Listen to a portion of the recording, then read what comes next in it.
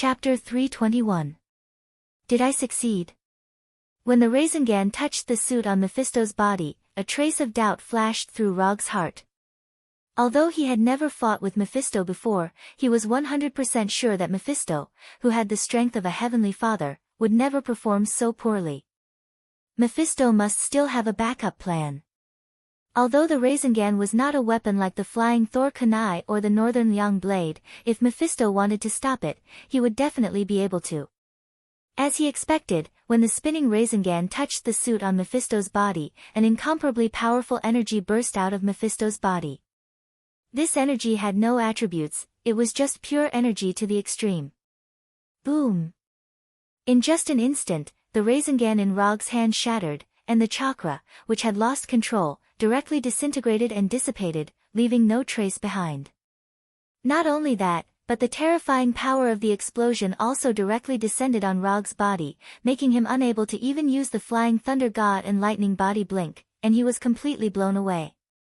Although the energy that burst out of Mephisto's body was terrifying, it was extremely well controlled. Except for Rog himself, the northern Liang blade, the flying Thor kunai, and the evil spirit chain, which were frozen in the air, were not affected at all, and still maintained their frozen state. Rog, who was blown away, flew a full 100 meters before he finally dissipated the impact of the explosion, and relied on the superlight rock technique to stabilize his body and float in the air. Mephisto, the Lord of Hell, is really strong. Rog raised his right hand and wiped the blood from the corner of his mouth, and his 3-tomo Sharingan also transformed into Mangekyo Sharingan. The dynamic vision of the 3-tomo Sharingan was already very terrifying, but it was completely unable to follow Mephisto's movements. Before Mephisto's energy burst out, he didn't even catch a trace of it. The flying Thor kunai was still near Mephisto, which meant that he still had a chance to launch a surprise attack. However, at this time, Rog did not immediately launch a counterattack. Instead, he slowly landed on the ground. Mephisto stood in place with his cane, looking calm and composed, as if he didn't care about Rog and Johnny's attacks at all. Rog's attack speed was indeed very fast, and his combat reaction was top-notch. However, in front of the Lord of Hell Mephisto's, his attacks were no different from Johnny's simple and crude chain attacks. The only difference was that his attacks were more flashy. How dare you come to hell with such strength? Human, tell me, who gave you the courage? Or is it your ignorance that's driving you? Mephisto turned to look at Rog, and spoke in a calm tone. Although Mephisto acted like an old nobleman, Rog could see the undisguised contempt and disgust on his face. Perhaps chooses see Mephisto of thinks who give me have a give me the of it, I don't need anyone to give me courage. As he spoke, Rog summoned the Kusanagi no Tsurugi sword that he hadn't used in a while, and pulled out the calamity pistol at his waist with his left hand. Now, I'll show you where my courage comes from. Rog raised the Kusanagi no Tsurugi sword in his right hand and pointed it straight at Mephisto. However, before he could make a move, Johnny attacked first. After confirming that he couldn't pull back the evil spirit chain, Johnny decisively gave up on it and took out the double-barreled shotgun that he had never had the chance to use. Hellfire Demonization, Evil Spirit Double-Barreled Shotgun. Bang bang. As soon as the double-barreled shotgun was demonized, Johnny pulled the trigger, and 2 demonized evil spirit bullets shot at Mephisto. Johnny's shooting made Mephisto frown in dissatisfaction. How could a Ghost Rider use a gun? This was damaging the tradition and reputation of a Ghost Rider. Ghost Rider Johnny was the work that Mephisto was most satisfied with, and also the work that he had high hopes for. In the long history of the past, Mephisto had created many Ghost Riders, but there had never been a Ghost Rider that could move him as much as Johnny. The evil spirit bullets instantly arrived in front of Mephisto and pierced through the afterimage left behind by Mephisto. Ah! As soon as the evil spirit bullets passed through the illusion left behind by Mephisto, Johnny's neck was grabbed by Mephisto and he was lifted up. The blazing hellfire covered Mephisto's left hand, but it didn't cause any damage to Mephisto. Not only that, but the black smoke that surged out of Mephisto's left hand crazily devoured the hellfire on Johnny's body like locusts. It gnawed at Johnny's evil spirit body, causing him to scream like a beast. So fast. Mephisto didn't use any special abilities. He only used his astonishing speed to dodge the evil spirit bullets and instantly appeared in front of Johnny. After switching from the 3-Tomo Sharingan to the Mangekyo Sharingan, Rogue finally captured Mephisto's movements. In just 2 or 3 seconds, the hellfire on Johnny's body dimmed to the point that it looked like it would extinguish at any moment. It was as if he had lost all his strength. With no time to think, Rogue summoned his 3 wood clones while his true body used the flying thunder god to rush over. Although Rogue didn't know what the black smoke that surged out of Mephisto's body was, he could tell from Johnny's current state that this black smoke was very effective against hellfire. Hellfire was shockingly harmful to ordinary demons, but it was nothing to the Lord of Hell, Mephisto. As long as he wanted to, he could even take back the hellfire on Johnny's body. Using the flying Thor, Rogue once again arrived near Mephisto and fired all 6 bullets from the Calamity Pistol. Raiton, Spiral Electromagnetic Gun, Water Release, Water Dragon Bullet, Water Release, Water Ripple, Water Release, Water Shockwave, Futon, Vacuum Blade, Odama Rasengan. The bullets in the Calamity Pistol were originally prepared for those demons, but he didn't expect to use them all on Mephisto. 6 completely different ninjutsu attacks arrived in front of Mephisto almost at the same time. Rogue didn't expect these ninjutsu to hit Mephisto, and Mephisto wouldn't give him such a chance. Judging from Mephisto's current posture, he was a person who cared very much about his image. He definitely wouldn't make a mess of himself because of a battle. Therefore, when he fired the ninjutsu bullets, Rogue had already prepared a backup plan. Before these 6 ninjutsu attacks hit Mephisto, Rogue used his chakra to destroy the stability of the ninjutsu. Art is Patrick Star. Rogue couldn't detonate himself like Deidara, but he could detonate all the chakra in his ninjutsu and create a powerful but completely uncontrollable chakra explosion. The thunder, water, and wind attributes of chakra fused and rejected each other uncontrollably, and then Art was born. Boom! Chapter 322. The 3 different types of chakra were fused together in an inexplicable way, creating a terrifying explosion that even Rogue didn't know how powerful it was. Before the explosion even started, Rogue prepared a defensive barrier for himself. Wood Release, Wooden Spindle Wall. A curved circular wall was formed in front of him, completely enveloping him. The chaotic energy storm crazily released its own energy, and the terrifying shockwave destroyed everything around it, regardless of whether it was friend or foe, and the lightning and storm that filled the sky created a doomsday scene. In addition to the energy storm formed by the different types of chakra, this sudden energy storm also inexplicably caused a chain reaction, which attracted the natural energy of hell, further increasing the power of the explosion. The black and purple color caused by the explosion became the only color in the sky, and the earth shook violently, and the terrifying energy storm destroyed everything like a supernova. The thickened wooden spindle wall created by Rogue only lasted for a short 2 or 3 seconds before it was completely broken. Even if he continuously used chakra to strengthen it, it didn't change the outcome of the wooden spindle wall being destroyed. Susanoo. The light blue Susanoo instantly took shape and surrounded him in layers. In order to ensure that Susanoo has enough defensive power, he mobilized almost all the chakra in his body, and didn't spare any energy to support the existence of Susanoo.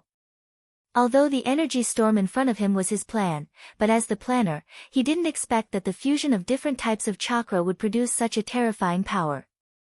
What he didn't expect was that the extreme nature energy in hell would also participate in the energy storm's revelry. If he had known that there would be such a completely uncontrollable chain reaction, he wouldn't have taken the initiative to detonate his ninjutsu. The current situation was completely beyond his expectations, and it also completely disrupted his next step. According to his plan, he should have saved Johnny after the explosion while Mephistopheles was distracted. But in this situation, let alone saving Johnny, he wasn't even sure if he could protect himself. If this energy storm didn't end, he would have to use his trump card in advance. Not only did Rogue not expect that the energy storm he created would cause such a huge chain reaction, but Mephistopheles also didn't expect it either. As the Lord of Hell, Mephistopheles knew a lot more about hell than Rogue did. So he knew more about the current situation than Rogue did. To put it simply, the energy storm created by Rog was like throwing a grenade into an arsenal full of high explosives. The grenade wasn't very powerful, but it detonated the explosives in the arsenal, and as time passed, more and more explosives were detonated. Mephistopheles didn't matter, he couldn't ignore the fact that the arsenal's explosion would directly blow up his base. This human, he really wasn't an ordinary human. More and more natural energy was being attracted by the energy storm. Mephistos even felt that all the natural energy in hell was showing signs of being awakened. If this energy storm was allowed, if was mice Mephistopheles, this was Mephistopheles. In order to maintain the order and safety of hell, Mephistopheles had no choice but to deal with this huge problem brought about by Rog. Mephistopheles casually swung his left hand, and Johnny, who had been grabbed by the neck, was flung out. He was instantly swallowed by the energy storm. Mephistopheles then stuck the black cane in his hand firmly into the ground, opened his arms, and released the energy in his body. There was originally a faint layer of energy barrier around Mephistopheles, protecting his safety and maintaining his dignity. But now, he had no choice but to give up this energy barrier that could allow him to maintain his dignity. He even had to reveal his demon true form. Small curved horns that resembled demon horns appeared on his face, and the nails on his hands began to grow longer and sharper. His skin also turned dark purple. Apart from that, his eyes shone with an orange-red light like hellfire. Without the protection of the energy barrier, cracks appeared on the classic black suit he was wearing, and his meticulous white hair had completely disappeared. The change in his appearance was just an insignificant prelude. What was truly shocking was the astonishing energy emitted from his body. Under the interference of the energy storm, Rog's chakra senses were severely disrupted. Right now, he couldn't even sense Johnny's existence or the flying thunder god's Kunashang. But it was in this situation where his senses were suppressed to the extreme that he felt a powerful force like a black hole. Profound, powerful, strange, unparalleled, Rog could not accurately describe how powerful this force was.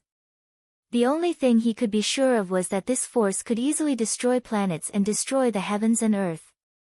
Was this the true strength of a heavenly father? What a despair-inducing difference. Only now did Rog finally understand why the name of the Father of Gods, Odin, could spread throughout the entire universe, and why the Sorcerer Supreme, Ancient One, alone could prevent Earth from being invaded by other dimensions. Hell Lord Mephistopheles attacked with all his might, and the agitated natural energy was quickly calmed down. Without the natural energy in hell, the apocalyptic energy storm gradually weakened and finally disappeared completely. When everything returned to normal, the scene in front of Rog was completely different from before. What appeared in front of him now was a terrifying circular crater with a diameter of tens of kilometers. He and Mephistopheles were in the center of this circular crater. Although he could not see the exact height of the wall in the distance, it was extremely flat.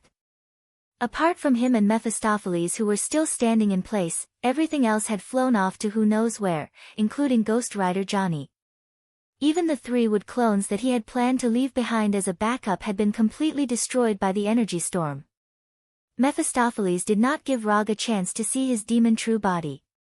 With his back facing Rog, he returned to his previous human appearance, then turned around and looked at the human who had almost caused a disaster that affected the entire hell.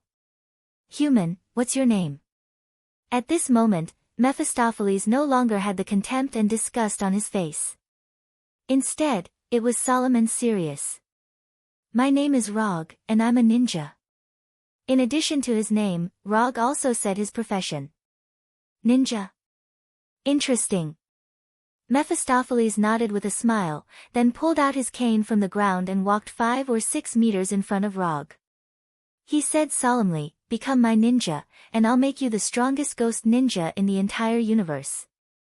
Chapter 323. Evil Spirit Ninja. And the strongest evil spirit ninja in the universe? Rog was stunned for a moment, unable to keep up with Mephisto's train of thought. "Yes, as long as you submit to me, I can make you the strongest evil spirit ninja in the universe. After I die, you can even take over my position and become the new Lord of Hell."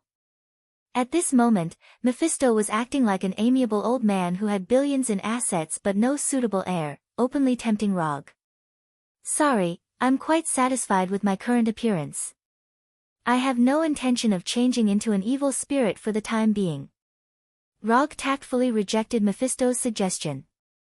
If it wasn't for the huge difference in strength, he wouldn't even have bothered with Mephisto. The strongest evil spirit ninja in the entire universe. This title sounded very powerful, but in reality, it was meaningless. Not to mention that there was no ninja in the universe who could use ninjutsu like him, just the fact that he was the strongest in the universe wasn't very reliable. Even Mephisto himself wasn't the strongest in the universe, let alone the evil spirits he created. Be it Ghost Rider or Evil Spirit Ninja, they were just Mephisto's subordinates. They were naturally inferior to Mephisto himself. More importantly, the appearance of a skeleton after transforming into an evil spirit didn't match his aesthetic at all. Rog remembered that not long ago, several well-known media outlets in America had teamed up to do a survey on the most desirable superheroes to marry. If he remembered correctly, he was ranked first on this list. Furthermore, he had surpassed Captain America, who was ranked second, and Tawny, who was ranked third, with an absolute advantage. Right, it was worth mentioning that Hulk was ranked fourth on the list, even above Thor and Thor. Yes, the one who was selected was Hulk, not Dr. Bruce Banner. As for the reason for being selected, Rog wasn't very sure for the time being. You don't like the image of an evil spirit? I didn't expect that you, who have such great power, would still care about such a superficial image. Power, eternal power that surpasses everyone. This is what existences like you and me should pursue. Appearance, image, charm, personality, these are all things that only incompetent and weak existences care about. Mephisto said in disappointment. He couldn't tolerate Rog, who had such great potential, wasting his energy on such boring things. I can only say that everyone has different pursuits. After all, I'm a human, and you're a demon, so everyone has different ideas. There's a saying that I'm not sure if you've heard of, but it's called, 3 values run with one's facial features. To become a charming villain, facial features are more important than 3 values. Odin's youngest son, Loki, is quite good at this. You can learn from him. After hearing Rog's words, Mephisto fell silent. He was not convinced by Rog, but he finally confirmed that Rog had no intention of becoming his subordinate, not at all. Whether it was his image or his worldview, it was all just an excuse for Rog not to become his subordinate. Forget it. Someone who can cultivate to your level of strength must have a firm belief. Otherwise, you wouldn't have the power you have now. Use your strength to prove your beliefs. Whether it's rejecting me or leaving hell alive, you can't do without strength. As soon as he finished speaking, Mephisto exuded an astonishing aura, as if the entire world was under his control. Don't say that I didn't give you a chance. As long as you can destroy or take away my staff, I'll let you leave and pretend that nothing happened. If you can't even do that, don't blame me for bullying you, a little ninja from Earth, Mephisto said confidently. Mephisto said with incomparable confidence. His insufferably arrogant image returned once more. Ha, is that necessary? You're already a high and mighty lord of hell, and you're still using such obvious words to destroy my state of mind. I'd be an idiot if I really believed what you said. Mephisto's was indeed very strong. He was the strongest enemy Rog had encountered so far, and the difference in strength between them was indeed so great that it made one despair.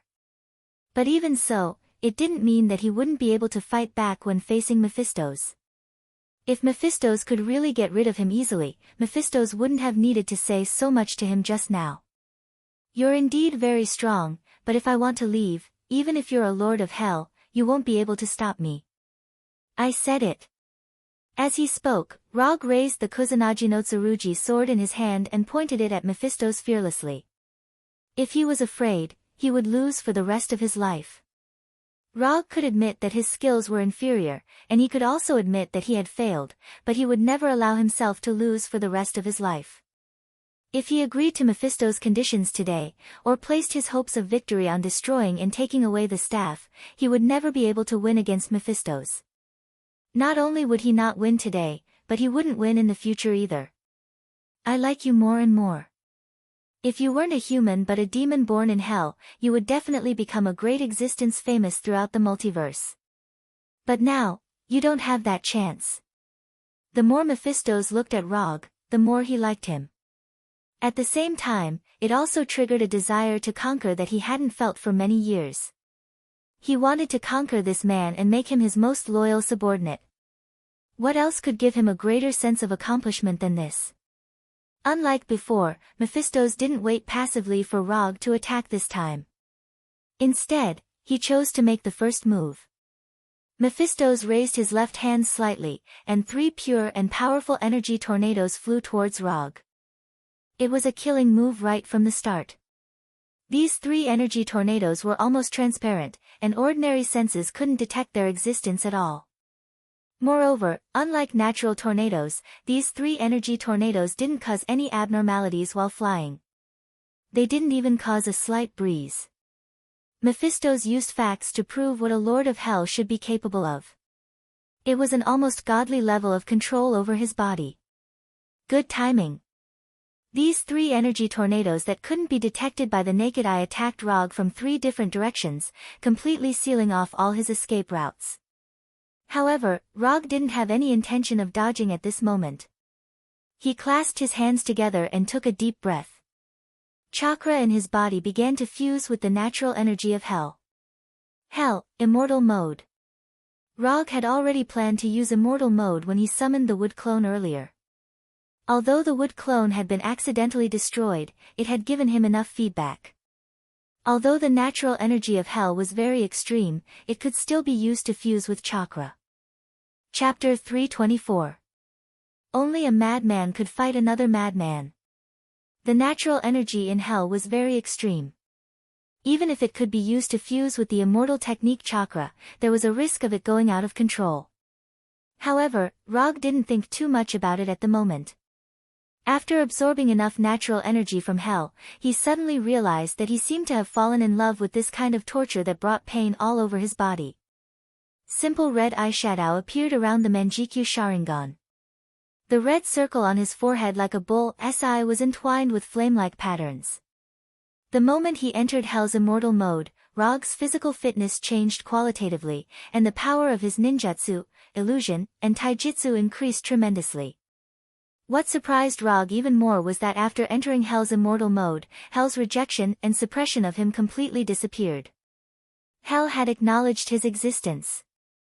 Now, even if he didn't use unlimited mode, he could survive in Hell without any restrictions. Mephisto immediately noticed Rog's change and frowned slightly. Just as Mephisto was wondering how Rog could suddenly be acknowledged by Hell, Rog made his move. Immortal technique, would release, would clone. With a thought, 3 wood clones that looked exactly like Rog rushed out from the ground and attacked the energy tornado. Immortal technique, Chidori. Immortal technique, Chidori blade. Immortal technique, Chidori sharp spear. The 3 wood clones used 3 different immortal techniques, lightning release, and collided head-on with the energy tornado. Rumble. Although the attack power of the energy tornado was very strong, the attack power of the immortal technique wasn't weak either. The moment the lightning release ninjutsu collided with the energy tornado, the immortal ninjutsu dissipated, and the energy tornado collapsed. The out-of-control immortal technique chakra and Hell's energy scattered in all directions, creating huge craters in the ground. Gravel and dust flew everywhere. Immortal technique, lightning body blink. As soon as the wood clones dispersed the energy tornado, Rog used lightning body blink to appear in front of Mephisto.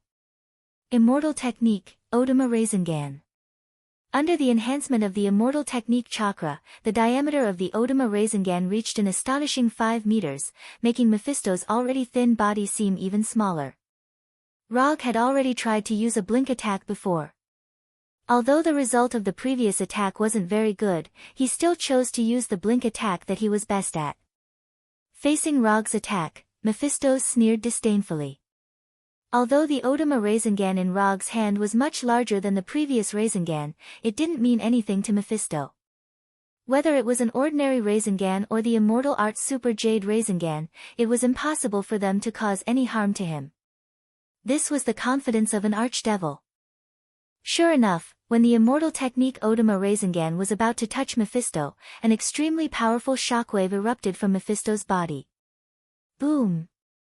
Mephisto's energy attack directly destroyed Rog's Odama Rasengan, and a hurricane-like shockwave was born, attacking in all directions. Is this all you've got?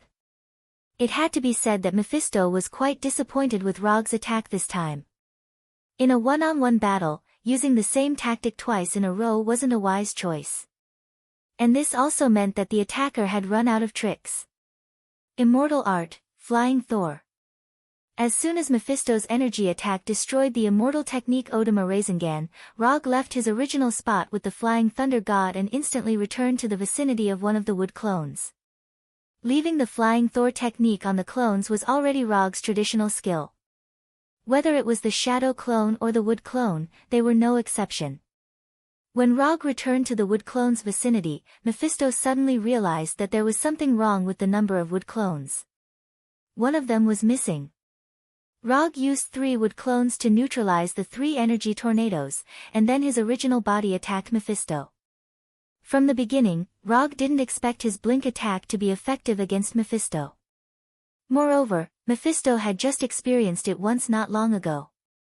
So from the beginning, his goal wasn't to attack Mephisto, but to use the same tactic and similar moves to distract Mephisto.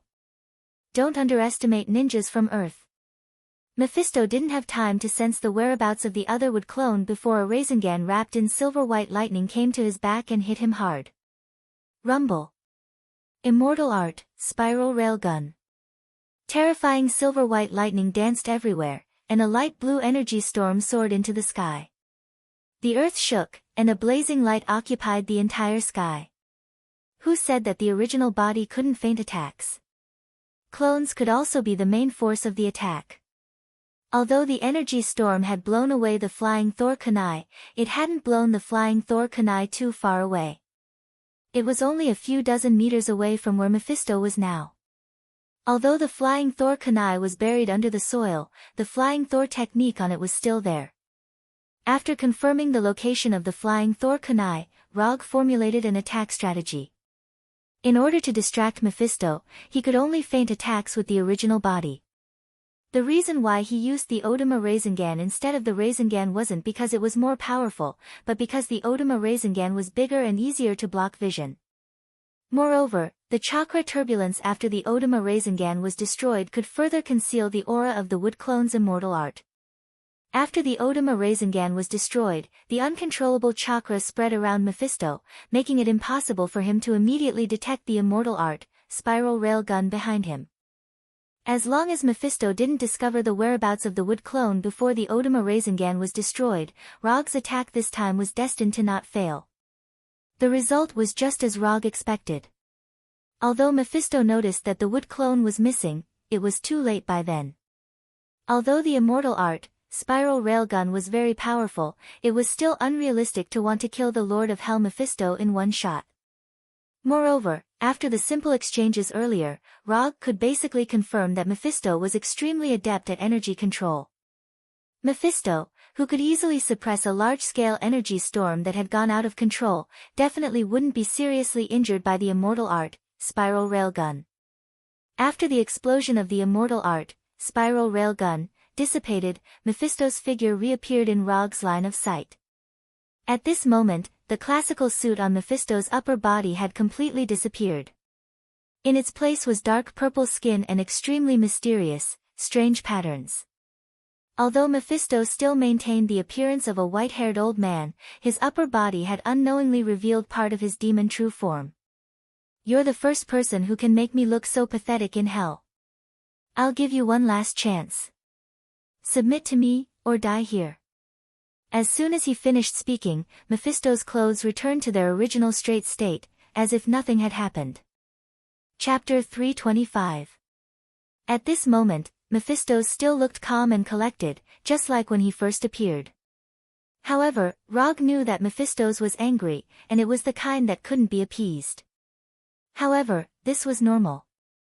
If he had been teased by someone who was far weaker than him, he would also be very angry and want to kill that arrogant bastard immediately. I'll answer you for the last time.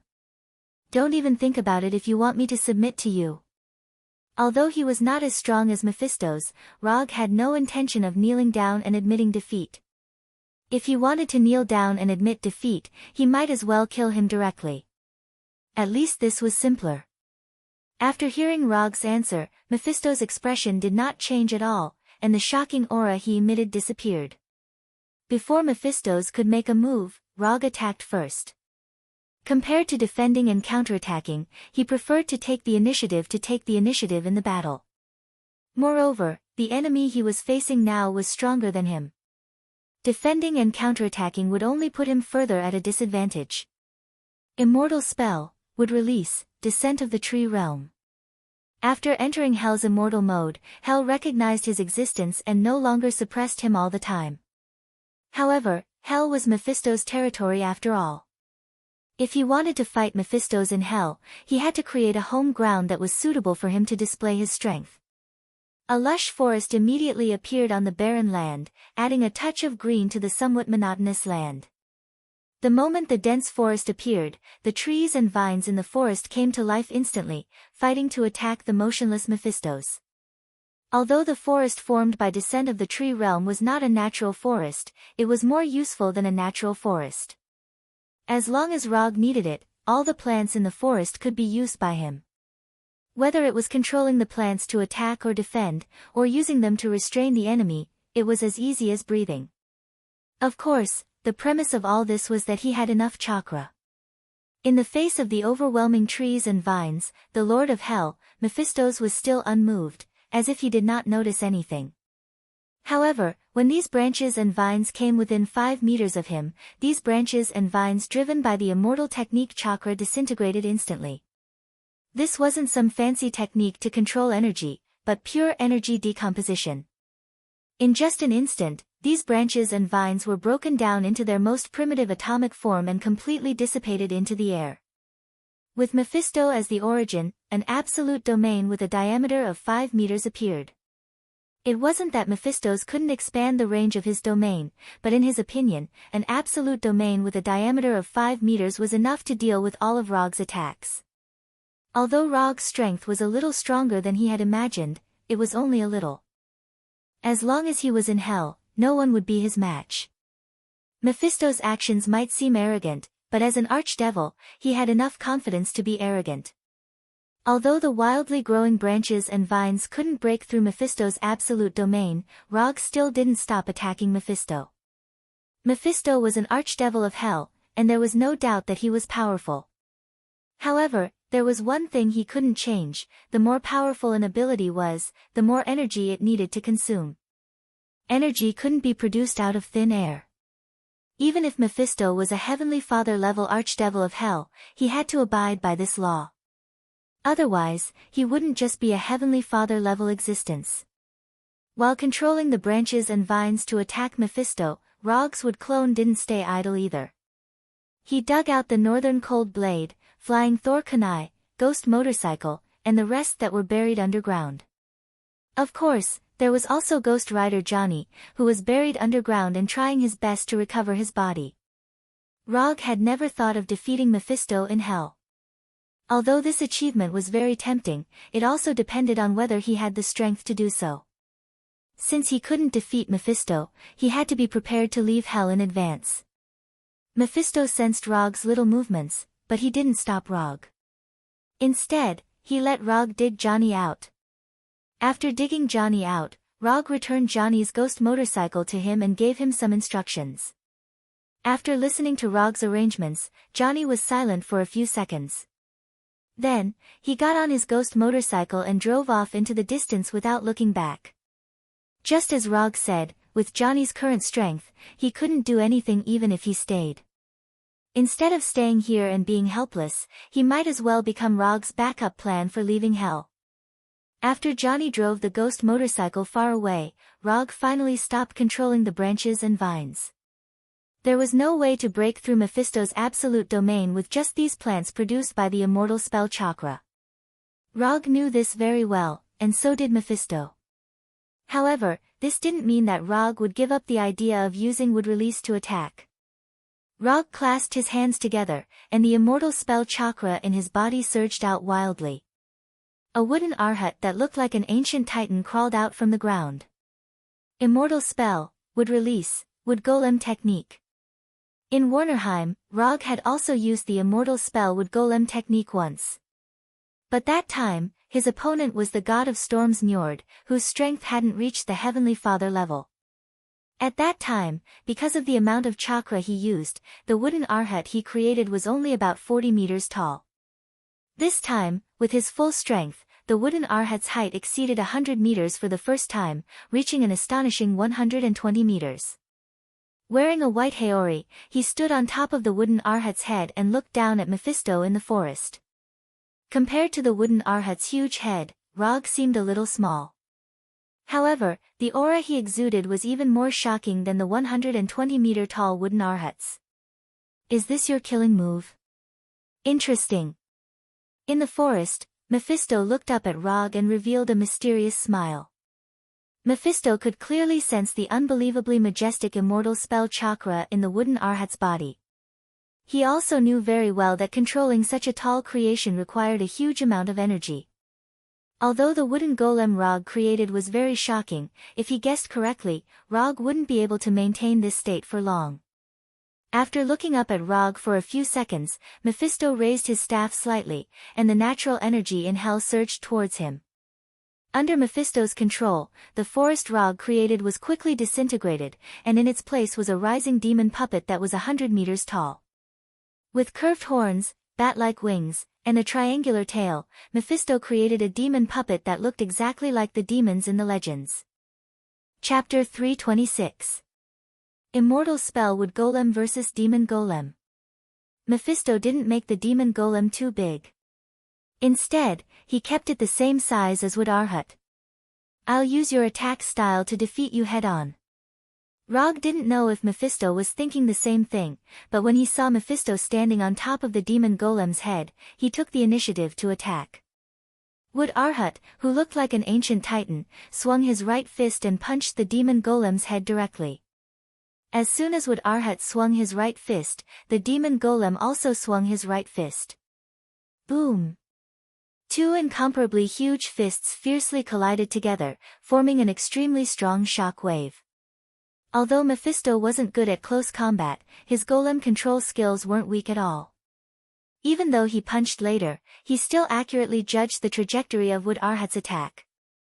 You want to meet force with force? Then I'll fulfill your wish. After Wood Arhat's right fist was blocked, Rog didn't hesitate and controlled Wood Arhat again.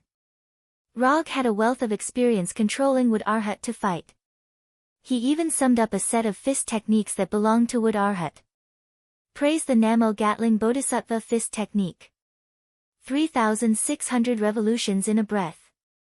Oiler. Under Rog's control, the astonishingly large Wood Arhat transformed into a crazy punching machine. The huge fists hit the body of the devil puppet made of mud and stone like missiles. At this moment, all the fighting techniques disappeared from Rog's mind. The only thing he knew now was to use Wood Arhat's fists to beat the demon golem continuously. Wood Arhat's sudden outburst made Mephisto frown unconsciously. The energy in his body surged wildly. While repairing the demon golem's body, he also began to counterattack fiercely. The 100-meter-tall Wood Arhat and the demon golem were like boxers in the ring, attacking the enemy in front of them crazily. Broken wood and stone flew everywhere and fell to the ground like meteors. The shockwave produced by the collision of the fists exploded with a loud sound like a sonic boom. The fight between Wood Arhat and the demon golem created artificial earthquakes. The ground shook violently, and spiderweb-like cracks could be seen everywhere. On the surface, this was a fight between Wood Arhat and the demon golem. But in reality, this was Rog and Mephisto's energy confrontation. Whether it was controlling Wood Arhat to fight the demon golem or repairing their injured bodies, it required a huge amount of energy. As long as one side's energy was depleted, this earth-shattering fight would come to an end. As a Heavenly Father-level Lord of Hell, Mephistos had an absolute advantage in terms of energy reserves. Whether it was the energy stored in his body or the natural energy that he could mobilize, he was far superior to Rog. So even if the demon golem was weaker, he wasn't worried at all. Unlike Wood Arhat, the demon golem was just a puppet that Mephisto had casually created. Other than being a little bigger, the demon golem didn't have any extraordinary abilities. Although Wood Arhat looked very ordinary, it was an out-and-out high-level wood-release ninjutsu. Wood Arhat not only had both attack and defense, but also had strong physical attack and defense abilities. It also had strong energy resistance. Ordinary energy attacks not only couldn't hurt Wood Arhat, but could also become a weapon for Wood Arhat to counterattack. The Bijadama was a typical example. Although Wood Arhat was fighting with the demon golem like a landslide and had a slight advantage, he was still a wood-release ninjutsu. But Rog knew very well that if this continued, he would definitely be the one to lose. The wood-release ninjutsu was one of his ultimate moves, but the demon golem was just a puppet that Mephisto had casually created. The two weren't on the same level at all. What was even more troublesome was that his own chakra was rapidly decreasing. Once his chakra was exhausted, the Hell Immortal mode would automatically disappear. Without the buff of chakra, his strength would be further weakened. He didn't have much chakra, but the nine-tailed chakra couldn't be merged with natural energy, let alone be refined into chakra. Forget it, it's time to end it. After perceiving Johnny's current location, Rog decided to use his last card. Susanoo. The Susanoo formed by chakra appeared again. Compared to the 100-meter-tall Wood Arhat, the 7 or 8-meter-tall Susanoo seemed a little small. However, this half-body Susanoo didn't last for long before Roger took the initiative to disperse it. Before transmigrating, Rog had imagined a scene. Or rather, a move that was more advanced than Gundam. Susanoo Great Buddha, 2 people destroy 4 countries. This was a sentence that Rog had read before transmigrating, and now, he intended to fulfill the first half of this sentence. Aya. Rog, who was standing on top of Wood Arhat's head, let out a miserable howl. The tearing feeling brought by the Susanoo's materialization and the stinging feeling brought by the Hell Immortal mode fused together, forming a bone-deep pain. The Susanoo that was scattered by Rog didn't dissipate. The light blue chakra began to cover Wood Arhat, and then materialized into the appearance of armor. Rog's Susanoo was originally only in the second form with flesh and blood. Under the buff of Hell Immortal mode, his Susanoo reached the third form with armor for the first time. At this time, the armor of Susanoo covered Wood Arhat's body. Pain, using Susanoo in Hell Immortal mode, only a madman like Rog would do this. And covering Arhat with Susanoo's armor was something that even Madara had never tried. Madara once used Susanoo, but it was just Susanoo covering Kyuubi's body. Covering Wood Arhat's body with Susanoo was a new experience that no one had ever experienced before, an inhuman experience of extreme pain. After using this shrunken version of Susanoo Great Buddha, even Rog, who had a strong will, couldn't help but kneel on one knee on top of Wood Arhat's head. After going back, he must practice Susanoo well. Although he was trembling with pain, Rog still had some messy thoughts in his mind. Although the cost of using it was a bit high, the effect was obvious. After putting on the light blue Susanoo armor, Arhat, whose momentum was already very amazing, showed a shocking power that was not weaker than Mephisto's. Susanoo Great Buddha. This was Rog's real trump card. When Arhat transferred the Susanoo armor, Mephisto's face finally became dignified, and he looked at Rog very seriously. Chapter 327. Although the battle didn't last long, Mephisto realized that Rog was more difficult to deal with than he had imagined. Or rather, he was more pleasantly surprised. Every time he thought that Rog was going to stop here, Rog would always come up with some new tricks and play one amazing trump card after another. If not for Rog's repeated rejections and provocations, Mephisto would have really looked forward to signing a contract with Rog and making him his strongest evil spirit subordinate. However, it turned out that Rog had no intention of signing a contract with him. Looking at Arhat, who was covered in light blue armor, Mephisto sighed as killing intent surged in his heart. Kill Rog, force his soul to stay in hell, and then transform his soul into an evil spirit.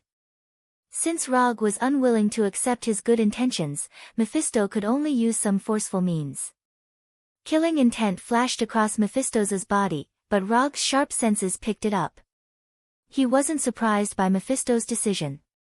If he were Mephisto, he would have made a similar decision. Although he said that, he had no intention of giving up. He had already used his trump card, the Susanoo Buddha, so there was no need to consider anything else. With a thought, Arhat, who was wearing the Susanoo armor, attacked again. Boom, boom, boom, boom. With the Susanoo armor, the wooden Arhat's attack power and defense power have been significantly improved. Although Arhat's body didn't change at all, his punches now were stronger than the previous dozen punches combined.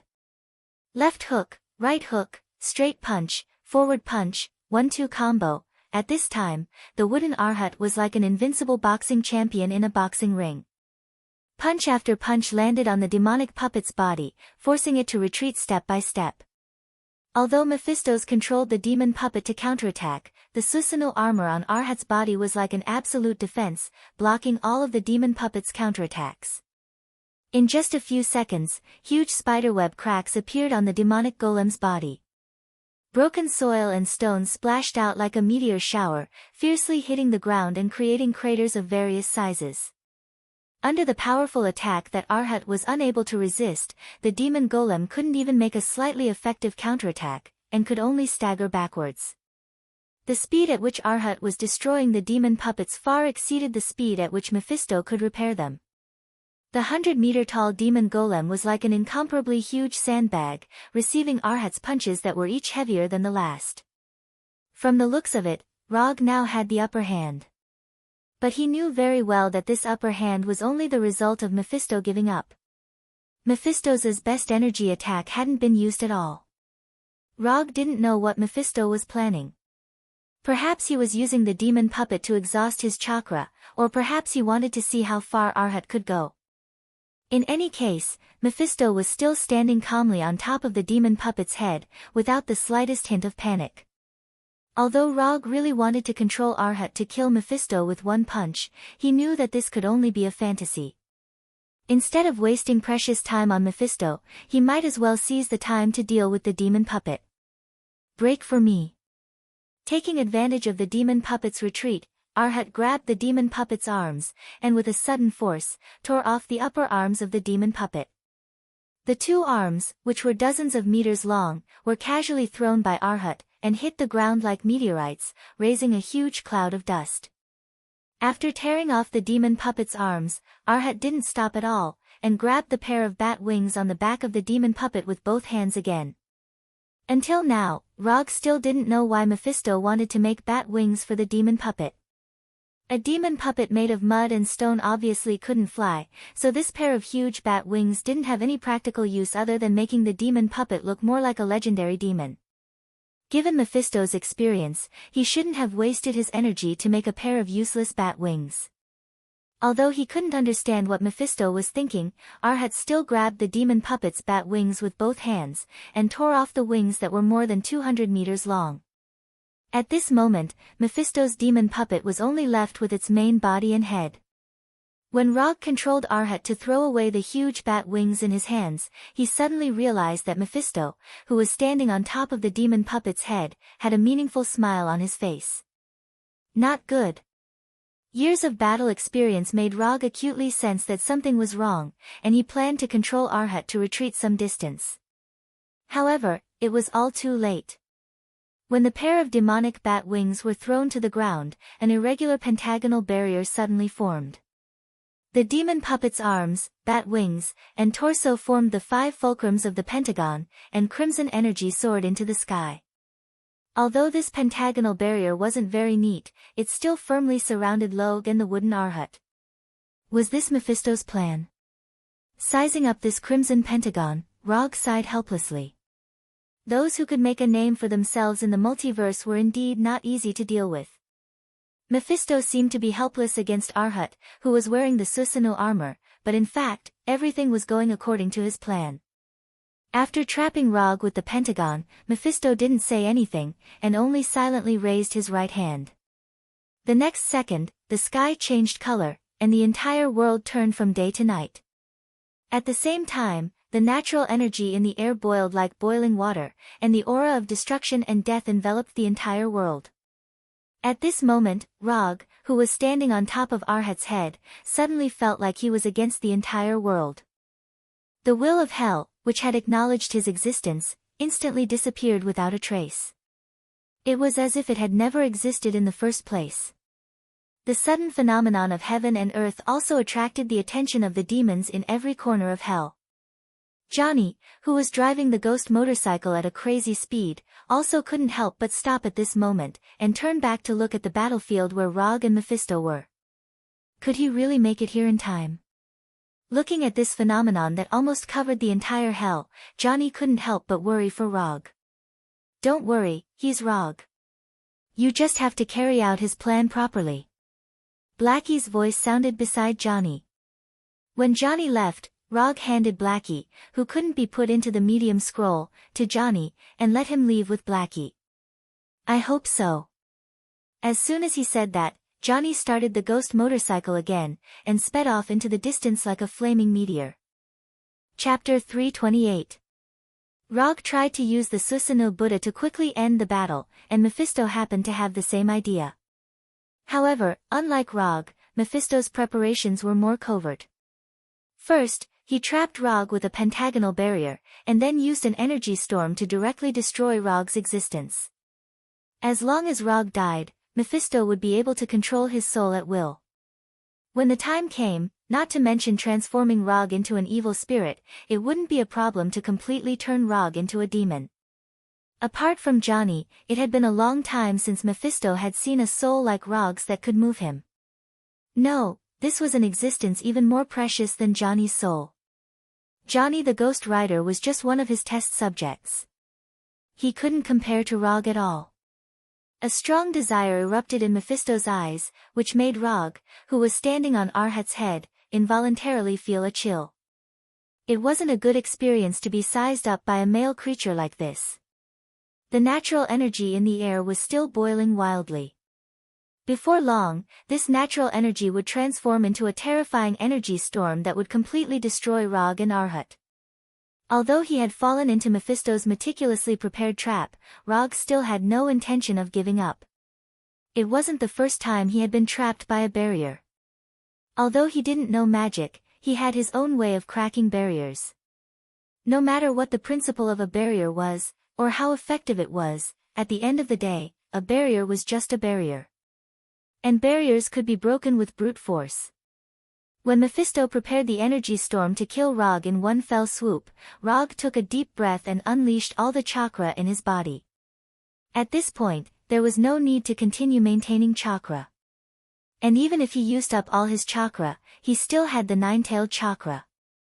Although that would cause him to directly exit Hell's immortal mode, he couldn't care less at this moment. Mephisto immediately noticed Rog's actions, but he didn't take Rog's actions to heart. In his opinion, this was just Rog's desperate struggle. No matter what Rog did, he wouldn't be able to change his fate of dying in the barrier. This pentagonal blood-colored barrier was the tomb that Lord of Hell Mephisto had specially created for him. Under Rog's full power, the chakra in his body roared out like a flood. A massive amount of chakra gushing out of his meridians, leaving visible bloody marks on his body. As soon as the bloody scars that covered his entire body, the immortal's body recovered. Destruction and rebirth had reached a different balance's body to achieve a balance. Rog didn't care about the pain coming from his body. At this time, he was already tortured to death by the pain of using Susanoo in Hell's immortal mode. Adding some additional pain to the already bone-deep pain naturally wasn't a big deal. The wooden Arhat's right hand was raised high, and an immortal art super jade Rasengan that was even bigger than the wooden Arhat's body appeared in his hand. The 7th Hokage Naruto used countless facts to prove one thing, that is, there is no enemy that can't be defeated by a Rasengan. If there is, then another Rasengan. If you can't defeat the enemy with a Rasengan, then it can only mean that the Rasengan you made wasn't big enough or strong enough. What Rogue wanted to do now was to use facts to prove the 7th Hokage's point of view once again, and add a new record to the Rasengan's Rasengan tactics. Under Rogue's full power, a huge Rasengan with a diameter of 300 meters was born. This superhuge immortal art Super Jade Rasengan spun wildly, and the flow of chakra even set off an equally huge super tornado. When this immortal art Super Jade Rasengan was formed, Rogue still didn't stop, and covered it with the power of hellfire. In addition, he also mobilized a part of the Kyubi chakra and forcibly integrated it into this immortal art Super Jade Rasengan. The original blue and white immortal art Super Jade Rasengan also turned red and blue after the fusion of hellfire and Kyubi chakra. Outside the crazily spinning chakra, there was also a crazily spinning orange-red hellfire. Mokuton, Sage Mode, Susanoo, Super Jade Rasengan, Hellfire, Kyubi chakra. If these things combined couldn't break Mephisto's pentagonal blood-red barrier, then Rogue didn't need to think about anything else, and could just accept his fate and wait for death. Wooden Arhat originally didn't have the ability to use ninjutsu, but the possession of Susanoo gave him the possibility of using ninjutsu. This unprecedented immortal art Super Jade Rasengan that fused many kinds of power was, to a certain extent, the limit of what Rogue could currently use. This red and blue immortal spell Super Jade Rasengan entwined with hellfire was the pinnacle of his strength. Whether this Rasengan could break Mephisto's pentagonal blood-red barrier, or what kind of damage it could do to Mephisto, this was Rogue's last attack. After this move, victory or defeat, life or death, would be the final answer. Mephisto thought that he had forced Rogue into a desperate situation, but Rogue proved him wrong again. Looking at the red and blue ball in the wooden Arhat's hand, which contained immense power, Mephisto suddenly laughed. This kind of aura, this kind of willpower, this was an opponent worthy of him taking seriously.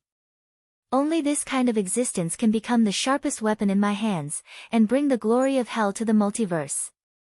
Rogue, I want you. Mephisto suddenly shouted, not caring about his image as a superior lord of hell. You can't.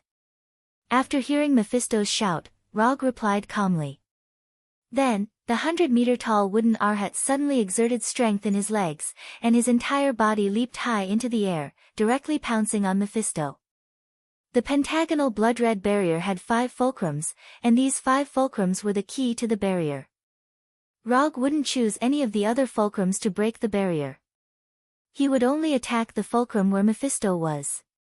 When Wooden Arhat, who was holding the immortal art Super Jade Rasengan, leaped high into the air, Mephisto also raised the black staff in his hand.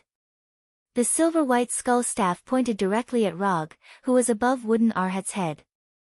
The boiling natural energy between heaven and earth instantly formed a deep black hole with the skull staff as the origin, and a powerful energy storm that could destroy everything instantly formed. The fist-sized black ball was the core of the energy storm, and contained all the energy storm's power. Break for me. The immortal art Super Jade Rasengan, which was 300 meters in diameter, collided fiercely with the black ball in the energy storm. A white light brighter than a supernova explosion instantly appeared, cutting through the endless night like the dawn of dawn. Chapter 329. 2 energy balls of completely different sizes crashed into each other. Different types of energy intertwined and separated, creating a strange scene that resembled an abstract oil painting. The red and blue immortal spell Odama Rasengan and the black hole-like energy storm core could not suppress each other. The scattered energy torrents destroyed everything around them. Lightning raged, flames danced, hurricanes roared, gravity turbulence, all sorts of natural phenomena, both common and uncommon, played out one after another. It was like an apocalyptic disaster, but also like the birth of a new world. When the immortal spell Odama Rasengan collided with the black hole-like energy core, what happened next was no longer something Rogue and Mephisto could control. At this point, even if they wanted to stop, it was already too late. They were the ones who had created this scene, but they could not decide the final outcome.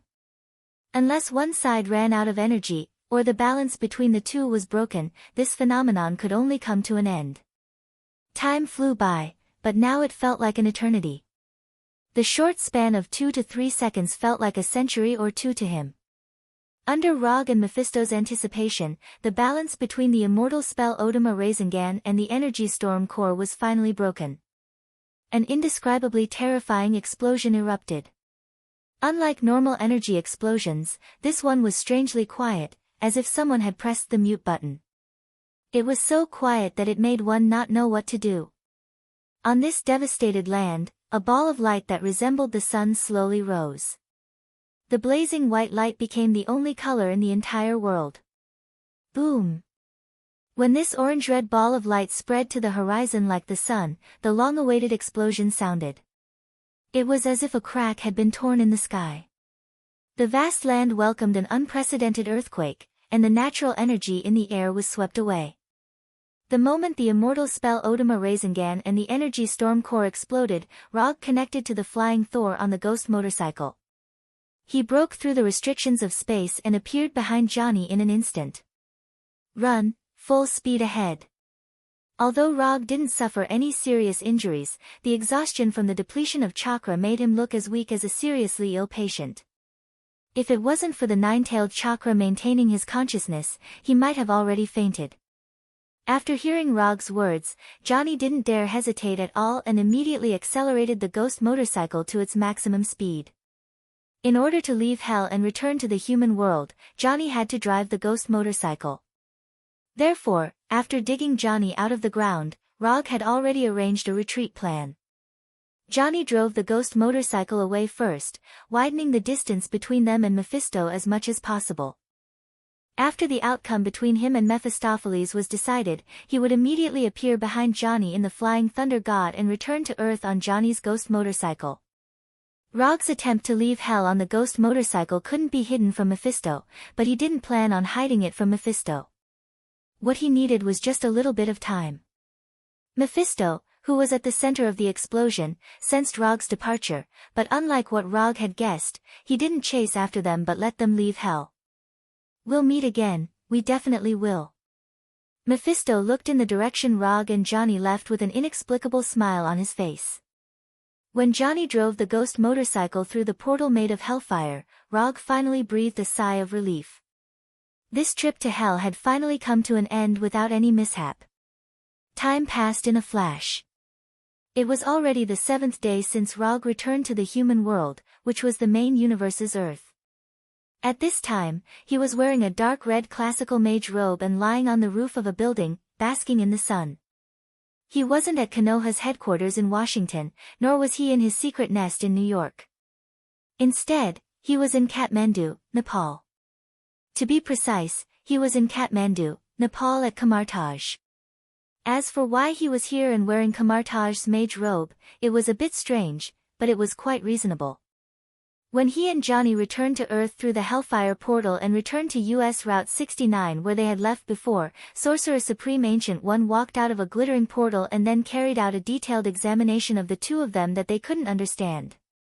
After confirming that neither of them was possessed by a demon, nor did they bear the inexplicable curse of Hell, Ghost Rider Johnny was picked up and released by Ancient One, and Rog was caught by her to Kamartaj. In front of Sorcerer Supreme Ancient One, Rog wouldn't have any power to resist, and he didn't have any thoughts of resisting Ancient One.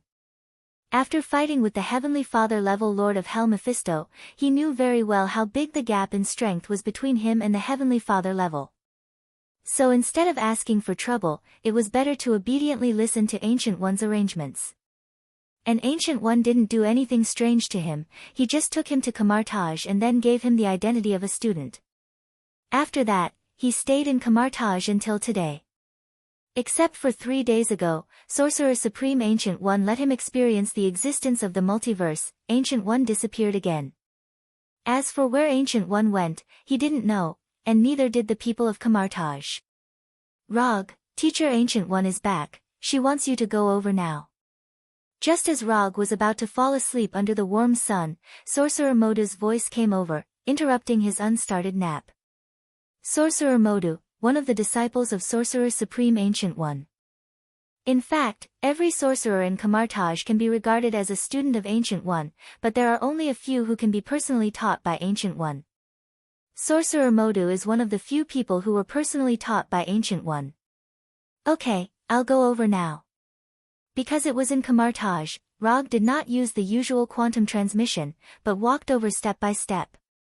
As before, Sorcerer Supreme Ancient One sat in the hall he usually used, tasting Nepalese tea with honey. Ancient One, are you looking for me? Rog asked as he bowed slightly to the sitting Ancient One.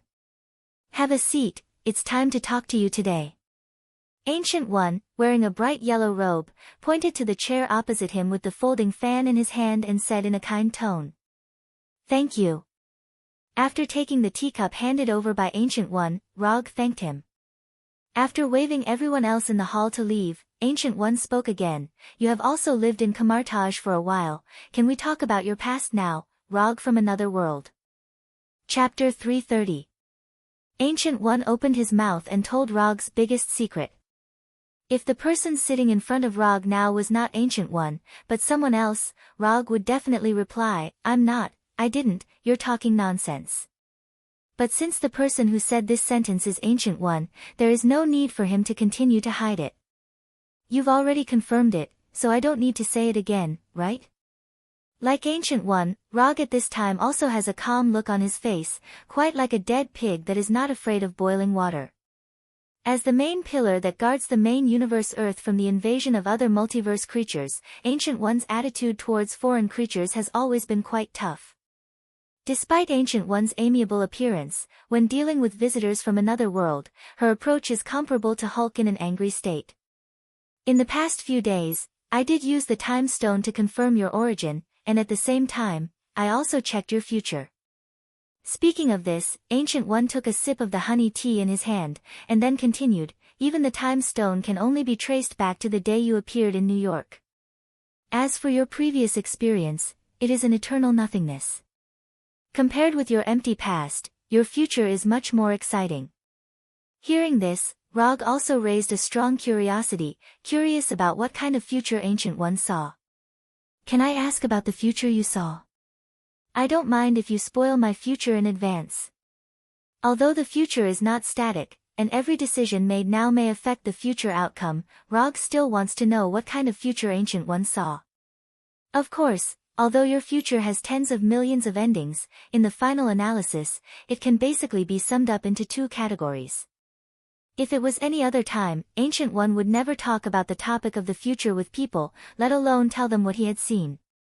However, Rog, who is sitting in front of him now, is an exception, the only exception. As for whether this is related to Rog's identity as a traveler, only Ancient One himself knows. The first kind of ending is, you die. After hearing Ancient One's answer, Rog was stunned for a moment before he reacted. Ancient One definitely doesn't mean that he died normally, after all, he can't have eternal life. Since it wasn't a natural death, the answer was obvious.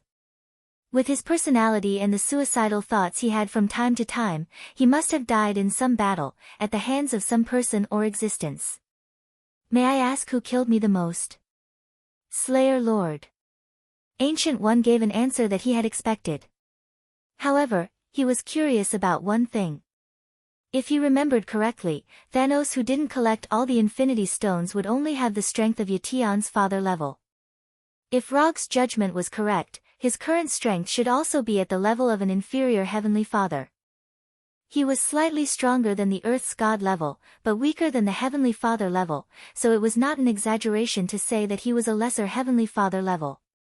He now has control of the reality gem, so when he faces Thanos in the future, he will not face Thanos who has collected all the Infinity Gems. A Thanos who hasn't collected all the Infinity Stones is actually the one who has killed him the most times, which is a bit interesting. What about the second kind of future?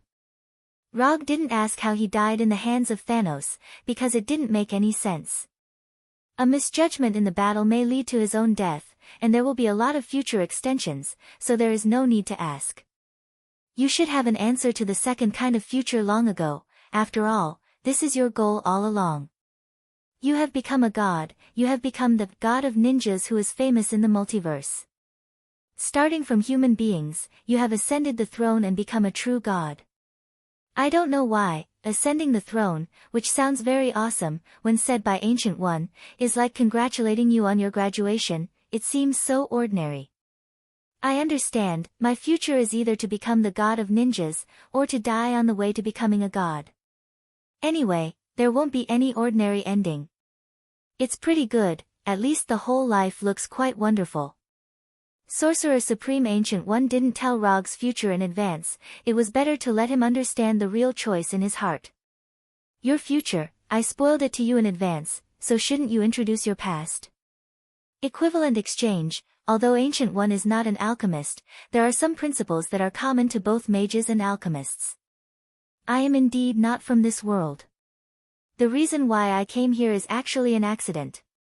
According to the plan, the world I should go to is a ninja world. For some reason I don't know, I came here and became a ninja. You should know the next thing, so I won't say much. Rog briefly explained why he had transmigrated to this world. Although this explanation seems to say nothing, it is the truth.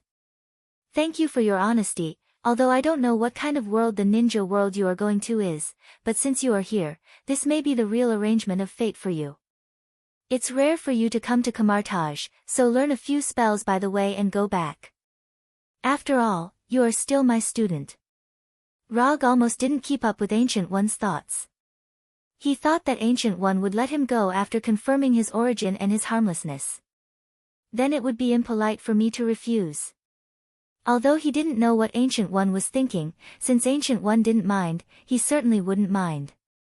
He was still very interested in Kamartaj's magic. In the following days, Rog officially began to learn Kamartaj's magic as a student of Ancient One. Then, he finally figured out a question that he had wanted to know the answer to for a long time. Sharingan can't copy magic. Although Kamartaj's magic doesn't need to be recognized by some existence to learn it, before casting magic, it needs to collect energy from other spaces in the multiverse, and then cooperate with spells or gestures to cast it smoothly. Sharingan can copy the spells and gestures when casting magic, but the energy that drives magic, that is, magical power, Sharingan can't do anything. Ordinary magic can be cast as long as one has magical power. But there are some special magic that requires the approval of the corresponding existence to cast, such as some white magic in the system of the Wei Shan Emperor. The Sorcerer Supreme didn't teach Rog too many complicated magic. Basically, he gave him a few common magic of Kamartaj. Portal, Mirror Dimension, Ring of Lagador, Astral Projection. Although the number is not much, Rog is very satisfied. After all, his job is a ninja, not a sorcerer. Chapter 331. Sorcerer Supreme Ancient One obviously took this into consideration and didn't let him learn too much magic. Although Sharingan can't directly copy magic, with the help of Sharingan, Rog's magic learning journey can be said to have progressed by leaps and bounds.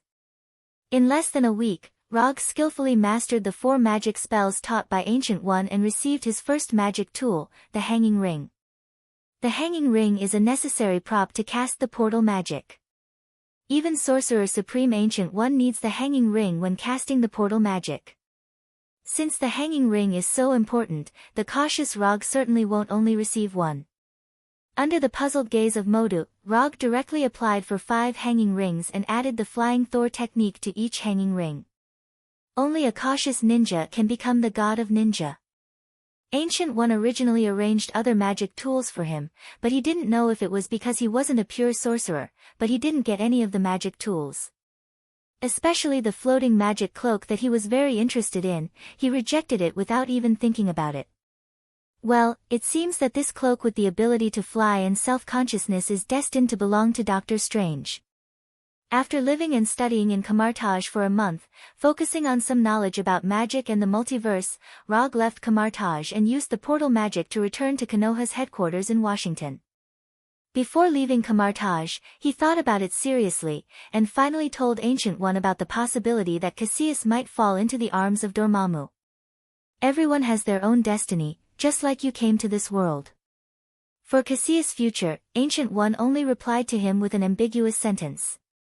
Since Ancient One said so, Rog naturally didn't continue to worry about anything. He said goodbye to Ancient One and Modu and returned to Konoha. Although it hasn't been long since he left Konoha, when he walked out of the golden portal, he suddenly felt like he had returned home. After letting Hinata inform the news of his return, Rog returned to his office, leaned back in his chair, and sighed. After fighting Mephisto, the Lord of Hell, he finally understood the difference in power between him and a heavenly father. His fight with Mephisto seemed to have ended in a draw, but he knew that he had already lost. That unprecedented immortal spell, Super Jade Rasengan, was the limit of his current power, and the core of the energy storm created by Mephisto was obviously just an ordinary ultimate move. If he hadn't immediately left Hell on Johnny's ghost motorcycle, he would have been the one to die in the end. Aside from figuring out the difference in strength between himself and the Heavenly Father tier, his other gain was that he had roughly deduced the limits of the system. Without adding in other factors, the Heavenly Father level should be the limit that the system could reach. In other words, the immortal of the six paths had the power of a Heavenly Father. If he wanted to break through the Heavenly Father level and obtain universe level or multi-universe level power, he had to create his own path of ninja based on the foundation provided by the system, which was different from Sennin Rikuda's path of ninja. Using the ninja power of the Naruto world as a foundation, integrating the power of the Marvel world, and finally creating his own path. This was the path that belonged to him as the god of ninja. This seemed difficult, but he had already started part of it unconsciously. If the spiral electromagnetic gun opened the way for him to develop his own ninjutsu, then Hellfire Release and Hell Mode were equivalent to opening the door for him to integrate the power of two worlds.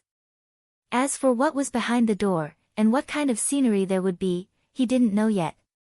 Forget it, he didn't want to think about it. Anyway, this world wouldn't be destroyed for a while, and he still had a lot of time to slowly think about his future. Thinking of this, he opened the system's property panel and took a look. Unspent ninja coins, 230. Johnny's commission was judged to be completed by the system, and the corresponding ninja coins reward has been sent. Looking at his current unspent ninja coins, and looking at the various icons on the exchange page, he closed the system with some helplessness. I'm still too poor, work hard, work hard. Because he had already rested in Kamartage for a while, after returning to Konoha, he didn't intend to continue to rest, and directly opened some of the documents and commissions that he had accumulated before. Just as he browsed through the commissions registered by Hinata, he saw two familiar names. The client was Tony Stark, and the content of the commission was to rescue the kidnapped Banner Bruce. What's going on? Banner was kidnapped. Why did Tony commission through this channel? Hinata, what's this commission about? Rog immediately called out Hinata. Hinata's holographic image appeared in front of him and began to explain the ins and outs of the commission. It was indeed Tani who issued the commission. The reason why he commissioned on Rog's private commission website was purely because he couldn't contact Rog. The time of the commission was more than half a month ago. At that time, Rog was studying magic and the multiverse in Kamartage. According to Tani, it was a dark and windy night. A group of unknown enemies broke into the new base of the Avengers in the suburbs of New York and kidnapped Banner in front of everyone. On the night of the kidnapping, Tani wasn't in the Avengers base. To be precise, he wasn't in that base every night. Now, only Rogers, Phantom, and others live in the base all year round. The kidnapping happened very suddenly, and it was obvious that it was specifically targeted at Banner. Banner was kidnapped before he even had time to transform. After a later investigation, it was found that the organization that kidnapped Banner was not an organization or force on Earth, but an alien.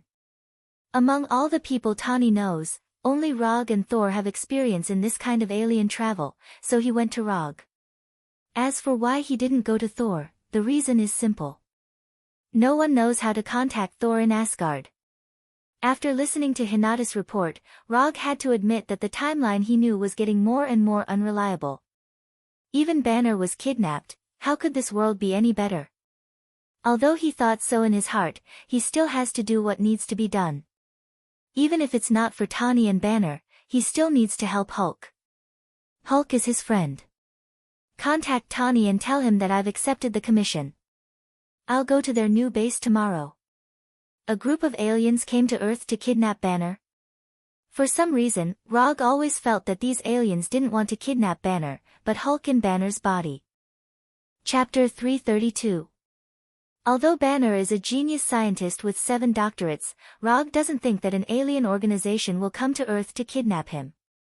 Banner's doctorate is based on the scientific and technological civilization of Earth. Separated from the civilization of Earth, the role that Banner can play will not be so great as to require a special kidnapping. Therefore, compared with the intellectual Banner, Hulk's value is obviously greater. The next morning, Rog, who spent a pleasant night with Daisy, used quantum transmission to come to the new base of the Avengers. He wanted to open the portal, but he had never been to the new base of the Avengers and he couldn't build a clear picture in his mind and couldn't create a stable enough portal. When the aurora-like brilliant light disappeared, the scene in front of Rog became a 2-story white base. As soon as he appeared, a guard with live ammunition rushed up and aimed their weapons at him. "Relax, I'm here for Tawny." After discovering that the person who came was Yondaime Rog, the guards put down their weapons and took him to a reception room in the base. It didn't take long for Tawny, wearing an expensive custom-made suit, to come to him with Rogers and others. In addition to the old faces such as Black Widow and Hawkeye, he also saw several newcomers who were not particularly familiar with them, including Colonel Rhodes, whom he had met once.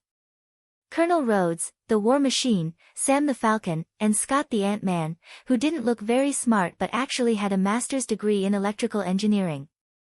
When he was at Konoha's headquarters yesterday, Rog took the time to look at the recent development of Avengers. Since the Seoul incident caused by Ultron, Avengers has been a lot more low-key, or rather, a lot more low-key on the surface. After suffering several losses in the mouth of the media and public opinion, Avengers finally learned to act in a low-key manner. This includes but is not limited to Tawny's direct acquisition of several news media and newspapers. It seems that you have been developing well recently. Not only have you added several new members, but you have also inherited the legacy of S.H.I.E.L.D. very well. Not bad, well done. S.H.I.E.L.D. has been officially disbanded since the helicarrier incident in Washington. Most of the intelligence network and intelligence personnel were absorbed by Konoha, while the operational personnel and logistics support were absorbed by the replicas. In a sense, S.H.I.E.L.D. was dismembered by Konoha and Fu Yen. The guards just now had a very obvious S.H.I.E.L.D. style. If nothing unexpected happened, they should be former S.H.I.E.L.D. agents. Enough with the pleasantries. Banner has been kidnapped for more than half a month. We need to rescue him as soon as possible. None of us have any experience in extraterrestrial operations, so if you don't mind, I hope you can lead the rescue team this time.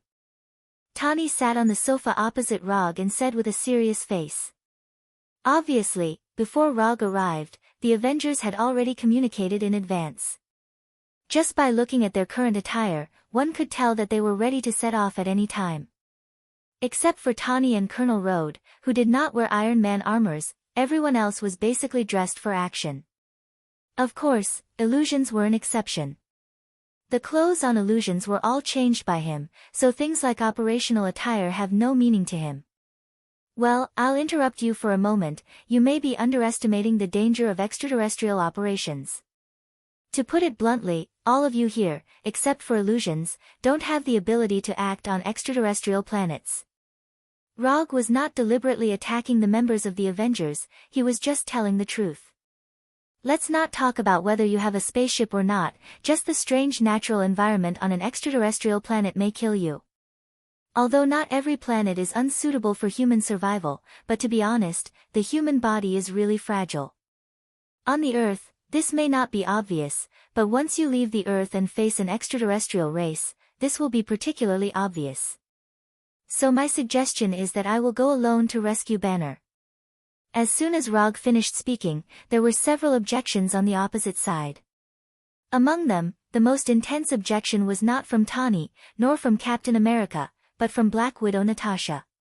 Of course, Tawny and the others also considered what Rog said.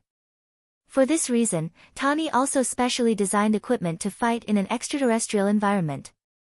It's just that they haven't really left the Earth after all, so they haven't considered many situations. And more importantly, Rog obviously doesn't want to take so many people to rescue Banner. After a few minutes of internal discussion, Tani finally gave their reply. We may not be suitable for extraterrestrial operations, but Illusions doesn't have any concerns in this regard. He can go with you. Although Illusions looks like a human being, he is not a real human being after all. No matter how harsh the environment is, Illusions can survive. In their internal plan, Illusions is also the first choice for this operation. However, their proposal was directly rejected by Rog. Illusions won't work. Taking Illusions to rescue Banner will only increase the difficulty of the rescue. Why? It was not Tani who asked, but Rogers of the American team. The reason is very simple. There is a very powerful madman in the universe who is collecting Infinity Stones, and the one on Illusion's head happens to be one of the targets. Letting Illusions with Infinity Stones appear in the universe is no different from taking the initiative to deliver the goods. Rog explained briefly. Although he is not particularly afraid of Thanos now, he doesn't want to deal with a difficult enemy like Thanos in the process of rescuing Banner. It's not appropriate for you to rescue Banner alone. Banner is a part of the Avengers anyway, and we must have someone to go with you. Tony and Rogers didn't say anything. Instead, it was Natasha who spoke. Rog glanced at Natasha thoughtfully, and he couldn't help but think of the looming emotional line between Natasha and Banner. If you insist on setting off together, then I can only bring the two of them. Other than the two of them, no one else is allowed to come. After that, Rog pointed to Natasha and Scott, who was standing at the back. Scott. He just joined the Avengers not long ago, and his experience is not particularly rich. Why don't I or Barton go? Rogers of the American team glanced at Scott and then volunteered. No, it can only be the two of them. Scott's ability is more suitable for this mission. In order to rescue Banner, Rog has no shortage of combatants. What he needs is a team member with special talents, and Scott is a good candidate. As for Natasha, it's because she has a good relationship with Banner and Hulk. Let's do this, Rog, you take Agent Romanoff and Scott on this trip. In the end, Tani made the final decision and determined the members of the rescue team. Chapter 333. Asgard, the Golden Palace Council Hall. Thor, who was sitting at the head of the table, seemed to be listening to the minister's report seriously, but in fact, his thoughts had already flown outside the 9 realms.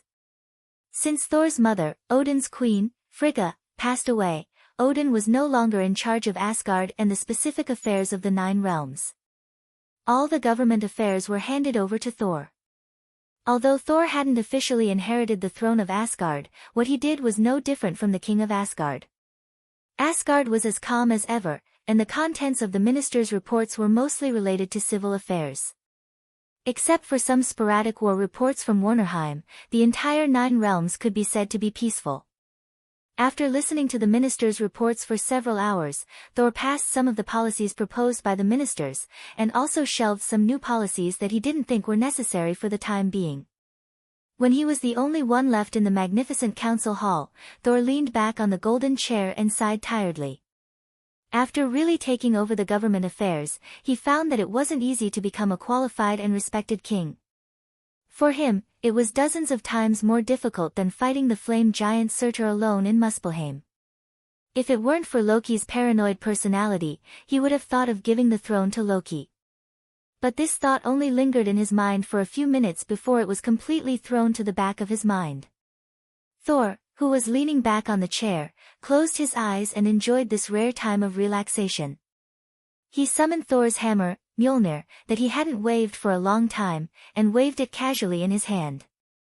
Half an hour later, he had to inspect the barracks and set new assessment standards for Asgard's palace guards. I really want to fight. Since returning from Svartalfheim, the kingdom of the Dark Elves, he hadn't engaged in any battles, and he didn't even fly with Thor's hammer more than a few times. Just as he was considering whether to include himself in the list of assessment instructors for the palace guards, the door of the council hall was pushed open. 2 adult males, firm steps, reasonable strides, stable frequency, good skills.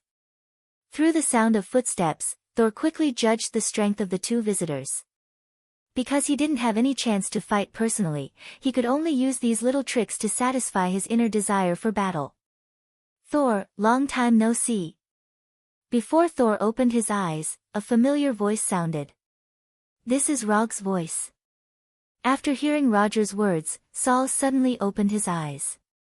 He quickly came in front of Roger and gave him a strong hug. Rog, why are you here? Forget it, these are all trivial matters. Since you are here, then accompany me for a few moves. As he spoke, Thor did not forget to pat Rog on the shoulder excitedly, and a long-lost smile appeared on his face. In order to maintain the so-called majesty of the king, Thor had to put on a serious face when facing his ministers and other subordinates. Only when he saw Rog and other friends would he show a sincere smile. There's no hurry. I came here this time to ask you for help. As soon as Rog finished speaking, Thor's face changed from excitement to nervousness, and he quickly asked, Is there something wrong with Jane? Looking at Thor's rapid change of face like a Sichuan opera, Rog silently criticized him in his heart for valuing women over friends. Jane is fine, she is fine and safe. It was Banner who had an accident. Banner was kidnapped by a cosmic force. I came here this time to borrow the Bifrost. I need to bring that big green guy back to Earth safely. Rog briefly explained the ins and outs of the matter, including the fact that he was going to take Natasha and Scott to rescue Banner, as well as the spaceship and weapons used by the kidnappers at the time. After listening to Rog's description, especially after watching the pictures taken by the surveillance of the restoration base, Thor frowned slightly and said slowly, Judging from the personnel and equipment, these kidnappers should be space pirates or criminals. As for which force they belong to, I can't tell for the time being. But don't worry, I will ask Asgard's intelligence personnel to pay attention to these people. Once I find anything, I will inform you immediately. After that, Thor pulled Rog and left, and without saying a word, they came to a training ground in the Golden Palace. I can lend you Bifrost, and I will ask Heimdall to assist you. But in return, you will have to fight with me.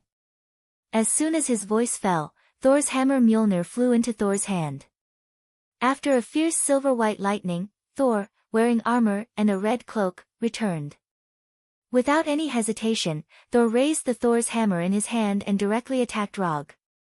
More than 20 minutes later, Thor, with a bloody nose and a swollen face, lay in the messy training ground with a satisfied look on his face. He had an indescribable sense of satisfaction. Rog, who was fighting with him, was not much better. His hair was messy, he was sweating profusely, and his right arm couldn't stop trembling. Although he and Saul did not use any powerful moves, it was just a simple exchange of punches and kicks and fighting skills. But with their amazing physique and strength, they still destroyed the training ground. The surrounding walls and floors shattered, and gravel scattered all over the ground. You are becoming less and less like an earthling. Your physical strength is stronger than the palace guards. I am now beginning to wonder if you are a pure earthling. Saul was able to make such a clear judgment because it was mainly a contest of physical strength. The opponents I have faced recently are some inhuman monsters, so I strengthened my physical strength training. Although that was the case, what really caused Rog's physical fitness to improve by leaps and bounds was the further development of the immortal body. Now, even if he didn't deliberately use his monstrous strength, he could easily crush rocks several meters wide. Casually breaking walls and steel plates was as simple as breathing for him. Sorry, I can't leave Asgard for too long now. I can't go with you to save Banner. But don't worry, as long as you need Asgard's help, Asgard will be your strongest backing in this operation. Thor said with an apologetic look on his face. It's okay, I'm very satisfied that you let me use Bifrost. Because Thor still had a lot of official business to deal with, Rog didn't continue to disturb him and returned to the restoration base through Bifrost. He wanted to use the portal to return to Earth, but he soon found that using the portal spell from Earth to Asgard had consumed most of his magical power. After coming out of the rainbow-like teleportation beam, Rog didn't let Heimdall wait for too long and immediately took Natasha and Scott to Asgard. Then, he directly teleported from Asgard to the land of nothingness. Rog didn't accept the spaceship and Asgard gold coin specially prepared by Thor, because this time, he intends to use a barbaric way to complete this commission. Commission content: bring banner back to Earth. Commission status: incomplete. Commission reward: 300 ninja coins. Chapter 334. This is a land of nothingness. It's different from the planet you think of. This is the brain of a huge ancient creature. We are now in the brain of this ancient creature. Rog did not explain to Natasha and Scott what the celestial group was. He simply described it as the brain of an ancient creature. Even in the universe, not many people knew about the celestial group. Therefore, instead of wasting time to explain the celestial group, it was better to just use the common impression of the universe. As for why Rog knew about this, it was all thanks to Ronan's selfless contribution. In the Kree battleship left behind by Ronan, there was a large amount of knowledge about the universe. Rog had just browsed through it. Don't ask too many questions. This is my first time here too. This is the Universal Language Translator. It was provided by a kind person. Most of the universal languages are recorded in it. Bring it with you and you will be able to communicate with other alien races. After that, Rog passed 2 universal language translators to Natasha and Scott and gestured for them to wear it. Also, let me remind you. Although this is a chaotic land without any laws, there is one thing you must pay attention to. Do not provoke the Daifan group. Daifan group? What's that? Ant-Man Scott asked curiously. Do you see those robots that look like they are absent from work? Those are the Daifan group's collection robots.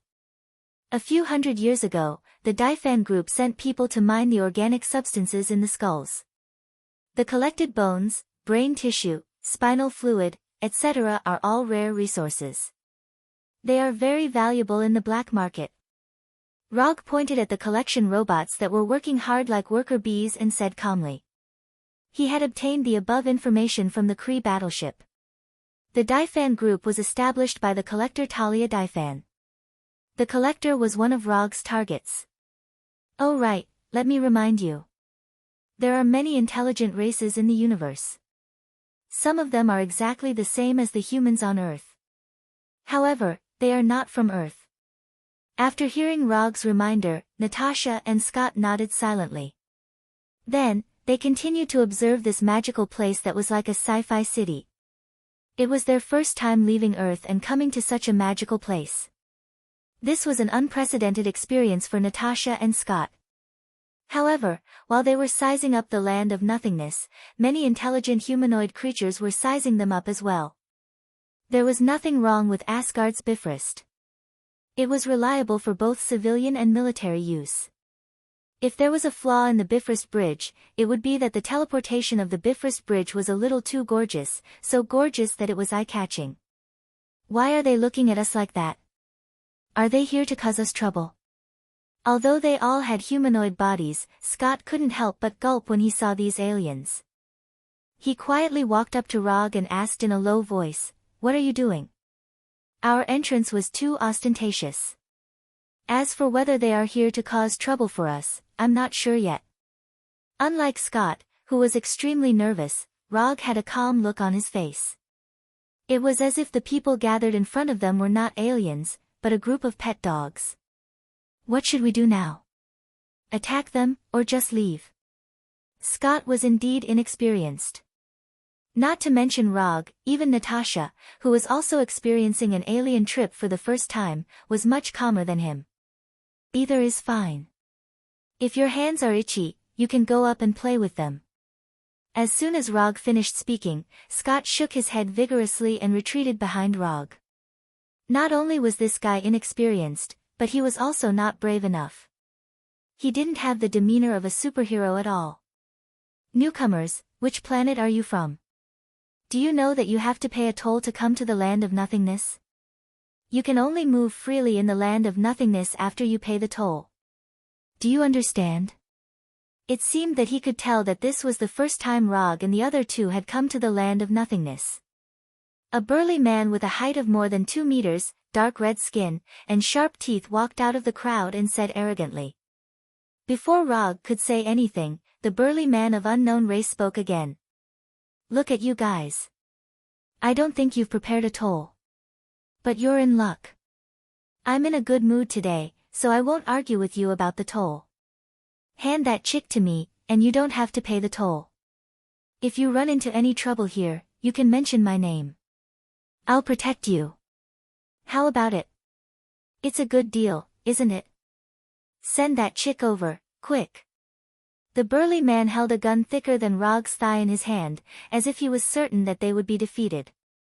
He waited confidently for Rog and the others' reply. Rog did not expect that the first trouble he encountered in the land of nothingness would be caused by Natasha. However, even if Natasha wasn't here, the burly man would probably find other excuses to cause trouble for them. Thinking of this, Rog couldn't help but think of an alternative statistic he saw on the Carey battleship. According to the statistics, the intelligent races in the universe had a surprisingly consistent evaluation of the attractiveness of the opposite sex. In other words, if a blue-skinned Carey woman was popular in the Carey Empire, then this Carey woman would also be popular among the green-skinned Skulu people. Because there were as many intelligent races in the universe as there were stars in the sky, most of the races in the universe were extremely tolerant of the opposite sex of other races. According to what Rog knew, there was a certain marauder from Earth who would not reject anyone in this aspect. Because they were all wearing universal language translators, Rog and the others could clearly understand the burly man's meaning. Thus, Rog gave his own answer. Bang! The sound of a gunshot instantly rang out. The light blue chakra bullet instantly pierced through the burly man's head, completely exploding his head. Because the speed was too fast, the people present didn't even notice when Rog pulled out his gun. Remember what I said just now? This is the land of chaos without any laws, so here, you can kill if you want to. Roger smiled and said to Scott and Natasha behind him. Then, he fired 3 more shots. Bang! Bang! Bang! After 3 bullets, there were 3 more corpses with their heads blown off on the ground. If it was any other place, Rog's action of shooting without saying anything would definitely cause a commotion. But not here, because this is the land of nothingness, a real land of chaos. Chapter 335. Collector Talia Divan was a famous existence in the universe. His obsession with collecting had reached an incomprehensible level. The Collector was one of the oldest life forms in the universe, and he was also a member of the Council of Elders of the universe. No one knew how long he had lived, just as no one knew what kind of power he had. The only thing people knew was that no one could forcibly take his collection from the Collector. Anyone who tried to rob the Collector's collection, without exception, all disappeared. Although there was no nominal ruler in the land of nothingness, Collector Talia Divan was the actual ruler of the land of nothingness. Rog used the land of nothingness as the first stop of the mission, and he came specifically for Collector Talia Divan. The universe was vast, so vast that it made people feel desperate. It is not an easy task to find Banner's whereabouts in the vast universe. In order to find Banner as soon as possible, Rog decided to make a deal with the Collector, a deal that the Collector would never refuse. The reason why the land of nothingness became a magical place famous throughout the universe was not only that the place itself was unique, but more importantly, Collector Talia Divan was here. As long as you could give him a unique collection, the Collector would give you a huge return that you could not imagine. Money, power, strength, weapons, resources, even an entire planet, as long as you wanted it, the Collector could satisfy you. To some extent, the Collector was like the spirit of the wishing lamp. As long as you could satisfy him, he could fulfill your wish. Because of this, the land of nothingness attracted gold diggers from all over the universe, trying to harvest their own gold mines in the land of nothingness. Of course, not everyone was here for the Collector. The unique nature of the land of nothingness itself made it the favorite of space pirates, criminals, and villains, and people from all walks of life gathered here. Under the guidance of several enthusiasts, Rog and the other 2 successfully arrived at the Collector's residence. We have collected the most races, treasures, antiques, remains, and so on in the universe. Anything you can imagine can be found in the Master's collection room. An alien maid wearing a short white maid uniform with wine-red skin confidently introduced to Rog and the other two. Rog didn't agree with the maid's introduction. At the very least, he knew that there were a few collectors who wanted to get their hands on this treasure, but they never got their hands on it. For example, the Infinity Stone. Coincidentally, in the original timeline, the Reality Stone was handed over to the collector by Asgard. But because of his appearance, the Reality Stone was intercepted and fell into his hands. Although he came to do business with the collector, he had no intention of handing over the Reality Stone. If he wanted to impress the collector, other things besides the reality gems would also work. For example, the Northern Cold Saber that was modeled after the Black Death Sword, which was Xiaohei. Or maybe he was the only one in the entire universe who could make ninjutsu bullets. The key to moving collectors had never been their value, but whether or not they were rare enough. Now, let us welcome the great collector, Talia Divan.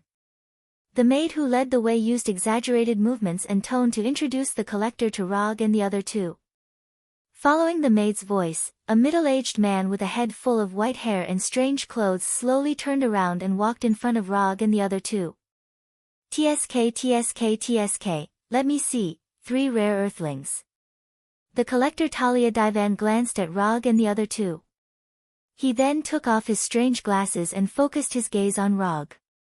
When the collector said rare, he didn't mean that earthlings were rare, but that earthlings rarely appeared in the universe. Not to mention intergalactic voyages in the universe, the Earth civilization couldn't even travel to planets in a reliable way. Therefore, to other space civilizations, Earthlings who hadn't mastered the technology of intergalactic travel were considered to be a backward civilization. Because of this, Earthlings rarely appeared in the universe. I wonder what kind of collection you 3 rare Earthlings have brought me. If it's too ordinary, I'll be angry. The collector's mental state seemed to be a bit abnormal, but this was his normal state. I believe you will like this.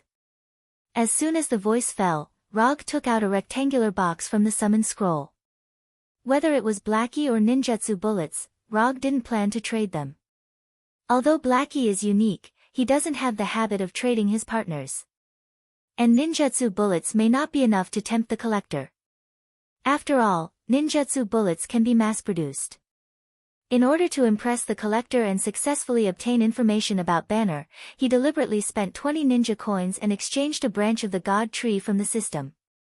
When Rog opened the metal box and took out the branch of the god tree that was more than 1 meter long, the collector's face suddenly changed, and his right hand reached out uncontrollably to the branch of the god tree. Before Rog could introduce the branch of the god tree in his hand, the collector grabbed it and carefully looked at it. It wasn't until 2 or 3 minutes later that the collector reluctantly looked away and slowly said, "What kind of plant is this? Where did you get it?" "I can only tell you that this is a special tree called the God Tree. This is a branch of the God Tree that I got by chance. As for the rest, I have no comment."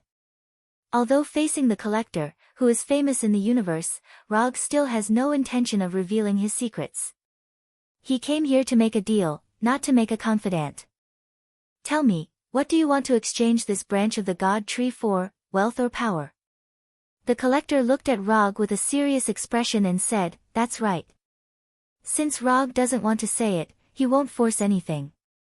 He is a collector, and collecting rare existences is his interest. He is not interested in secrets. "I want to know the whereabouts of this person, or the whereabouts of this group of kidnappers." Rog handed the tablet that he had already prepared to the collector. "No problem, I will give you accurate information in 7 Earth days." The collector didn't take the tablet handed over by Rog, but let the maid next to him take it. Except for those rare existences, he doesn't want to take anything. Although the collector doesn't know who Rog is talking about, it won't be a problem for him. Even if the person Rog is looking for is one of the 5 gods of creation of the universe, the collector will give him accurate information. It's just that the time needed for the investigation is not as simple as 7 Earth days. Chapter 336. On a balcony of the Exciting Night Hotel. Exciting Night is a famous hotel in the land of nothingness, famous for its all-inclusive services. As long as you can afford it, you can not only spend any exciting night you want here, but you can even spend an exciting life here. In fact, strictly speaking, there is no night in the land of nothingness, and there is no so-called day. After all, this is the head of an ancient creature, not a normal planet, and there is no rotation. What are we going to do next? Wait here for 7 days. Scott stood beside Rog with an unknown drink like a cocktail and asked. We won't go anywhere until we get accurate information. If you feel bored, you can find some fun in the hotel. The casinos and entertainment venues here are still very fair. Rog didn't look at Scott. He is now admiring the bright starry sky outside the land of nothingness. Through the huge eyes of the head, you can directly see the starry sky outside with the naked eye. This is one of the reasons why Rog chose to stay in the exciting night. Although they have just arrived and don't have more recognized common currencies such as Crete coin, this doesn't affect them staying in the exciting night hotel. The 4 aliens who tried to blackmail them before provided them with a small amount of startup capital. Relying on this startup fund and Sharingan, Rog went to the casino outside for more than 10 minutes, and then earned enough money to make them fall for a week. Although the casinos in the land of nothingness are completely different from the casinos on Earth, and the gameplay is also different, all of this is not difficult for Rog. Gambling, in a sense, is also a game, and it is a high-risk high-return game. And Rog happens to be a game master. Therefore, winning money was not a problem for him. Can the collector really find the whereabouts of Banner? The universe is so big, it's not easy to find a person. Scott raised the glass in his hand and took a sip, then coughed violently. What kind of wine is this? It's too bad to drink, even gasoline tastes better than this. Scott said with a disgusted look on his face. Have you drunk gasoline? Rog's curiosity suddenly came out. No. Scott quickly shook his head. He would never admit that he had drunk gasoline. Don't underestimate the collector. Although he looks quite crazy, the promises he makes are still very reliable. After that, Rog turned around and walked towards the door of the room. Where are you going? Seeing that Rog was about to leave the room, Scott immediately asked loudly. Ever since they had arrived at the land of nothingness, Scott had wanted nothing more than to stay by Rog's side 24/7. In this place where there was no law at all, he could only feel a sense of security by Rog's side. We're going to have fun. If you want to go out, remember to bring Little Black along. As soon as he finished speaking, the northern cold blade hanging from Rog's belt was thrown in front of Scott.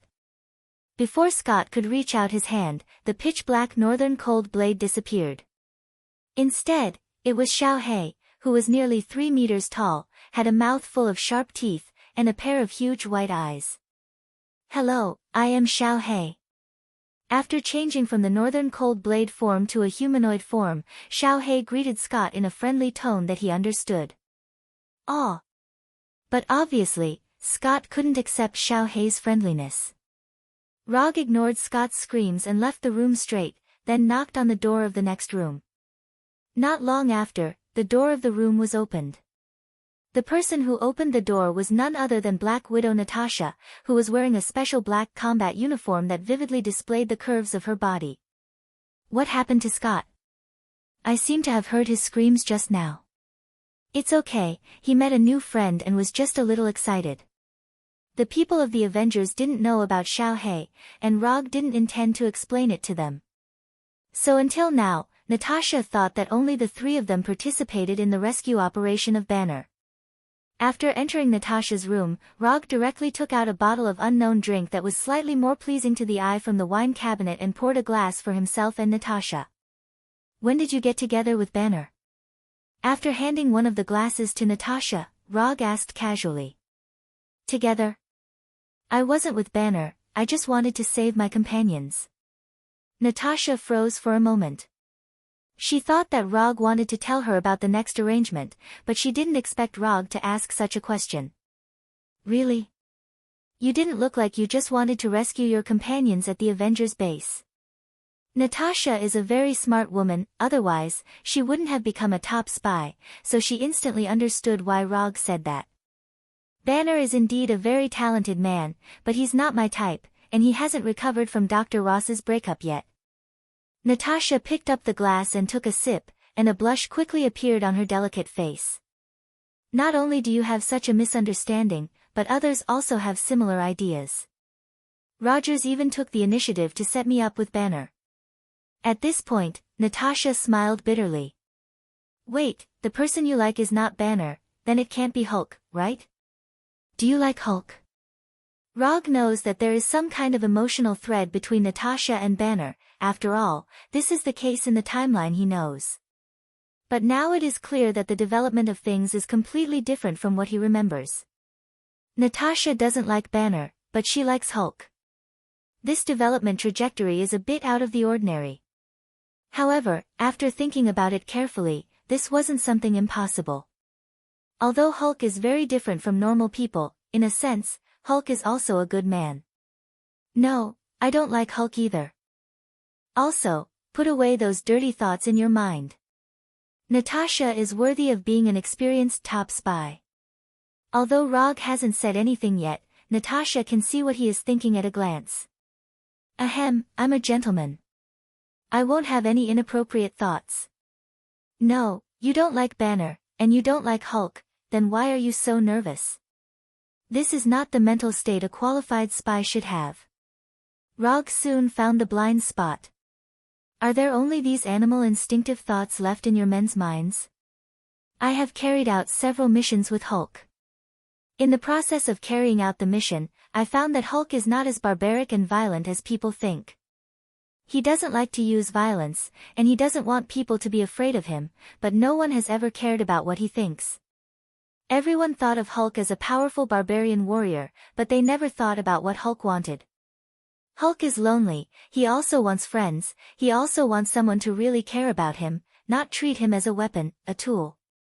Hulk has mentioned you many times in front of me. He said that you are his friend. You will eat barbecue with him. You will teach him fighting skills. He said that you will teach him a top martial art called Hashiman Tanku in the future.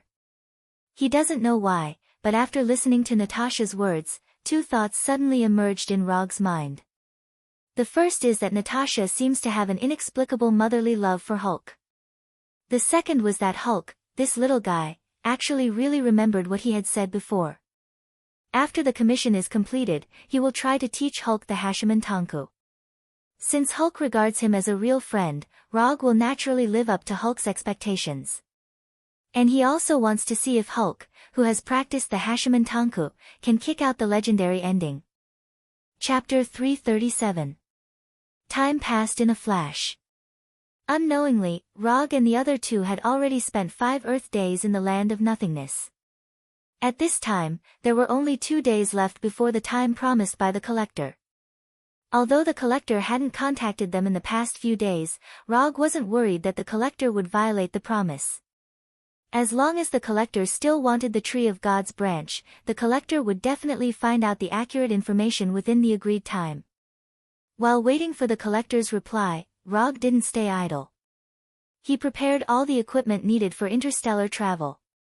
Although it was called equipment, it was actually a small interstellar spaceship of good quality.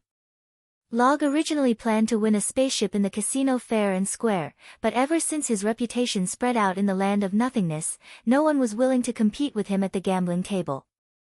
Instead, one by one, they began to compete with him in a gladiatorial battle.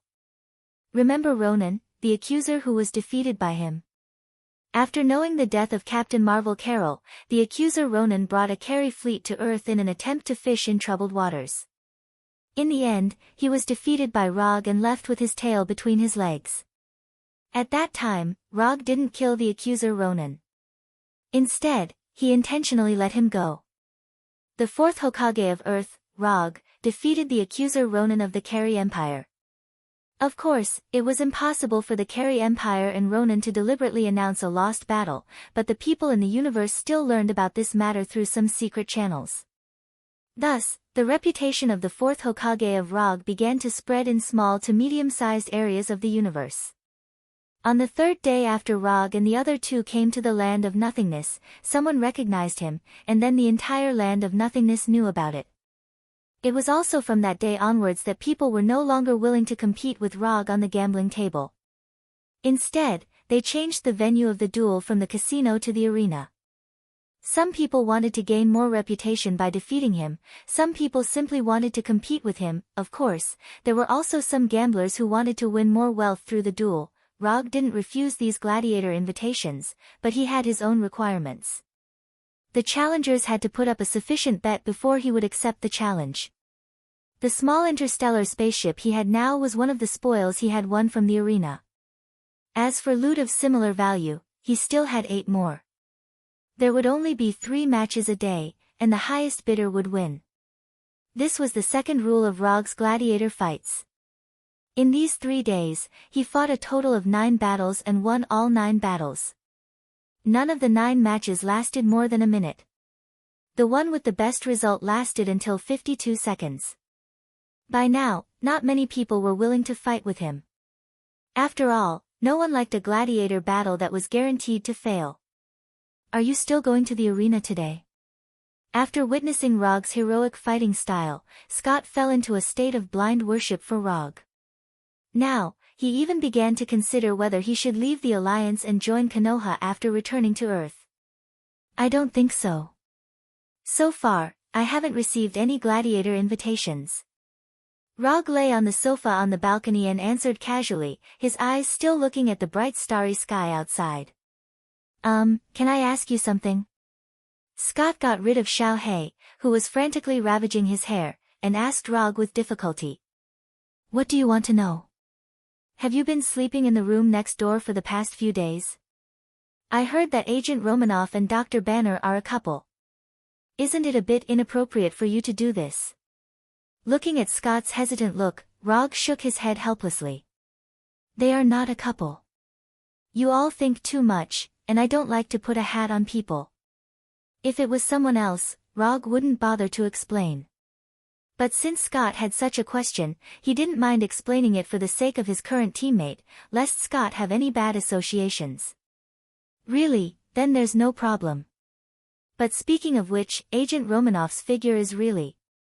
Before Scott finished speaking, Rog grabbed his shoulder and flew straight into Xiao Hei's arms. Since Xiao Hei showed his true form, Xiao Hei had been entangled with Scott, like a black Labrador who saw his favorite frisbee. Xiao Hei, let go of me, I'm warning you, let go of me quickly, damn it, put your tongue back, stop licking my head. Scott had tried to become smaller or bigger to get rid of Xiao Hei's ravages, but unfortunately, all his resistance failed. Just when Rog thought that today was going to be so dull, there was a sudden noise on the street outside the hotel. In the land of nothingness, fighting in the street was not uncommon.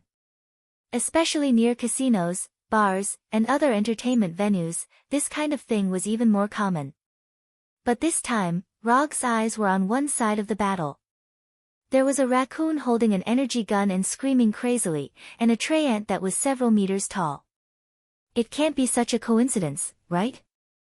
After seeing the raccoon and the tray ant, Rog's eyes quickly swept through the surrounding crowd, trying to find several other familiar figures. But unfortunately, except for the raccoon and the tray ant, he didn't find any other people in his memory.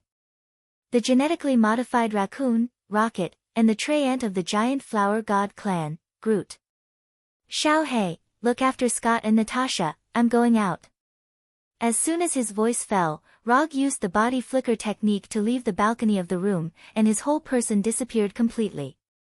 In just a moment, he came near Rocket and Groot. You bunch of waste monsters, listen to me, this guy is my prey. If you don't want to die, get out of my way.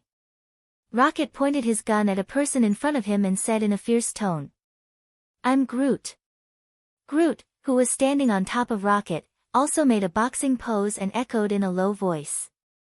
Although they were now surrounded by more than a dozen enemies of different figures, Rocket and Groot didn't show any fear. Instead, they had a proud posture of victory. Looking at Rocket with a fierce expression and baring his teeth, Rog began to wonder if the Galaxy Awkward Dance Group had been established. In the timeline in his memory, the Galaxy Awkward Dance Group should have been established at this time, but they haven't successfully obtained the advanced achievement of Awkward Dance Saves the Universe. However, Judging from the performance of Rocket and Groot at this time, the Galaxy Awkward Dance Group didn't seem to have even a shadow. Although Rog didn't know who the prey Rocket was talking about was, he was sure of one thing, that is, Rocket and Groot were doing the work of bounty hunters. Chapter 338. When did he become a bounty hunter? Rocket couldn't even remember. He only vaguely remembers that he seemed to have taken the initiative to erase two memories that may be very important to him. Whether those two memories are really that important, he's not very sure, because he doesn't know what those two memories are. The oldest memory Rocket can recall now is meeting Groot in prison, meeting the most important partner of his life. Although it's been a long time, he still remembers the first sentence Groot said to him in the prison cell. "I am Groot." Later, he and Groot escaped from prison, the two formed a bounty hunter team and began to wander around the universe. Recalling the days when he wandered around with Groot, Rocket's ferocious face showed a trace of gentleness. But this gentleness came and went quickly, without waiting for the surrounding enemies to answer. Rocket pulled the trigger and released a torrential rain of bullets. Da-da-da-da-da, the energy gun in Rocket's hand is not an ordinary weapon, but a killing weapon he carefully modified. Not to mention that the ones surrounding them are just a group of low-level villains. Even if they are standing in front of the elite soldiers of the Carry Empire, Rocket is confident that he can quickly eliminate them in a short time. No one thought that this 1-meter-tall raccoon would be so violent, not caring about the surrounding crowd and shooting without any hesitation. The already noisy environment became even more chaotic. Gunshots, screams, and wails rose and fell one after another, forming a different kind of music. The moment Rocket fired, Rog decisively used the body flicker technique to retreat a distance to avoid being shot. While Rocket was shooting wildly, Groot didn't stay idle. The branches turned into hands and quickly extended to attack the enemy behind Rocket. Rocket is responsible for the frontal attack, Groot is responsible for the support. With amazing tacit understanding, Rocket and Groot didn't say a word and instantly played a superb cooperation. In just a few seconds, Rocket and Groot finished off all the surrounding enemies, as well as their mission target. "Damn, this fat pig is also dead." Rocket ran to the front of an abnormally fat alien and cursed as he looked at the face that had been completely smashed. "I am Groot." Rocket and Groot's mission this time was to capture this fat guy alive. When the rocket was fired, it deliberately avoided the target's position. But he didn't expect that the target would eventually die from a stray bullet flying out of nowhere. The mission failed, which not only means that they came here in vain, but also wasted their little funds. Thinking of the high docking fee of the void, as well as the wasted energy of the spaceship, Rocket's face became even more ugly. At this time, Rocket saw Rog. Because of Rocket and Groot's brazen action, the surrounding crowd too escaped to the scene. Except for Rog, there was no one else around him. This is the main reason why Rocket can see him at a glance. "I'm not, if you don't want to die, then I'll kill you." Rocket didn't know Roger, nor had he seen Roger's previous gladiator fights. So in his view, Rog is just a curious passerby. After many years of bounty hunter career, Rocket understood a truth, that is, you have to show enough fierceness and overbearingness, so that there won't be people who don't have eyes to look for trouble. But this time, Rocket miscalculated. Rog ignored Rocket's angry shout and went straight to Groot, curiously looking at Groot's body. Although Groot has a humanoid body, his life form is completely different from that of humans. Rather than saying that Groot is a humanoid creature, it's better to say that he's a tree with a humanoid body. Rog doesn't know much about Groot's race, the flower god Colossus, but when Groot just attacked, he perceived a familiar yet strange aura from Groot's body. Using the energy in the body as the source of life, it accelerates and controls the growth of plants, using it to attack or defend. Although the specific operation process may be different, the principle of Groot's body growth is the same as that of Mokutan. The only difference is that the energy they use is different. Groot uses a lifelike energy, while Rog uses chakra. This is simply a living Mokutan with self-consciousness and life. The more he looks at Groot, the more Rog feels that Groot is similar to Mokutan. "Hello, my name is Rog, I'm a ninja from Earth." Looking up at Groot's face, Rog introduced himself. I'm Groot. For some reason, Groot also has an inexplicable sense of familiarity with Rog, who suddenly appeared, as if he met a member of his clan. Nice to meet you. After that, Roger reached out his right hand and shook hands with Groot, who was squatting down. I'm Groot. Although he has a universal language translator, Rog can't understand Groot's words at all. The universal language translator he is now carrying is a product of the Carry Empire. It can only translate the language already recorded in the Carry Empire's language library, and the language used by Groot is not in it. Just as Rog was thinking about how to communicate with Groot, Rocket's voice sounded again. Boy, I'm warning you for the last time, get out of here immediately, or, Rocket didn't say the rest of the words, he just loaded the energy gun in his hand again. Kacha! The crisp sound of loading sounded, Rog's face suddenly became a little dissatisfied. He can understand Rocket's arrogant attitude, but taking the initiative to provoke him again and again, this is a bit unreasonable. What if I don't? Rog turned and looked at Rocket not far in front of him and said with a look of dissatisfaction. Then you. Before Rocket finished speaking, his neck was grabbed by the bright red Chakra's hand, and his whole body was lifted up. As for the energy gun in his hand, it was shattered by Chakra's hand in the first place. In general, Rog rarely uses the nine-tailed chakra first. But in some cases, the nine-tailed chakra is better than his own chakra. For example, when it's used to mimic objects. After seeing Rocket being lifted up by the blood-red Chakra's hand, Groot hesitated for a second or two, and then his huge right fist directly smashed towards Rog in front of him. Although Groot felt an inexplicable sense of familiarity from Rog, compared to the safety of Rocket, this is nothing. Groot's attack can't be said to be slow, but Rog's counterattack is faster. Would release Great Forest Technique. Rog's right hand's 5 fingers instantly turned into wooden vines, like 5 vipers attacking their prey. They instantly knocked Groot away and firmly tied him up. What's going on? After seeing Rog's 5 fingers turned into wooden vines and flew away and tied up Groot, Rocket's face was full of disbelief. He couldn't believe what he saw in front of him. I'm Groot. However, the most surprised person was not Rocket, who was pinched by Chakra's hand, but the tied-up Groot. I'm Groot. Chapter 339. Exciting night, hotel, first floor bar. Rocket and Groot sat opposite Rog, looking at Rog with a complicated look. More than 10 minutes ago, they were still fighting on the street outside, but now, they are sitting together in a bar. Rocket and Groot's strength is not bad, and they are also a little famous among the bounty hunters. However, in front of Rog, their strength is still a bit too weak. Just casually using a few ninjutsu, Rog easily defeated the two of them, making them come to the bar, willingly.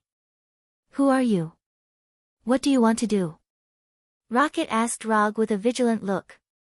Rog's strength is very strong, but what Rocket really cares about is not his strength, but the Mokuton he just used. Rocket is also a knowledgeable bounty hunter, but he has never met someone like Rog. Making the body grow like a tree, except for Groot, this is the first time Rocket has seen this ability in other people. And unlike Groot, Rog's Mokuton is obviously more magical. Groot is a giant flower god, his body is originally a tree, so even if his body suddenly grows, it is not a particularly strange thing. But Rog is different. Rocket is very sure that Rog is a human, a real flesh and blood body. I said before, my name is Rog, a ninja from the earth. Rocket is curious about Rog's Mokuton, and Rog is also curious about Groot's life form. If it weren't for the current conditions, he really wants to do a detailed physical examination for Groot. And his intuition tells him that Groot is hiding the secret to further improve his Mokuton. After meeting Groot, he finally understood why Orochimaru, one of Konoha's Sannin, embarked on the path of a mad scientist. I have no malice to you, I'm just a little interested in Groot, or Groot's race. But don't worry, I'm not some Frankenstein monster. I won't do something like dismembering people and soaking them in formalin. Rog didn't explain to them what Mokuton was, nor did he hide his interest in the Groot race. Please don't say that you just want to make friends with us. Rocket said disdainfully. I don't care if you believe me or not, but I do intend to make friends with you. What happened just now can only be considered as an exchange of blows leads to friendship. I still have some things to do, so I can't tell you too much for now. This is the contact code of my spaceship. If you are interested, you can contact me at any time. After that, Rog took out a small piece of metal from his pocket. The metal plate was engraved with the internal communication code of his small spaceship. As long as the distance wasn't too far, any spaceship could use this communication code to contact Rog's spaceship. To put it simply, it was a communication number between spaceships. After handing the metal plate to Groot, Rog went on to say, "If you like, you can play here for a few days. Just put the bill under my name." Because of the bet, Rog now had a considerable amount of wealth on him, which was enough for Rocket and Rocket to indulge in debauchery for a long time. After saying that, he directly left the bar. Meeting Rocket and Groot was purely an accident. But since he met them, Rog didn't mind greeting them in advance. It would be more convenient to deal with them in the future. When Rog's figure completely disappeared behind the bar, Rocket took the metal plate from Groot's hand and put it in his pocket. "He's a weirdo." "I'm Groot." Groot replied silently. After spending another exciting night with Natasha in the hotel, the collector's exaggerated maid finally appeared in front of Rog's group again. "I didn't expect you to be the one who defeated Ronan, the fourth Hokage. When I met you last time, I felt that you weren't an ordinary person." As soon as the voice fell, the white-haired collector, Tanya Divan, came in front of Rog. His fingers danced excitedly as he said in a greedy tone, "Your eyes are simply a masterpiece. When you die, please let me pay for your eyes." Rog silently stepped back, widening the distance between himself and the collector. He didn't like a male creature so close to him, especially a male creature with an unstable mental state. "Let's talk about the eyes later. I just want to know, did you collect the information I want?" Rog psychically summoned the metal box where the branch of the Tree of God was placed, and casually took out the branch of the Tree of God. "You should be more careful when dealing with rare existences."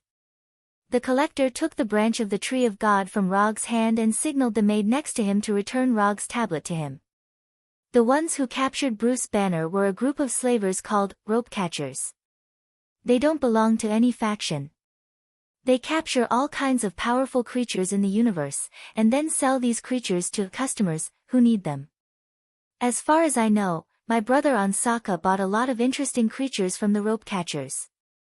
Collector Tanya stroked the branch of the sacred tree in his hand with exaggerated movements, then continued, "Your tablet has the information and the latest location of the rope catcher slave hunters. If you're fast enough, you should be able to find them before they sell Banner." Rog turned on the tablet and saw the star map on it, as well as the planet whose coordinates were specially marked. Xander. The rope catchers are on Xander. If Rog remembered correctly, Xander was the planet where the New Star Army's headquarters was located, and it was also one of the most orderly planets in the universe.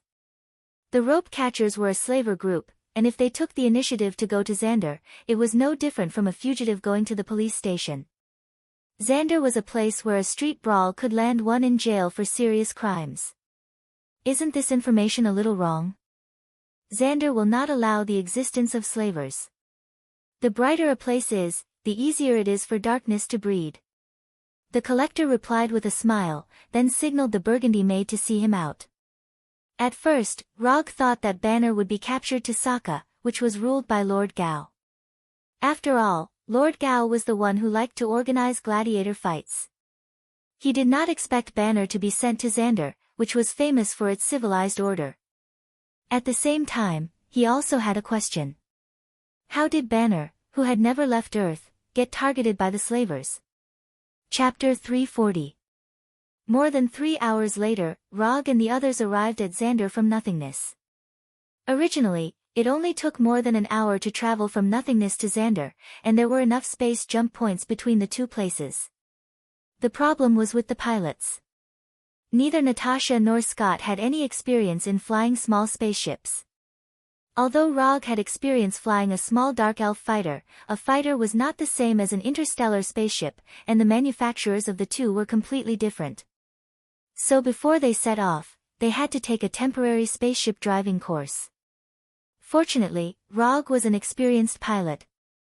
With his past experience and reasonable guesses, or rather recklessness, he successfully learned how to fly a spaceship.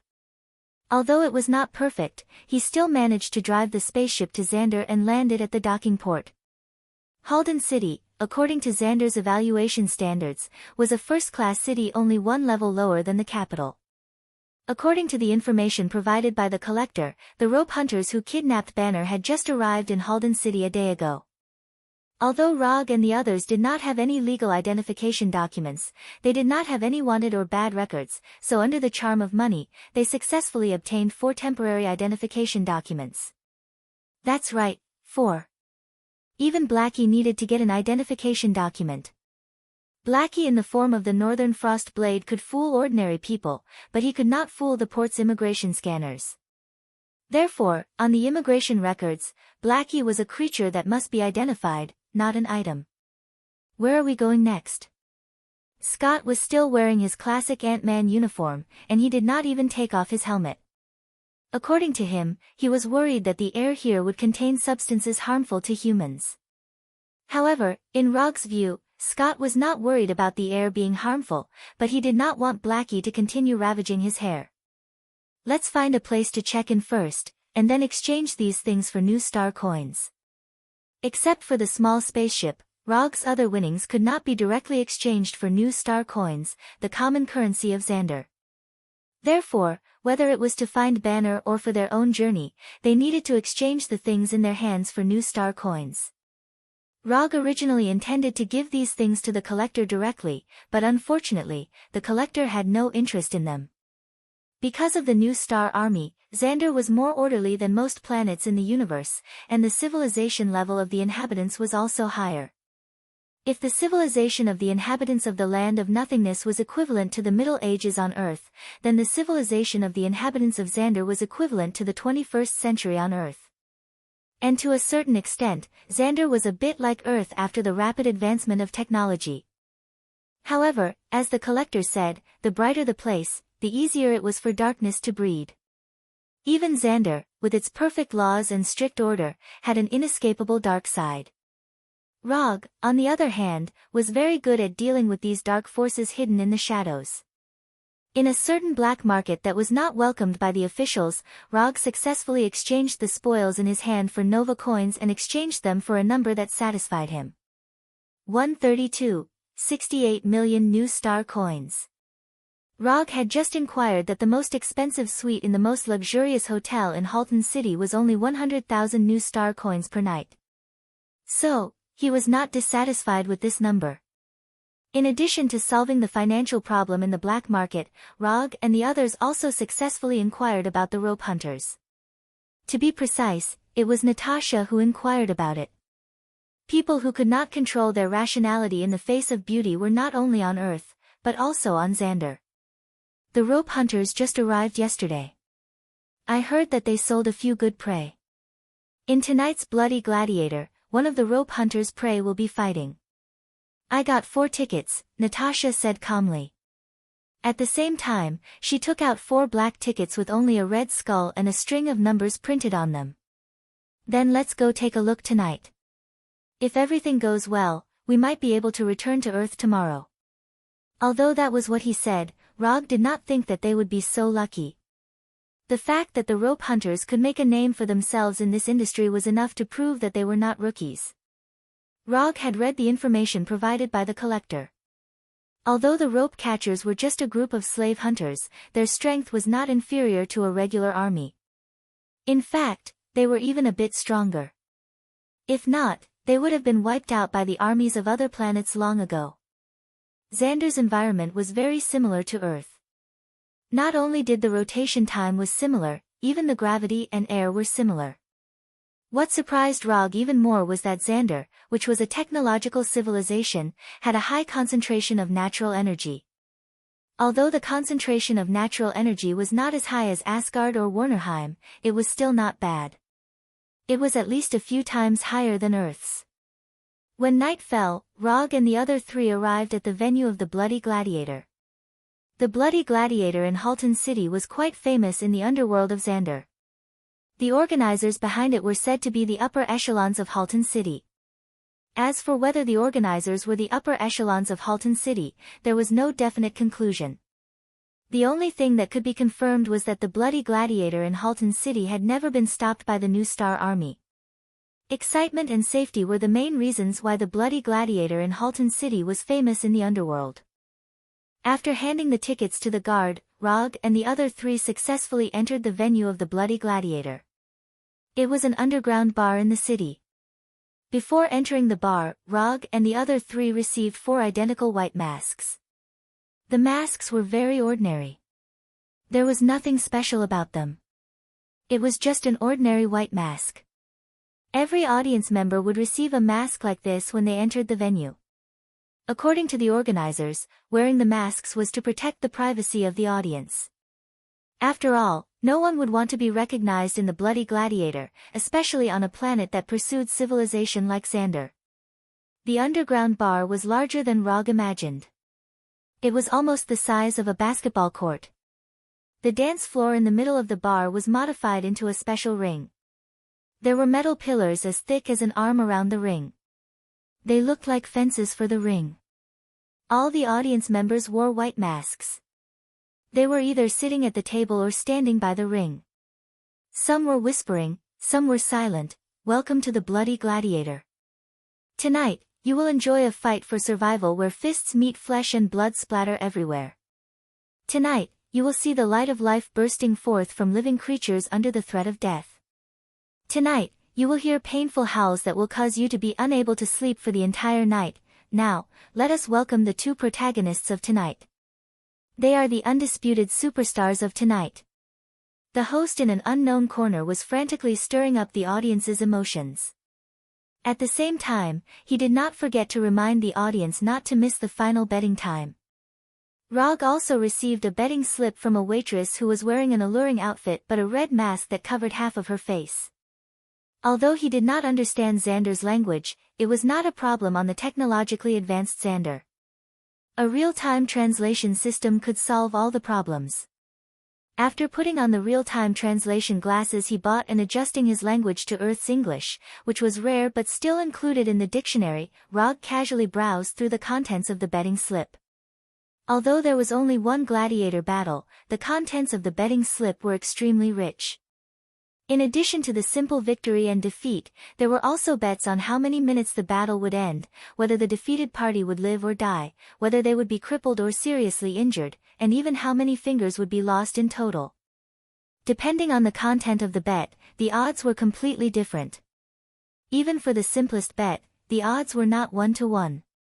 On the betting slip, there was also a general introduction of tonight's contestants.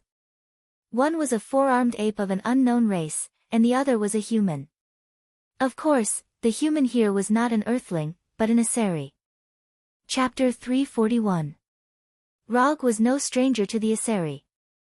When he was in Warnerheim, the Asari soldiers who died in his hands numbered at least a few thousand, if not 10,000. So when he saw that the contestant was an Asari, he could not help but recall the twins, Thor.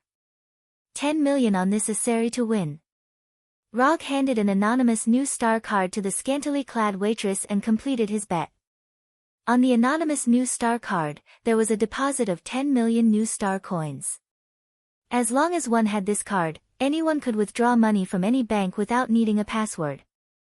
This new star card was the favorite transaction method of the Dark Forces. It was simple and safe enough. One only needed to confirm the balance in the card to easily complete the transaction. Aren't you being too casual? That's 10 million new star coins. When the waitress left, Scott, who was wearing a mask, lowered his head and whispered to Rog. Anyway, it's a win. If you lose, you lose. Take the betting voucher. If you win, you'll get the money.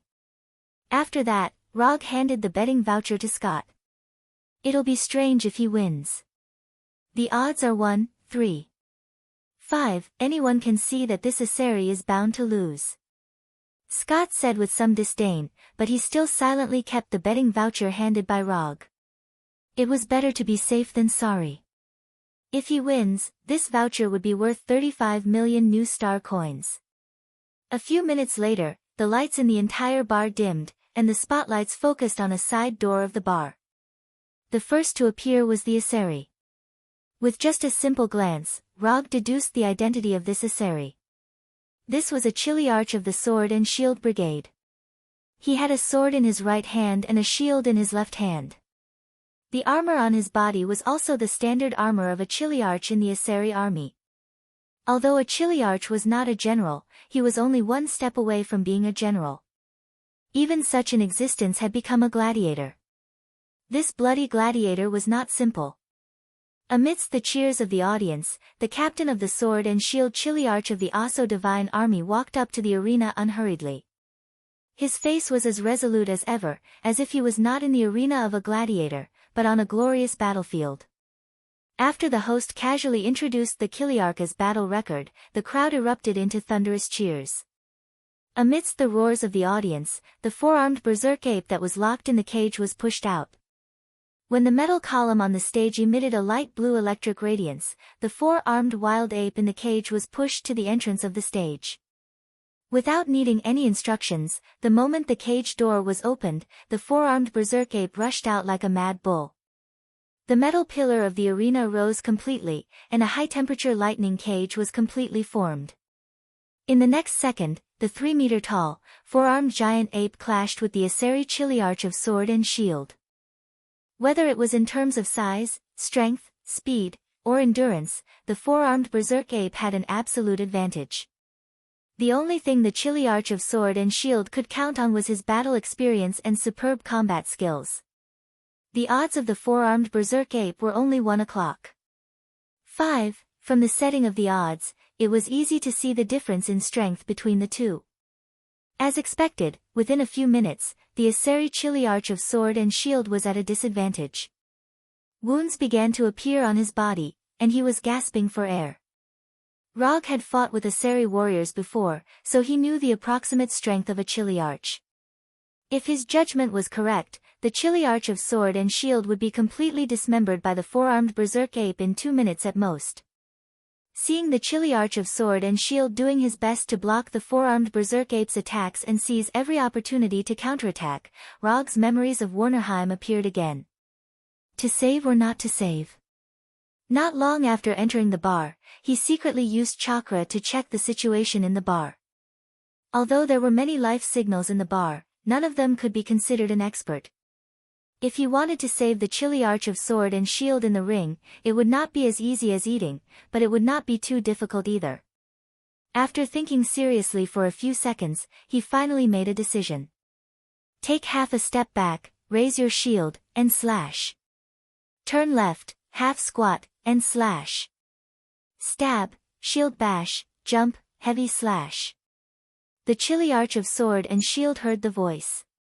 At first, he did not pay attention to the voice that came from nowhere.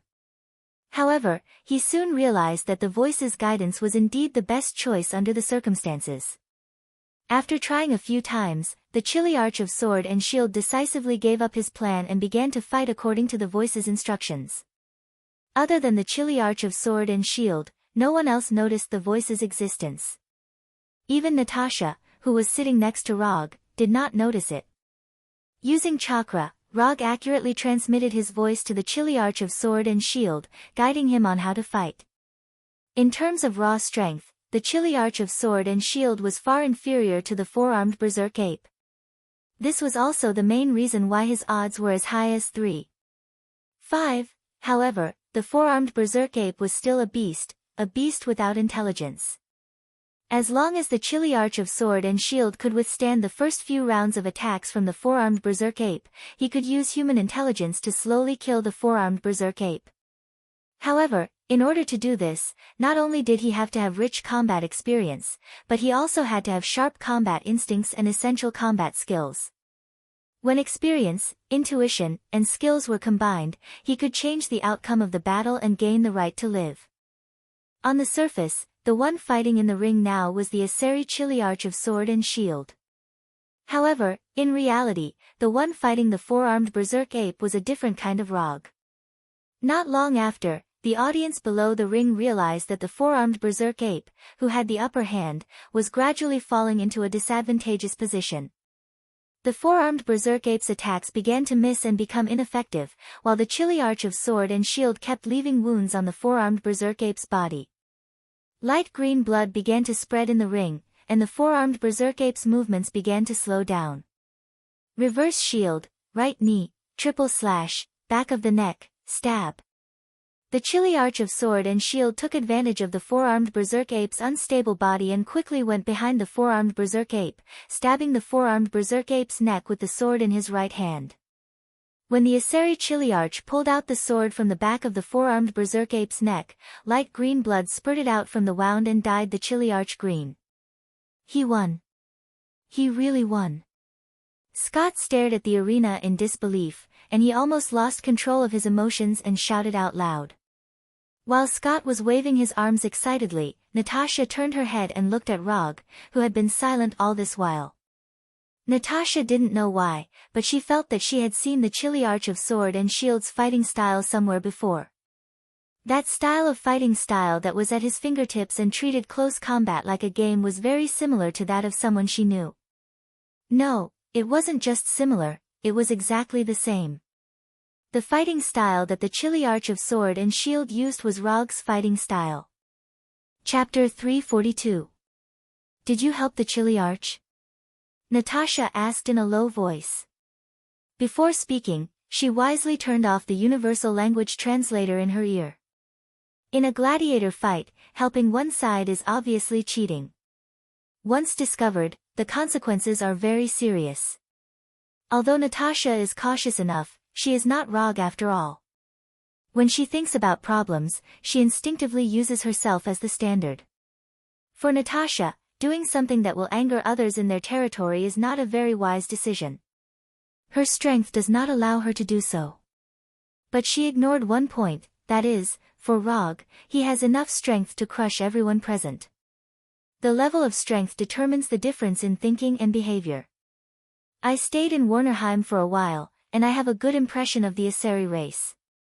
Rog did not say that his main job in Warnerheim was to kill Aseri soldiers, but he changed to a more euphemistic way of saying it. Won't this cause other problems? Although she knew why Rog wanted to help, Natasha was still a little worried. From the moment we came here, we were destined to have some unpleasant things with the organizers of the gladiator fight. It's troublesome anyway, it doesn't make any difference whether it's earlier or later. The reason why the rope catchers came to Xander was to deliver goods to the organizers of the gladiator fight. So if they want to know the whereabouts of the rope catchers, the organizers of the gladiator fight are a good direction. This is also why they came to the gladiator fight. Although Banner may have been sold directly to the organizers behind the gladiator fight, this possibility is very low. Otherwise, it would not be the four-armed berserk ape that appeared tonight, but the Hulk. Scott excitedly took the voucher to receive the prize money, and Xiao He also consciously followed behind Scott. Because of the unexpected result, not many people exchanged for the prize money, and Scott, who exchanged 35 million new star coins, became extremely dazzling at this time. Scott did not notice the eyes gathered on him, and he was now immersed in the excitement of winning the prize. With the staff of the gladiator organization around, there would not be any public robberies in the bar. However, it was hard to say what would happen after leaving the bar. Especially Scott and Xiao He, both of them had eye-catching appearances. Needless to say, Xiao He could recognize him at a glance just by looking at his physique. It didn't matter if he wore a mask or not. Although Scott's body shape was similar to the people of Xander, the Ant-Man uniform he was wearing was obviously not the style of Xander. So, after leaving the bar, it was not difficult to recognize him. Under normal circumstances, the spectators who came to watch the gladiator fight would not wear too many different outfits to avoid being recognized after leaving the bar. As for Rog and the other three outsiders, they obviously did not have such experience. But for them, they didn't need a similar experience because Rog didn't plan to leave the bar normally in the first place. When most of the audience in the bar had left, Rog took off the white mask on his face and went straight to the staff in charge of exchanging his bonus. I'd like to see your behind-the-scenes boss. Please inform him. As soon as he finished speaking, several energy guns were pointed at Rog, ready to fire at any time. I'll repeat myself. I'd like to see your behind-the-scenes boss. Please inform him. Rog continued to speak without changing his expression, as if he did not see the guns pointed at him at all. After he finished speaking, the staff in front of him still remained unmoved. The only change was that more guns were pointed at him. Why do you have to force me to do it? Can't you solve it in a friendlier way? Rog shook his head helplessly. Then, he disappeared in an instant, leaving behind a silver-white electric snake as thick as a finger. Lightning blink. Although Xander's technology was very advanced, the individual strength of the Xander people was not very good. 2 or 3 seconds later, the guards who were pointing their guns at Rog fell to the ground one after another. The guns in their hands were turned into scrap metal. No one thought that Roger would actually make a move. Even Natasha and Scott didn't think that he would do that. Blackie, if anyone tries to resist, just eat him. Rog said calmly, then returned to the staff in charge of the competition's bonus. This time, without needing him to say anything, the middle-aged man from Xander immediately took out a palm-sized translucent device that looked like a mobile phone and contacted the person who could really make the decision. Half an hour later, Rog waited for a Xander person who also had green skin but was more than 2 meters tall, as well as a whole team of fully armed soldiers. Unlike the undisciplined guard he had casually knocked down earlier, these warriors were all wearing the same black combat uniform, each of them exuding a fierce aura. This was a team that had been on the battlefield. Rog quickly made a judgment. Who are you? Who sent you to provoke the Bloody Gladiator Society? The 2-meter-tall Xander person glanced at Rog and asked coldly. You don't have to care who we are. We have no interest in your Bloody Gladiator Society. We're just here to buy information. Buy information? Ha ha ha. After hearing Rog's answer, the tall Xander person laughed wildly as if he had heard a joke on a talk show. A few small fries from an unknown planet, after injuring my people, you actually want to buy information from me? Are your brains filled with sewage? Among the many intelligent races in the universe, there were many that looked exactly like humans on Earth. Other than the collectors, who were knowledgeable and had sharp eyes, very few people could tell that Rog and the others were Earthlings at a glance. The Xander person in front of him was a good example. I don't like to say the same thing 3 times. This is the 2nd time. I'm here to buy information. 35 million new star coins, I want the latest information on the rope slavers. Rog put the new star coins that Scott had just received on the table and said unhurriedly. If the guy in front of him still could not be communicated with, he did not intend to continue. Although violence could not solve all problems, it could solve most of them. And the one in front of him was the kind that could be solved with violence. The Xander person wanted to say something, but after feeling the amazing aura emanating from Rog, he fell silent. This guy is dangerous. Chapter 343. You have to follow the rules when buying information, but you're not following the rules now. After a few seconds of silence, the tall Xander said word by word. Although the Xander's face was still cold, his tone was much friendlier, without the previous arrogance and disdain. Rules need to be backed up with strength. I'm the strongest here, so my words are the rules. The other party gave in, but that didn't mean Rog would follow suit. When dealing with these guys who made a living in the dark, either admit defeat from the start or be overbearing to the end. Rog didn't like to admit defeat, and he wouldn't admit defeat, so he chose his favorite and most commonly used method. Looks like you've got us. Although our Bloody Gladiator isn't a powerful organization famous in the universe, we're not an existence that anyone can easily provoke. As soon as his voice fell, the Xander abruptly picked up the bottle on the table and smashed it on the ground. Bang! The bottle exploded, and dozens of muzzles were instantly aimed at Rog and the other 3. You're very strong, but your companions aren't as strong as you. As long as I give the order, a dozen holes will immediately appear on the bodies of your companions. You want to try? As one of the leaders of the Bloody Gladiator, Max was very confident in the subordinates he brought. Although his subordinates weren't members of the New Star Army, each one of them was no weaker than an official member of the New Star Army. And compared to the warriors of the New Star Army, his subordinates had more combat experience, and their fighting methods were more ruthless. Although he only brought 30 people, these people were enough to fight against the New Star Army in Halton City, and they might even be able to take down the entire city under the protection of the New Star Army. The reason the Bloody Gladiator could monopolize the underground arena in Halton City was not only because of the few higher-ups behind them, but also because they had the strength to intimidate the weak. But this time, they weren't facing the same kind of weak people who also made a living in the dark world, but Rog, a fierce dragon from another planet. Threats and intimidation, as expected, these are the same old tricks. Don't you have any new tricks? Since you've already mentioned this point, then I'll cooperate with you. Give the order to open fire. If you're still a man, then give the order to shoot.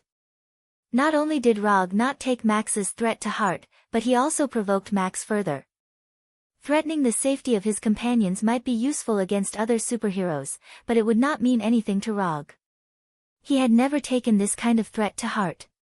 You think I don't dare? Max's expression became even more unsightly as he silently raised his right hand. Rog didn't answer Max. He just snorted disdainfully. Good, very good. Since you don't care about their lives, I'll satisfy you.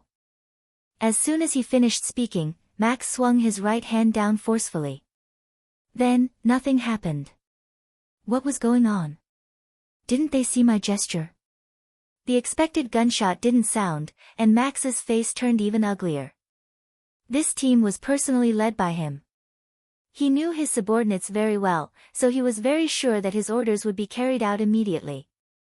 However, the situation at this time was completely different from what he expected. He was ready to fight with Rog, but his subordinates dropped the ball at this time. Do you find it strange that your loyal subordinates didn't shoot? I'll give you a chance to look back. I swear on my character that I will never attack you when you turn your head. Although Rog made a promise, Max didn't believe a word of it. The bar was quiet again. Max's eyes were fixed on Rog, and one guess after another flashed through his mind. After nearly 3 minutes of silence, Max finally made a decision. From the moment his subordinates didn't shoot according to the order, the initiative was no longer in his hands. After taking a few deep breaths, Max slowly turned his head to look at his subordinates, and then saw a phenomenon that he couldn't understand at all. Every one of his subordinates maintained the posture of aiming, motionless, aiming very seriously, aiming very carefully. Everyone's finger was on the trigger, ready to shoot at any time. However, they didn't shoot. They always maintained the posture of aiming, as if they were lifeless figurines, standing quietly and aiming quietly. Although Xander's technology is developed enough and there are many dazzling inventions, Max has never heard of any weapon that can cause such a scene in front of him, which is completely beyond his understanding. Max wasn't the only one who was confused. Scott was just as confused as he was. Only Natasha, who had seen Rog freeze S.H.I.E.L.D. agents, could roughly infer the truth of the matter. Sharingan Genjutsu. To be precise, it's the Golden Bind Genjutsu cast by Sharingan. Before he had the Sharingan, Roger liked to use ninjutsu to freeze those small fries who weren't very strong. After he had Sharingan, the way to freeze small fries changed from ninjutsu to Sharingan Genjutsu. And now, as his Sharingan Genjutsu became more and more exquisite, the ordinary Sharingan Genjutsu was replaced by Golden Bind Genjutsu. Instead of using ninja coins to exchange for Golden Bind Genjutsu from the system, Rog relied on his own ability to forcibly research Golden Bind Genjutsu and successfully obtained the recognition of the system. Now, are you interested in trading according to my rules? After confirming that his subordinates had completely lost their ability to act, Max sighed helplessly. This time, he really lost. The next thing went smoothly. Max didn't even take the 35 million Nova coins that Rog paid for the information and handed over all the information about the Venus flytrap slave hunters to Rog. The situation is stronger than the person, even if Max tries his best, he can't change the fact of failure. Instead of making an indifferent resistance on a whim, which will lead things to a worse direction, it's better to admit defeat and control the loss within a controllable range. As one of the leaders of Bloody Gladiator, Max knows when to be tough and when to admit defeat. I've given you all the information you want. When can my subordinates recover? Max asked in a very kind tone, without the slightest dissatisfaction on his face. They'll be back to normal in an hour. After that, Rog left the bar with Xiao He and others and began to go to the hiding place of the Venus flytrap slave hunters. Chapter 344. In a farm dozens of kilometers away from Halden City, Jaros, who had just celebrated his 20th birthday, pushed a cart full of food toward a secret detention room below the farm. This farm was the only one within more than 10 kilometers.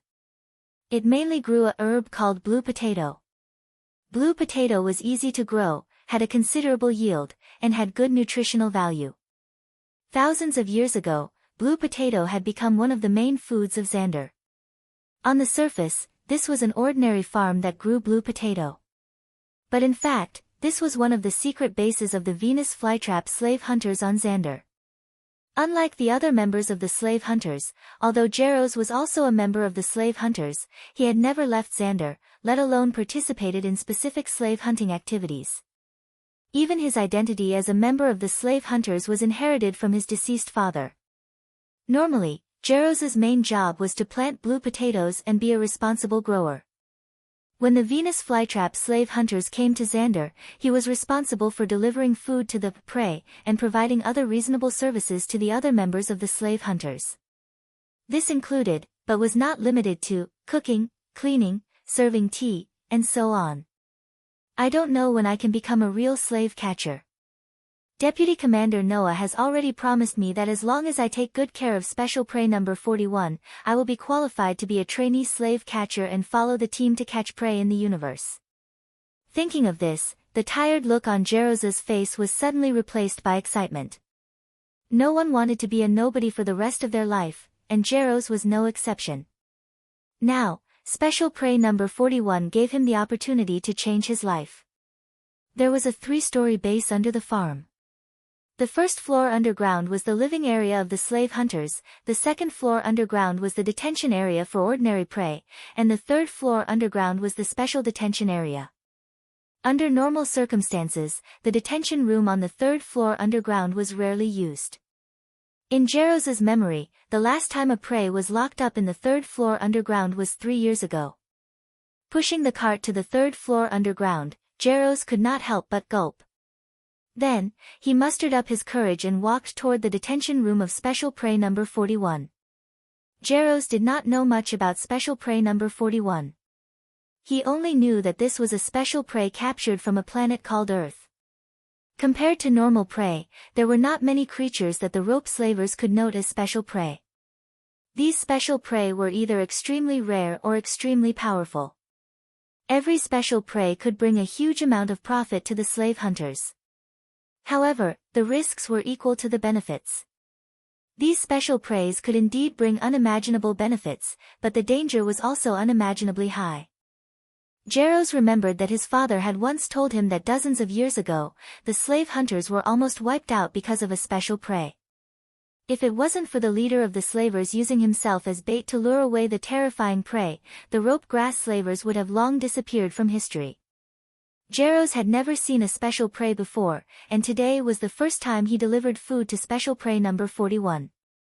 This job was originally done by the official members of the slavers, but after the death of 7 official members, the job of delivering food fell to Jaros. I can do it, I can definitely do it, I will definitely become a real slave catcher. Jaros pushed the dining cart forward slowly in the dimly lit passageway. Every few steps, he would encourage himself.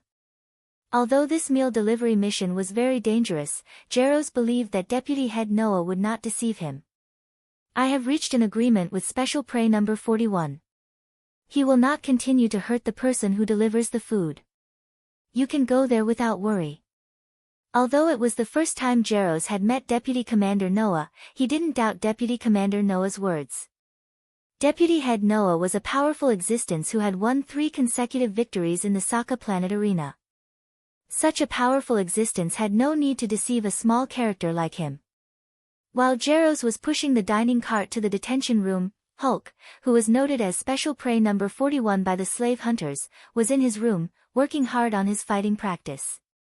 Boxing, Muay Thai, Brazilian Jiu-Jitsu, Sanda, Israeli martial arts, Skark fighting system of the UA Special Forces.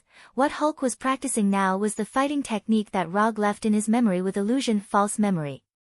Even though Hulk didn't look very agile, under his hard work, not only did he successfully master these fighting techniques, but he also gradually summed up his own fighting techniques. For this reason, Hulk also gave his fighting technique a name that he liked very much. Invincible Hulk Fighting Technique.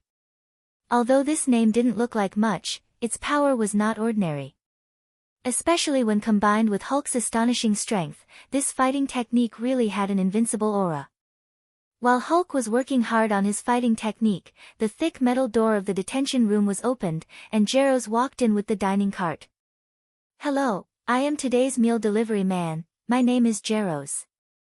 Jaros tried hard to control his nervousness and said in a calm tone as much as possible. However, after seeing Hulk's amazing body and his proficient fighting skills, Jaros couldn't help but swallow his saliva. This person is so strong. After more than 10 seconds, Hulk stopped punching and walked step by step to Jaros, who also had green skin. "Hello." After a simple reply, Hulk directly sat on the ground and used his palm, which was bigger than Jaros' head, to take out food from the dining cart. The dining cart full of food didn't even last 3 minutes in front of Hulk, who had an amazing appetite, before it was completely consumed. After drinking the last nutrient solution in his hand, Hulk looked at the motionless Jaros in front of him and said slowly, "This food is not enough. Next time, Hulk wants 3 times the amount." Although Hulk's tone was very calm, Jaros felt that he wasn't talking to a human, but a prehistoric beast. This kind of terrifying oppression was even stronger than that of Deputy Commander Noah. Jaros finally understood why Deputy Commander Noah's right hand was bandaged and there were obvious bruises on his face when he met him. "No problem, 3 times the amount, I'll remember it." Jaros replied quickly with an unprecedented speed, but in the next second, Jaros, who was oppressed by Hulk's aura, completely fainted. "Big guy, long time no see."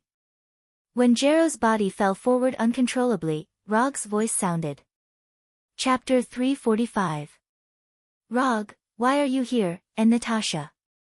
Seeing Rog and Natasha coming in from the door of the room, Hulk's expression became extremely happy. "I knew you were kidnapped, so I came to save you." While speaking, Rog looked at Hulk seriously, and a look of doubt appeared on his face. Judging from Hulk's current appearance, he doesn't seem to mind the fact that he was kidnapped. Hulk was not kidnapped, it was Banner who was kidnapped. "Hulk is very strong, Hulk will not be kidnapped." Hulk explained very seriously, and he didn't forget to wave his fist as he spoke. Although Hulk shares a body with Banner, Hulk is very clear that he is him and Banner is Banner. He won't admit that the weak Banner is Hulk. Well, it was Banner who was kidnapped, not Hulk. "Let's go, I'll take you back to Earth. You shouldn't like to live in this kind of cell-like room." Rog didn't argue with Hulk about who was kidnapped and directly changed the subject. After getting the information about the rope grass slavers from Max of the Bloody Gladiator, Rog immediately rushed over with Natasha and others, for fear that Hulk would be taken away again if they were too slow.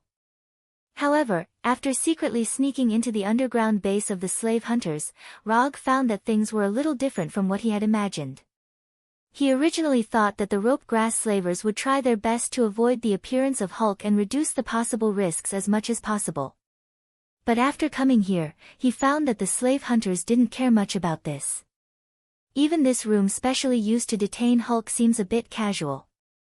Although this detention room is not bad and can effectively detain most of the creatures. But it is still not enough to completely lock up Hulk. With Hulk's strength, if he wants to leave here, he only needs to consume some stamina and he can easily leave here and destroy the entire underground base on the way.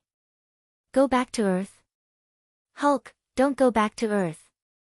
Hulk is going to sock a star, Hulk is going to participate in the gladiator fight, Hulk is going to fight for Hulk's glory with his fists. As soon as Rog finished speaking, Hulk shook his head fiercely and decisively rejected Rog's proposal. What was going on? Was Hulk brainwashed? Hulk's answer was not only out of Rog's expectations, but even Natasha, who had been with Hulk for a long time, was also confused. Rog and Natasha looked at each other and came to the same conclusion. The brainwashing techniques of the rope trappers were pretty good. Although they don't know when Hulk came out, it has only been more than 20 days since the day Banner was kidnapped. In less than 20 days, the rope trappers had managed to brainwash Hulk. Although this efficiency wasn't particularly shocking, it was still considered quite good. Compared to Banner, although Hulk is not smart, he is definitely not stupid, and his will is definitely stronger than Banner's. Although Hulk sometimes had a childlike mentality, it was just that he was too lazy to disguise himself. Rog gave Natasha a look and asked her to persuade Hulk. Gladiators are dangerous, and the glory obtained from gladiators is not real glory. Don't you want others to be afraid of you? If you participate in gladiators and use force to fight for glory, it will only make others more afraid of you. If you want to get your own glory, you can do it on Earth. You are a superhero on Earth, and people on Earth like you, and they will be proud of your glory. Natasha slowly came in front of Hulk, holding Hulk's huge right hand with both hands, and said in a gentle tone. Looking at Natasha's gentle demeanor at this time, Rog couldn't help but think of the profession of a kindergarten teacher. Hulk was the stubborn child in the kindergarten, and Natasha, the kindergarten teacher, was trying to persuade him. Although the picture shown was very similar to normal situations, the feeling it gave people was exactly the same. When the person who was persuading him became Natasha, Hulk's refusal obviously lessened a lot. However, after a few seconds of silence, Hulk shook his head silently and rejected Natasha's proposal. Earth doesn't like Hulk, Sokka Planet likes Hulk. Noah promised Hulk that Hulk would become a hero that everyone on Sokka Planet would like. Hulk wants to fight, Hulk doesn't want to disguise himself, Hulk wants to be recognized by others. Although Rog has never seen Noah, he knows that the Noah mentioned by Hulk is the deputy head of the slave hunters. In the information provided by the Collector and Max, there is information about Noah. Before Noah became the deputy head of the slave hunters, he was a gladiator on Sokka Planet, and he was a gladiator with some achievements. But unlike other gladiators, Noah participated in gladiators as a free man. So after fighting a few gladiators and getting 3 consecutive victories, he left Sokka Planet and joined the rope hunters. Just as Natasha was about to continue to persuade Hulk to return to Earth, a violent explosion suddenly came from the ground, attracting the attention of the 3 of them. Xiao Hei and Scott did not sneak into the 3rd floor with Rog but were left outside by him. Unsurprisingly, this explosion should be caused by Xiao Hei and Scott. After the explosion, Rog suddenly made a decision. The commission he accepted was to bring Bruce Banner back to Earth. The commission did not specify a clear return time, so he did not have to consider the specific return time. In addition, he has a certain interest in Sokka Planet, a planet famous for its sports. Hulk obviously doesn't want to return to Earth now. Although Rog can take Hulk back by force, he doesn't intend to do so. Since Hulk wants to go to Sokka Planet to participate in the gladiators, and he happens to be a little interested in Sokka Planet, it's better to go to Sokka Planet together to satisfy Hulk's hope and satisfy his own curiosity. Get up, I'll accompany you to Sokka Planet to participate in the gladiators. Speaking of which, I don't seem to have a serious physical competition with you. Why don't we officially compete in the arena of Sokka Planet? Although Rog and Hulk have fought a few times before, those battles were not considered official.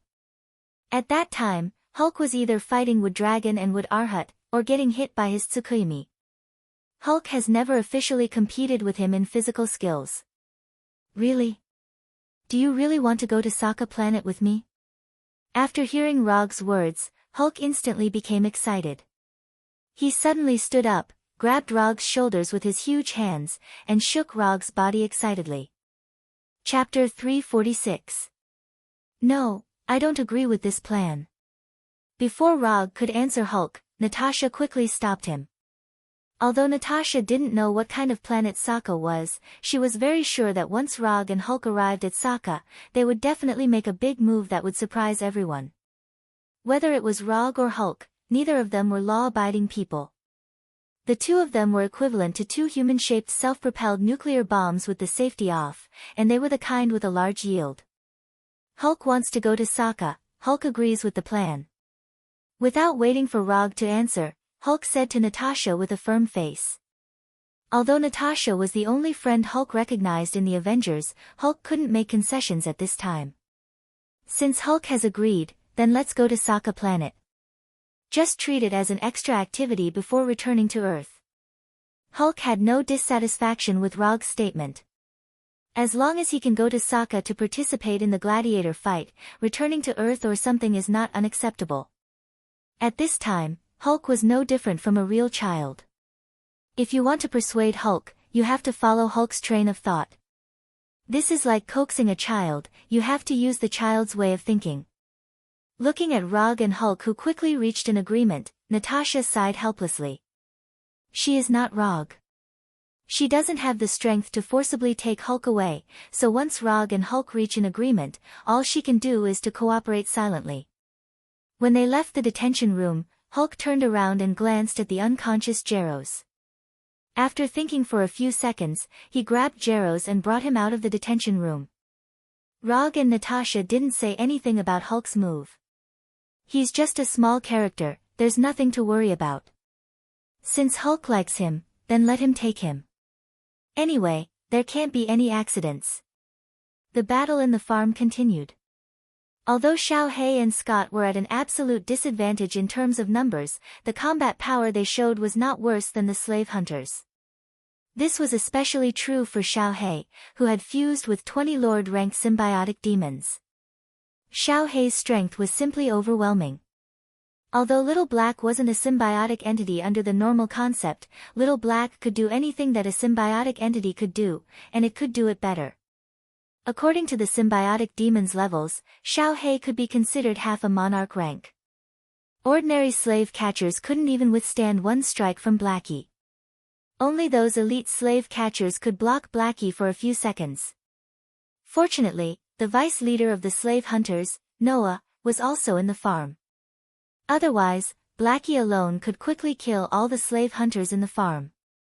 As an experienced slave catcher, Deputy Leader Noah quickly recognized Blackie's identity. Although it was slightly different from the symbiotic demon in his memory, he was 100% sure that Blackie was a symbiotic demon.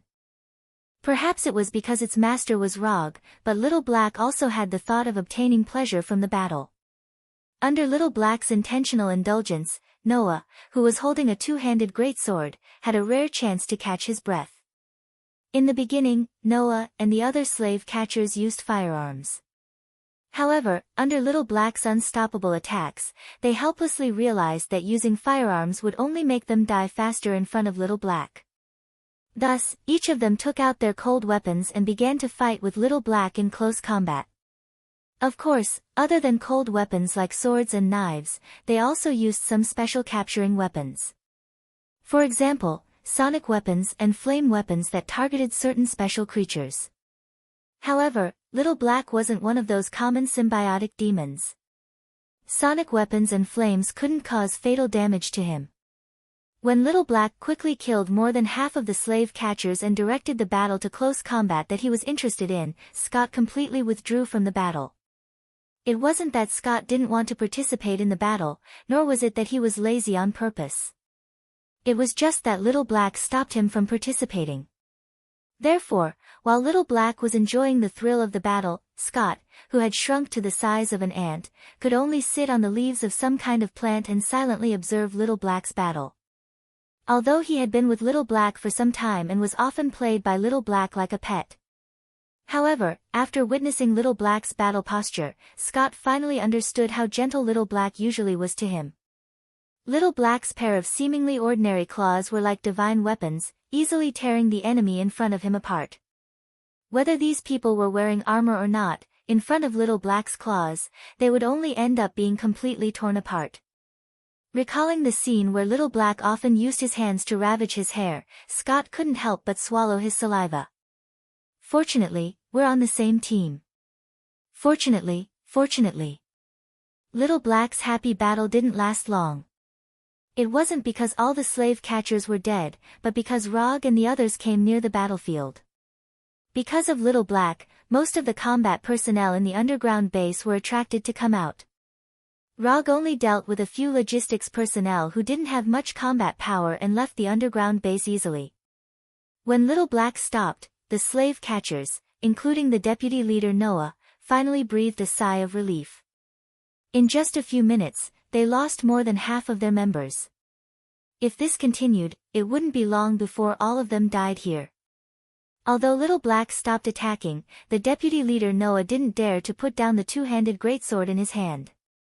He looked at Little Black with vigilance, as well as Rog and the others who had just arrived. After seeing Rog, especially Hulk beside Rog, Noah knew that they were in big trouble tonight. Blackie alone had the ability to wipe them all out. If Rog and Hulk were added, their survival rate was less than 1 in 10,000. Although it was the first time Noah met Rog, he was very sure that Rog was the strongest in this group. This was his intuition as a warrior, and also his unique vision that was honed by many years of combat experience. Looking at you, you should be Hulk's friends. This time, we, the rope catchers, admit defeat. Tell me, what kind of compensation do you want? After confirming that his strength was far inferior to the other side, Noah decisively chose to admit defeat. Noah stabbed the two-handed greatsword in his hand into the ground, silently stepped back a few steps, and motioned for the others to put down their weapons. From the day he became a slave catcher, Noah was mentally prepared for someone to come knocking on his door. So after seeing Rog and the others, he didn't show any doubts. The slave trade was not welcomed by the mainstream, and it was an industry that licked blood from the edge of the blade. Not only did they have to face dangerous prey, but they also had to be careful of all kinds of revenge brought by the slave catchers. Chapter 347. In the meeting hall on the basement floor of the farm, Rog and others, as well as the representatives of the slave hunters led by Noah, sat. Rog, Hulk, and the other four sat on the left side of the meeting hall, while Noah and other representatives of the slave hunters sat on the right side, and the two sides looked at each other across the table. Under the absolute strength gap, Noah, the deputy head of the slave hunters, wisely chose to admit defeat and tried to resolve this incident in a relatively gentle way. You kidnapped Hulk and brought us a lot of unnecessary trouble. According to common sense, we should kill you directly now and vent our anger. As soon as Rog finished speaking, Noah and others sitting opposite him looked gloomy. Slave hunting is such an industry. Once you can't bear the other party's revenge, you are in danger of being destroyed at any time. The only thing Noah is now thankful for is that not all the members of the slave hunters are gathered on Xander. The leader of the slave hunters and several other deputy heads are now performing missions on other planets. Even if Rog really killed all of them, the slave hunters would not be completely destroyed. But you didn't do that, which means that there is still a possibility of reconciliation between us. As the deputy head of the slave hunters, Noah can be regarded as experienced and knowledgeable, so he immediately grasped the key in Rog's words. Yes, we do have the possibility to reach a reconciliation. But the premise of reconciliation is that you can give us what we want. Having said this, Rog paused for a few seconds, then continued, I don't know what you said to Hulk that made him want to participate in the Battle of Sokka. But since he has such an idea, we will naturally meet his request. First of all, we want the specific coordinates or interstellar map of Sokka. Secondly, you have to pay reasonable compensation for your wrong behavior this time. The specific compensation is up to you. I only have one request. That is, the price of compensation is 3 times Hulk's value. Finally, I want the specific information of the planet where the blooming giant elephant clan is located. If not, you can hand over a living blooming giant elephant clan treant to me, except for the bounty hunter named Groot. Rog unhurriedly stated all of his requests. The first request was the simplest one, and it was also the prerequisite for fulfilling Hulk's wish. Although Sokka planet was very famous in the universe, not many people knew its exact location. In particular, the safe route to Sokka Star was a secret that only a few people and organizations knew. Unlike other planets, planet Sokka was surrounded by all kinds of known and unknown universes. It was impossible to enter and exit planet Sokka normally. Moreover, there were no public jump points near Sokka Star, so it was very difficult for ordinary spaceships to fly to the star field where Sokka Star was located. Whether it was entering or leaving Sokka Star, it wasn't a simple matter. If one didn't have enough information and rashly went to Sokka Star, the result was likely to be a crash. Noah didn't have any objections to Rog's first request. It wasn't a difficult thing for them to do. The rope grass slavers had a lot of dealings with the ruler of Sokka Star, Gao Tianzuan. They had information on how to safely get to Sokka Star. In addition to the first request, Noah also felt that the second request was very reasonable. The loser had to pay reasonable compensation. No matter which planet it was in the universe, this was a common practice. The only thing that gave Noah a bit of a headache was the last third request. The Flower God Colossus clan. Noah knew about this special race. He had done some research on this race before, and even planned some capture plans. Groot was once on their arrest list. But unfortunately, they didn't catch any Flower God Colossus clan treants in the end. Even Groot's traces were intermittent. They couldn't track him at all. As for Planet X, which was said to have a large number of Flower God Colossus clan treants, the rope grass slavers hadn't obtained any useful information so far. The first two requests are no problem. I can make the decision to agree to them now. But if you want the location of the Flower God Colossus clan's planet, or a living Flower God Colossus clan treant, I can't give you an accurate answer for the time being.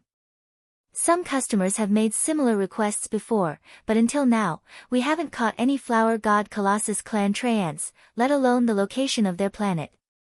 Some scholars even believe that the Flower God Colossus clan has been completely extinct. The treant Groot may be the last Flower God Colossus clan treant in the universe. Noah didn't dare to directly reject Rog's third request. He tried his best to explain the difficulty of the request. This is your business. I just need a result. If you're sure that this request can't be fulfilled, I won't force you too much. After all, I'm not a demon. Rog answered calmly with an indifferent expression. Although he looked very easy to talk to now, Noah was 100% sure that if he said that he couldn't fulfill it now, they would definitely not be able to see the sunrise tomorrow. We will do our best to fulfill this request, but it will take some time, so I hope you can give us a little more time. That's not a problem. Before the third request is fulfilled, you can follow me. When your leader sends the information or a living treant, you can leave.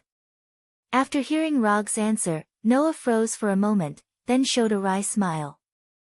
Rog is obviously using him as a hostage, and at the same time, he is forcing the slave hunters to make a choice.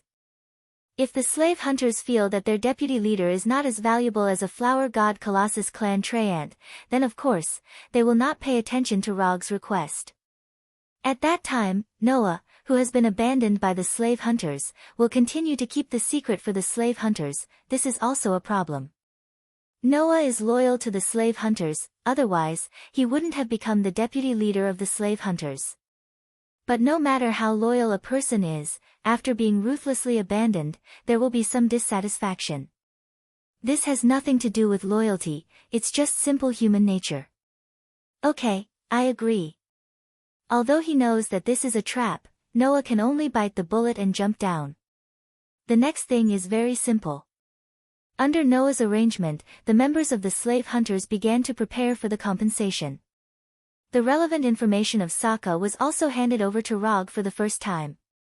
When receiving the information of Sokka, Rog left a flying Thor technique on Noah's neck in front of him. This is just a safety device, but I believe that you are a smart person and will not let this device take effect. Rog did not explain the role of the flying Thor technique to Noah, but simply reminded him. Chapter 348. Are you sure this is the normal way to travel?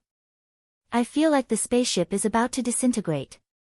Rog sat in the co-pilot seat of the spaceship and asked Noah doubtfully. Planet Sokka is surrounded by a large number of universe passages. These chaotic universe passages are Planet Sokka's natural barrier and the only way to get to Planet Sokka. Noah held the control stick of the spaceship and steered the spaceship to avoid the various messy things in the passage. Old spaceships, broken tools, meteorites attracted from God knows where, and a large number of household garbage thrown out from various planets. The passage you chose better be safe enough. Otherwise, no one will have a good ending.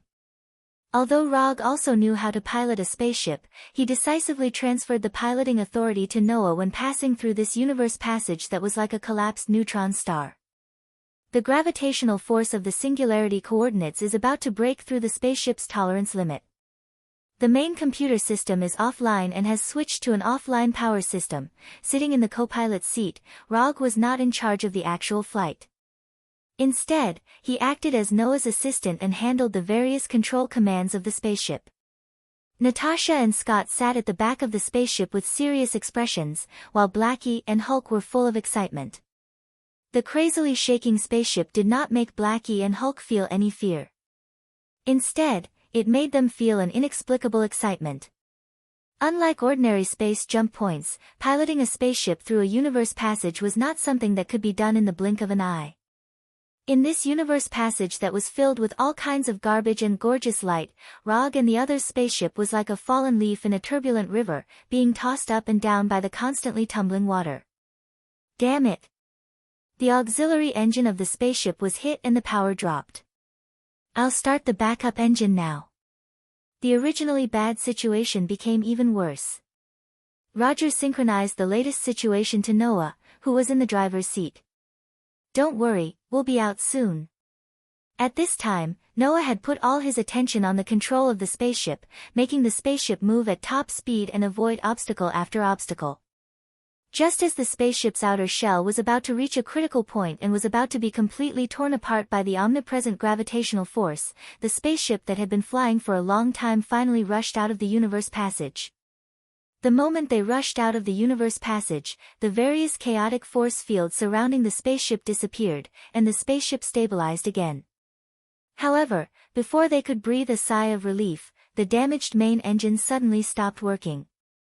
The outage of the main engine had greatly reduced the flying power of the spaceship, and the spaceship began to rapidly descend under the influence of gravity. If it wasn't for the backup engine still working hard to provide the last bit of power for the spaceship, Rog and the others' trip to Sokka Planet would have started with the spaceship crashing. But even so, their final outcome wasn't any better. The backup engine allowed them to temporarily avoid the danger of a crash, but the process of landing was still not perfect. Under Noah's control, the battered spaceship made an emergency landing on a garbage mountain near the space channel, ending its life. I'm starting to miss Asgard's Bifrost. After coming out of the spaceship that could no longer take off again, Rog said with great nostalgia. Asgard clearly had the ability to build spaceships, so why would he spend extra resources to build the Rainbow Bridge? In addition to the deterrent effect of force at the beginning, the comfortable teleportation experience is also a reason that can't be ignored. Compared with the teleportation of the Bifrost, the experience of just passing through the universe passage was like a nightmare. Rog was even ready to use Susanoo and Infinite Mode at any time. Have you been to Asgard? After hearing Rog's complaint, Noah asked curiously. Yes, and I have a certain reputation in Asgard. Rog added. He wasn't worried about what impact Noah would have on Asgard if he knew about this. Not to mention that Noah was only one person, even if he pulled the entire slave hunters, it would be useless in front of Asgard. After moving his hands and feet, Rog used the super light rock technique to fly up. As far as the eye could see, there were garbage mountains of different sizes. These garbage from various planets fell from the colorful universe passages in the air, piling up into garbage mountains. In addition to these garbage mountains, Rog also saw some aliens in strange clothes. These people were like ants looking for something in the garbage mountains, and from time to time, they avoided all kinds of garbage falling from the sky. After using chakra perception to perceive their life energy, Rog landed on the ground made of garbage again. There is no city nearby, except for garbage, scavengers and flying garbage ships. Rog said what he saw, and then looked at Noah. There are many gathering places on this planet, and most of the scavengers live in these gathering places. There is only one city on this planet, Sokka City, which was built by Gao Tianzuan. Of course, you can also call it the City of Champions. Noah was the only person who had been to Sokka Star, so now he was not only Rog's hostage, but also Rog's guide.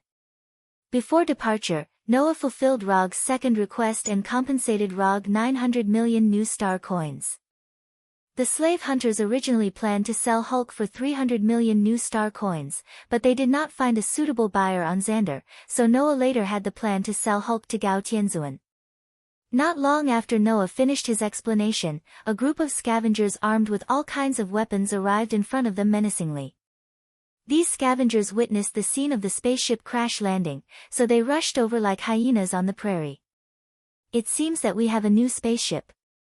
Although the spaceship piloted by these scavengers looks similar to a garbage ship, in any case, it is a spaceship that can fly. Are you gladiators or ordinary people? One of the scavengers took off the mask on his face and asked casually. However, no one answered him. Blackie, deal with them, remember not to dirty the spaceship. Rog glanced at these scavengers casually and said to Blackie beside him. No problem, I like to bully the weak the most. As soon as the voice fell, Blackie pounced on these scavengers like a black tiger and began the process of bullying the weak.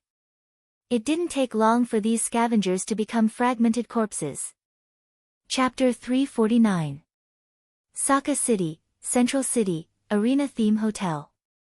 Under the leadership of Noah, Rog and others piloted a broken spaceship and successfully arrived at Sokka City, where they stayed at the Arena Theme Hotel specially built for extraterrestrial tourists. Although Sokka has an exclusive currency, the currencies of other advanced civilizations, such as Xander's new star coin and the Carry Empire's Kree coin, can also be used here.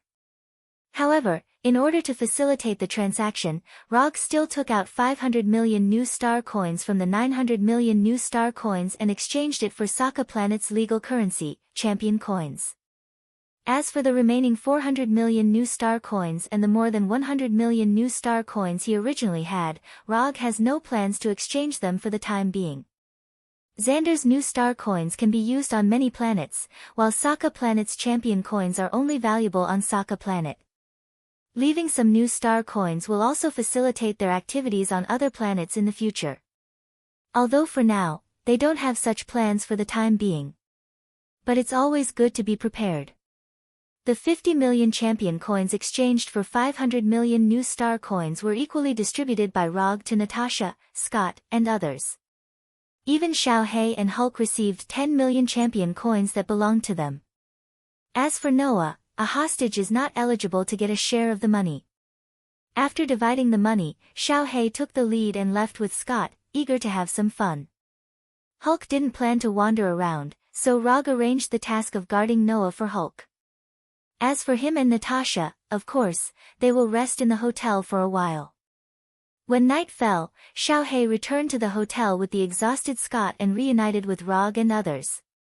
After resting comfortably for an afternoon, Rog and Natasha enjoyed a dinner in the style of Sokka Planet before taking them to the most important and most popular place in Sokka City, the Champion Arena. Next to the Champion Arena is the tallest building in the city, which is also the building where the ruler of Sokka Planet, Gao Tianzuan, lives. The shape of the building is like a pile of large and small square blocks stacked together, and the color of the outer wall is as red as blood. On the outer wall of the building, there were 4 conspicuous statues. According to Noah, these 4 heads not only symbolize the 4 strongest champion gladiators, but also the gladiatorial culture of Sokka Star. Horse-faced Thor, Ares the god of war, two-headed beast, and humanoid. Noah briefly introduced the gladiators represented by the 4 statues. There was a hint of admiration in his tone. Rog remembered that in the original timeline, Hulk's statue also appeared on the building, and it was in the most conspicuous position at the top. But because of him, the future that should have existed had disappeared. Although Hulk still came to Sokka Star, it was completely different from when he had inexplicably wandered to Sokka Star. Hulk, you can try to carve your own statue too. You should like the feeling of being worshipped and liked by everyone," Roger said encouragingly as he patted Hulk's sturdy arm. "Hulk will work hard." Hulk nodded heavily, exuding an extremely serious aura. There were two main ways to participate in the championship battle in the gladiator arena. The first way was to become a slave gladiator of Gao Tianzuan, and then be arranged by Gao Tianzuan. Although this was the simplest way, it was also the way that the fewest people chose. Because becoming a slave gladiator of Gao Tianzuan meant that they would completely lose their freedom. Everything, including their life, would belong to Gao Tianzuan. Therefore, anyone who had a little confidence in their own strength would use the second way, which was what Noah once used, to participate in the gladiator arena as a free man. Participating in the gladiator arena as a free man, regardless of the outcome, would not lose their freedom. But then, the free gladiators who participated in the gladiator arena must start from the most basic multi-person melee. Multi-person melee, team battle, individual battle, preliminary battle, championship battle. The free gladiators must start from the multi-person melee, step by step to the individual battle, and win 10 consecutive victories in the individual battle to qualify for the championship battle. Noah fought from the multi-person melee all the way to the individual battle and won 3 consecutive victories in the individual battle. If it was a slave gladiator of Gao Tianzuan, it would be much simpler. As long as one was strong enough, one's first gladiator battle might be the championship battle. There would be a number of gladiator battles every night in the gladiator arena. There would be multi-person melee battles, team battles, and individual battles. The time of the championship battle was not fixed. Sometimes there would be one battle every week, and sometimes there might not even be one battle in a year. Therefore, every championship battle would cause a strong sensation in the city. If Hulk wanted to achieve the achievement of having a statue on the wall, not only would he have to win the championship battle, but he would also have to win many times in a row in order to obtain the title of the strongest gladiator champion and successfully hang his statue on the building. After helping Hulk register for the free gladiator arena, Rog and the others came to the arena first and booked a VIP box above the arena. Blackie also wanted to register for the competition, but before he could do so, he was pulled away by Rog. Hulk was a warrior anyway. Why would a weapon like you join in the fun? Rog took a cup of Sokka Star's specialty drink and sat casually on the sofa in the box, waiting for the gladiator battle to begin. Are you so sure about Hulk's participation? If Hulk's performance is too good, it may cause Gao Tianzuan to make a move. Noah stood behind Rog and asked doubtfully. There's nothing to worry about. Although Gao Tianzuan likes to gamble, he is not an unreasonable robber. He won't do something like robbing.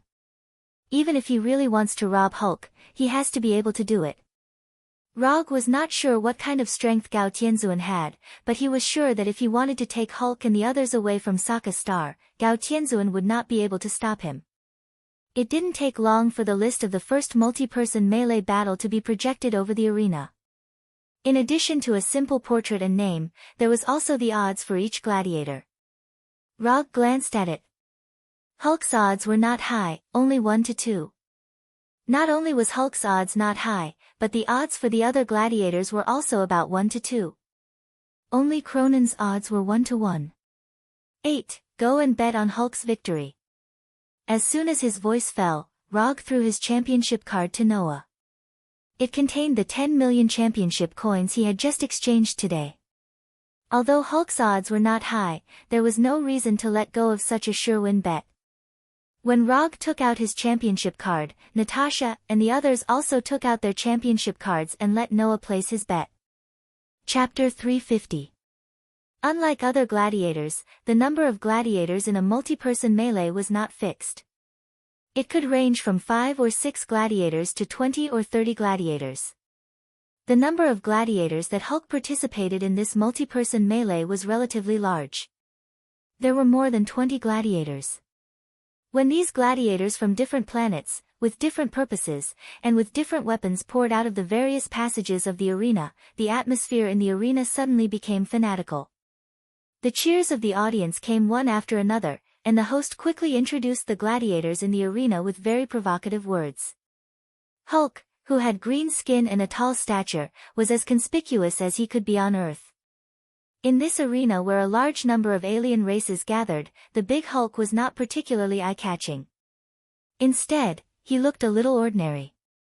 At the very least, compared to those opponents who were wearing armor and wielding weapons, he didn't have any weapons in his hands, and he only wore a pair of elastic shorts. He looked so simple and ordinary. If it weren't for his good figure, most of the audience would have regarded him as a cannon fodder character. Hulk, who participated in a gladiator battle for the first time, was not as excited as his other opponents. He just glanced at the arena and the audience curiously. After looking around carefully, Hulk saw Rog and the others sitting in the box on the top floor and immediately showed a simple and honest smile. "I've finished betting. These are the betting vouchers." Noah, who had just returned from betting, took out 4 betting vouchers and planned to distribute the betting vouchers in his hand.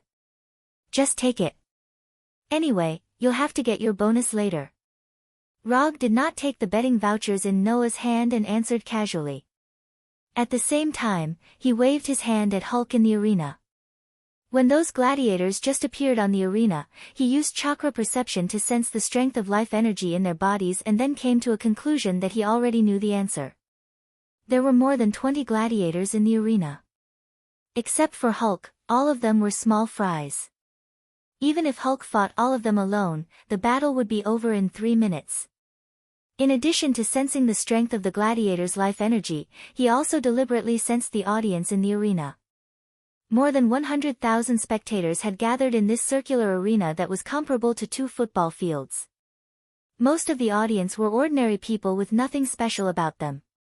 In some of the VIP seats and private rooms, Rog sensed dozens of slightly noteworthy targets. The life energy of a few of them was not much weaker than Hulk and Blackie. It seemed that there were still some special people present at the scene, but he didn't know how strong they were. The strength of life energy was not equivalent to actual combat strength.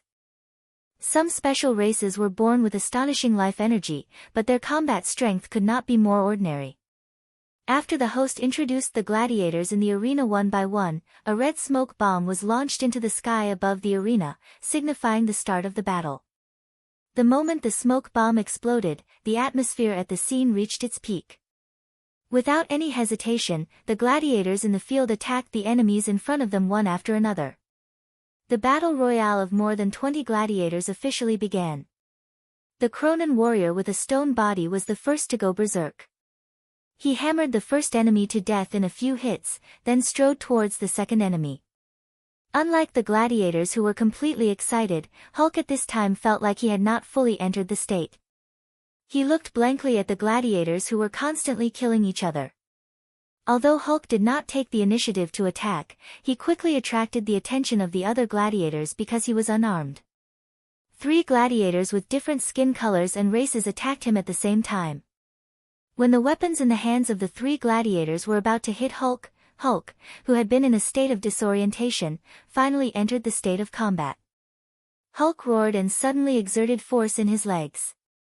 His whole body was like a green heavy truck, rushing in front of one of the gladiators. Before the gladiator with a sword in both hands could react, he was completely knocked out by Hulk. His whole body was like a baseball that was hit, slamming into the metal wall of the arena. Boom! The moment he hit the metal wall, the gladiator with flesh and blood exploded like a watermelon falling from a high altitude. Bright red blood and broken limbs splattered everywhere. After knocking the gladiator away, Hulk did not stop at all. He showed flexibility that was completely inconsistent with his body size.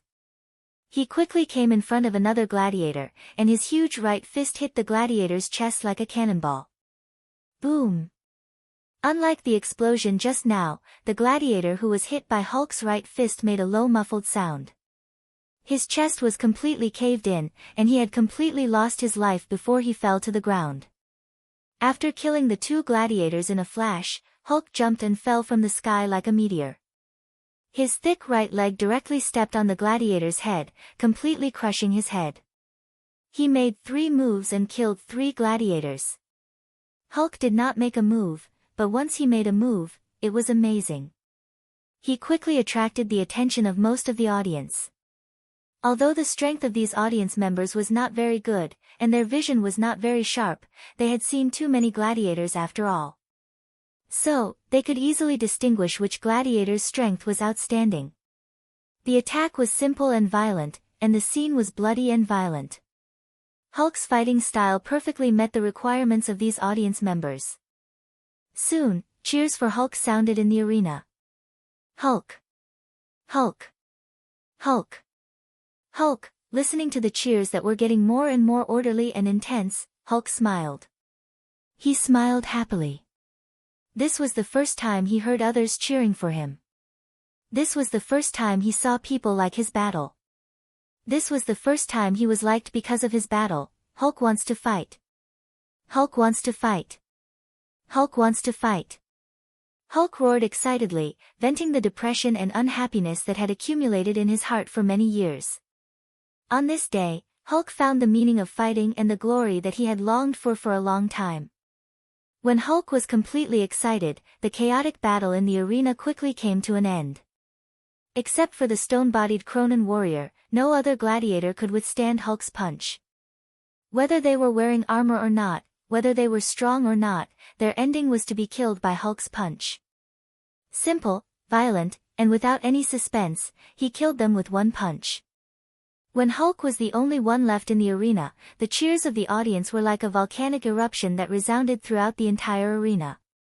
This was originally a mixed battle with many gladiators that was not much to watch. However, with his own strength, Hulk turned a battle that was not much to watch into his personal debut. Chapter 351. Hulk, who had obtained his first victory, left the gladiator arena with a satisfied look on his face. When he entered the gladiator tunnel, he turned back and waved enthusiastically at the audience. After that, he left the gladiator arena as if he had not had enough. For Hulk, this battle wasn't difficult at all. It could even be regarded as very simple. However, it was precisely this kind of battle that didn't have much difficulty that made him experience an unprecedented sense of satisfaction. Hulk began to like fighting. Because he was a free gladiator, Hulk didn't need to return to the gladiator camp after the battle. He could go anywhere he wanted. After winning such a satisfying victory, most gladiators would choose to indulge themselves and find the meaning of life again in debauchery. But Hulk wasn't those ordinary gladiators. He had just won the first battle in his life, and he didn't have any unhealthy thoughts in his mind. He walked excitedly toward the box where Rog and others were. Hulk found the meaning of becoming stronger. Hulk wanted to become stronger, and he needed Rog's help. At the same time, Hulk also began to look forward to the physical combat between himself and Rog. Hulk knew that Rog had mastered many magical moves and many magical abilities that he couldn't resist. But in terms of physical combat, that is, close combat, Hulk was still very confident. Hulk was a little pitiful. It wasn't the first time that he had become Logue's test subject. Odama Rasengan, would Dragon Jutsu, would Golem Jutsu, Tsukuyomi, recalling the scene of being tortured by these ninjutsu and genjutsu, Hulk couldn't help but shake his head as if he wanted to completely forget these sad memories in his mind. Under the guidance of the staff, Hulk smoothly came to the top floor of the arena and went to the box where Rog and others were.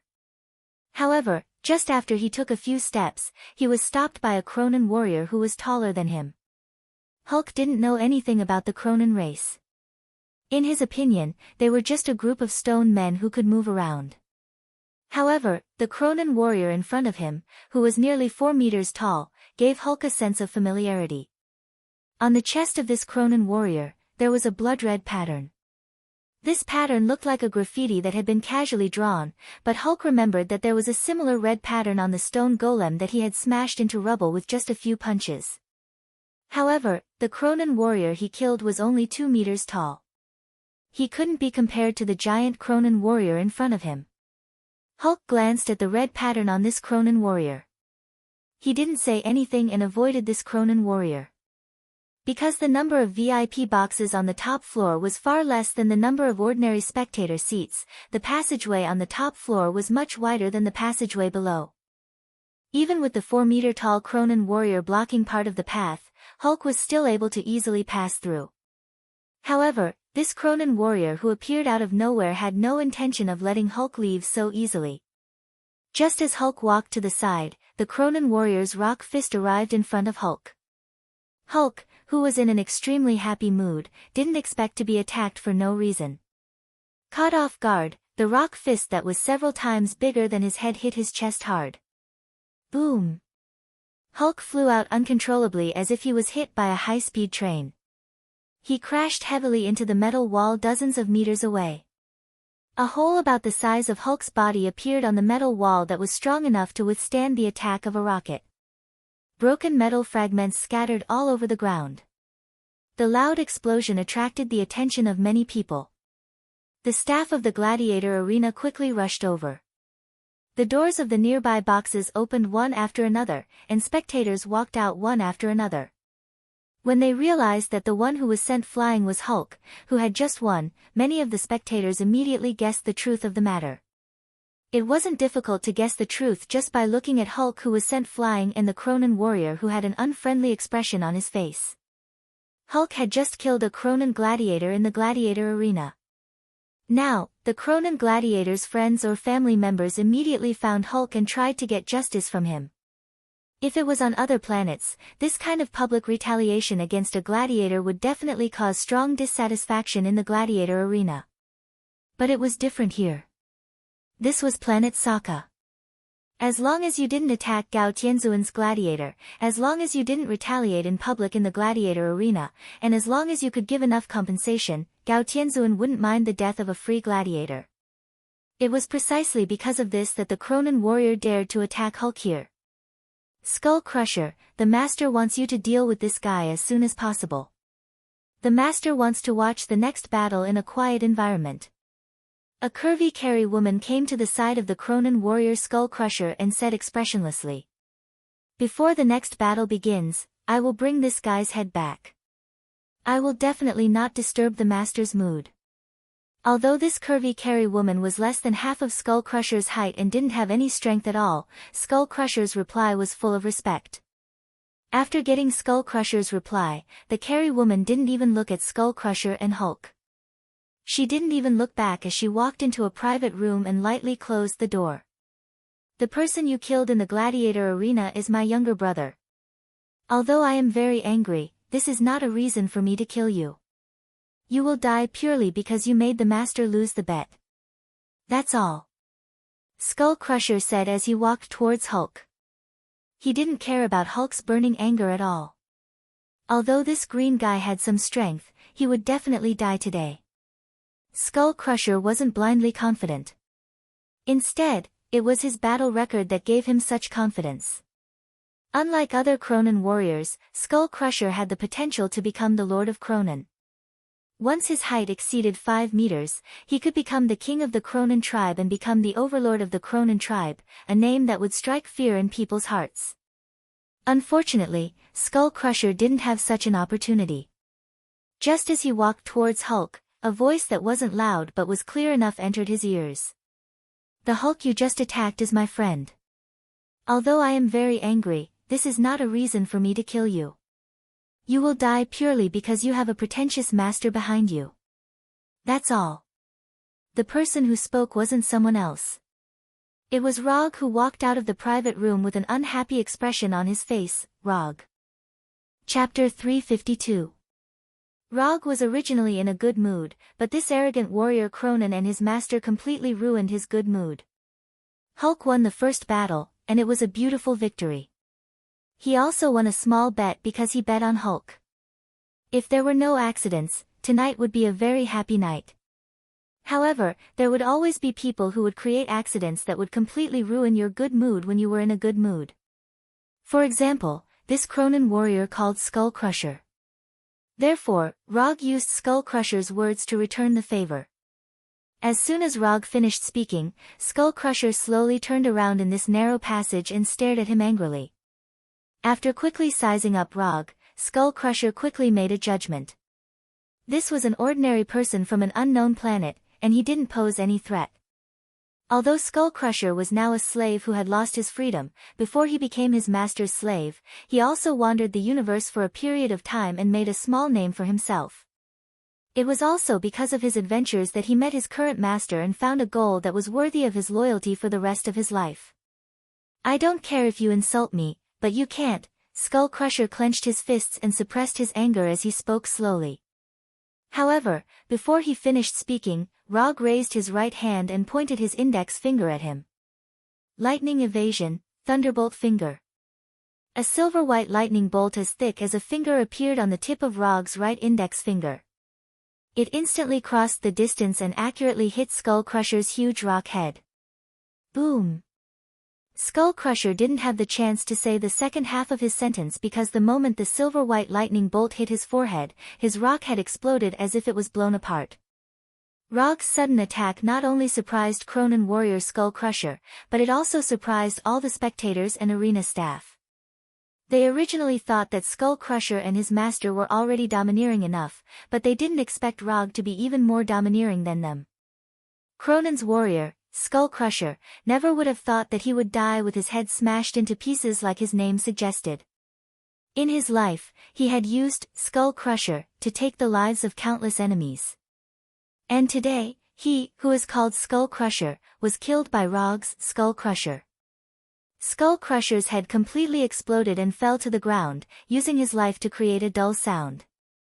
After easily dealing with Skull Crusher, Rog put his finger in front of his mouth and blew gently, blowing away the numbness that originally didn't exist. Thunderbolt finger seems to be a new ninjutsu, but in fact, it's just a different use of lightning evasion, lightning palm. There is no difference between the two techniques except for the place where the lightning is released. However, in order to make his attacks look more impressive, Rog gave a new name to the thunder palm that he released with his fingers. The next time you meet someone who's deliberately looking for trouble, you don't have to care about their background. Just beat them to death. I'll take care of the trouble you cause. After explaining to Hulk, Rog came to the box where the woman just entered and lifted his right foot. Taijutsu, monstrous strength. In order to make his kick violent enough, Rog directly used Taijutsu, monstrous strength. Boom! The metal door that was a few centimeters thick, when it was kicked by Rog, produced a terrifying deformation visible to the naked eye. In the next second, the metal door that could withstand most individual weapons was kicked away by Rog. It flew into the room like a leaf being swept up by a tornado. It crashed heavily into the wall of the room, which was also made of metal. When everyone in the box was attracted, Rog leisurely walked into the box step by step. Just now, there was a guy who couldn't afford to lose. After losing the bet, he asked his men to find trouble with my friend. I want to see what kind of trash this can't afford to lose and play with. Although Roger's tone was very calm, the provocation in his words was as obvious as it could be. As long as these people did not collectively lose their minds, they would definitely understand his malicious intentions. Do you know who you are talking to? A Carry youth with a weak body, like a playboy, slowly stood up and spoke in an extremely cold tone. Other than the playboy who could not even beat a woman, there were 5 other Carry people in the box. Among them, there were 3 beautiful Carry women who were either maids or secretaries, and 2 Carry soldiers who looked like bodyguards. With a simple glance, Rog knew that the 2 bodyguards had a military background. As for their strength? In a word, it was not worth mentioning. Of course, this, not worth mentioning, was judged by Rog's standards. If it was judged by other people's standards, these 2 bodyguards would definitely be the elites of the elites. They were not much worse than the vice leader of the Venus flytrap slavers, Noah. I really don't know who I am talking to, but I think that even if that person is not trash, he is still a useless piece of trash. Of course, he could also be a sissy, or a failed evolution product that had a misconception of his own gender. Since he had already started the provocation, he naturally had to provoke until the end. Just as a famous person said, since he wanted to pursue excitement, he had to go all the way. Although these were 2 completely different things, the underlying logic was the same. Number 6, Number 7, don't kill him so quickly. Give him some unforgettable punishment first, then bring him back to the Empire to play with him slowly. The Carey youth, who did not want to reveal his name until now, said to the two bodyguards beside him in a high and mighty tone. He then sat back down on the sofa with his back facing Rog. The universe is really big, there are all kinds of birds. Traveling around the universe is indeed something that can broaden one's horizons. Looking at the Carey youth, Rog said with a smile, at the same time, he helplessly shook his head. As soon as Rog finished speaking, the two bodyguards codenamed Number 6 and Number 7 came in front of him at the same time.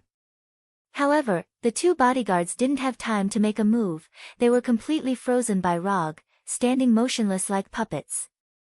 Sharingan, Golden Binding Genjutsu. At this time, the Carey youth with his back facing Rog didn't know what happened, he was waiting for Rog to scream in pain. Time passed minute by minute, second by second. When the expected scream didn't sound, the high and mighty Carey youth furrowed his brows with a gloomy expression. Chapter 353. Even if his reaction was slow, the arrogant Carey youth realized that something was wrong. Number 6 and Number 7 definitely did not dare to disobey his orders, the Carey youth was 100% sure of this point. Since there was no sound, it meant that Number 6 and Number 7 had completely lost their ability to move and even their lives when he was completely unaware of what had happened. Although the Carey youth was arrogant, this did not mean that he did not have a brain. From a certain point of view, he could even be considered as a quick-witted person. However, Rog's golden binding illusion was something he had never seen or understood before. To this Carey youth who acted like a playboy, Log's golden binding illusion was a form of dimensionality reduction without any suspense. Are you curious as to why your subordinates suddenly stopped making a move?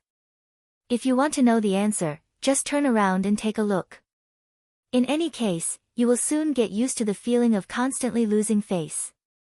Just as the Carey youth was thinking about whether to turn around and take a look, Rog's voice reached his ears. This guy was not an ordinary person who made people feel uncomfortable. From the moment Rog kicked open the door of the box, every word he said had a perfect provocation effect. This made the Carey youth, who was used to being high and mighty since childhood, realize for the first time what was called the dangers of society.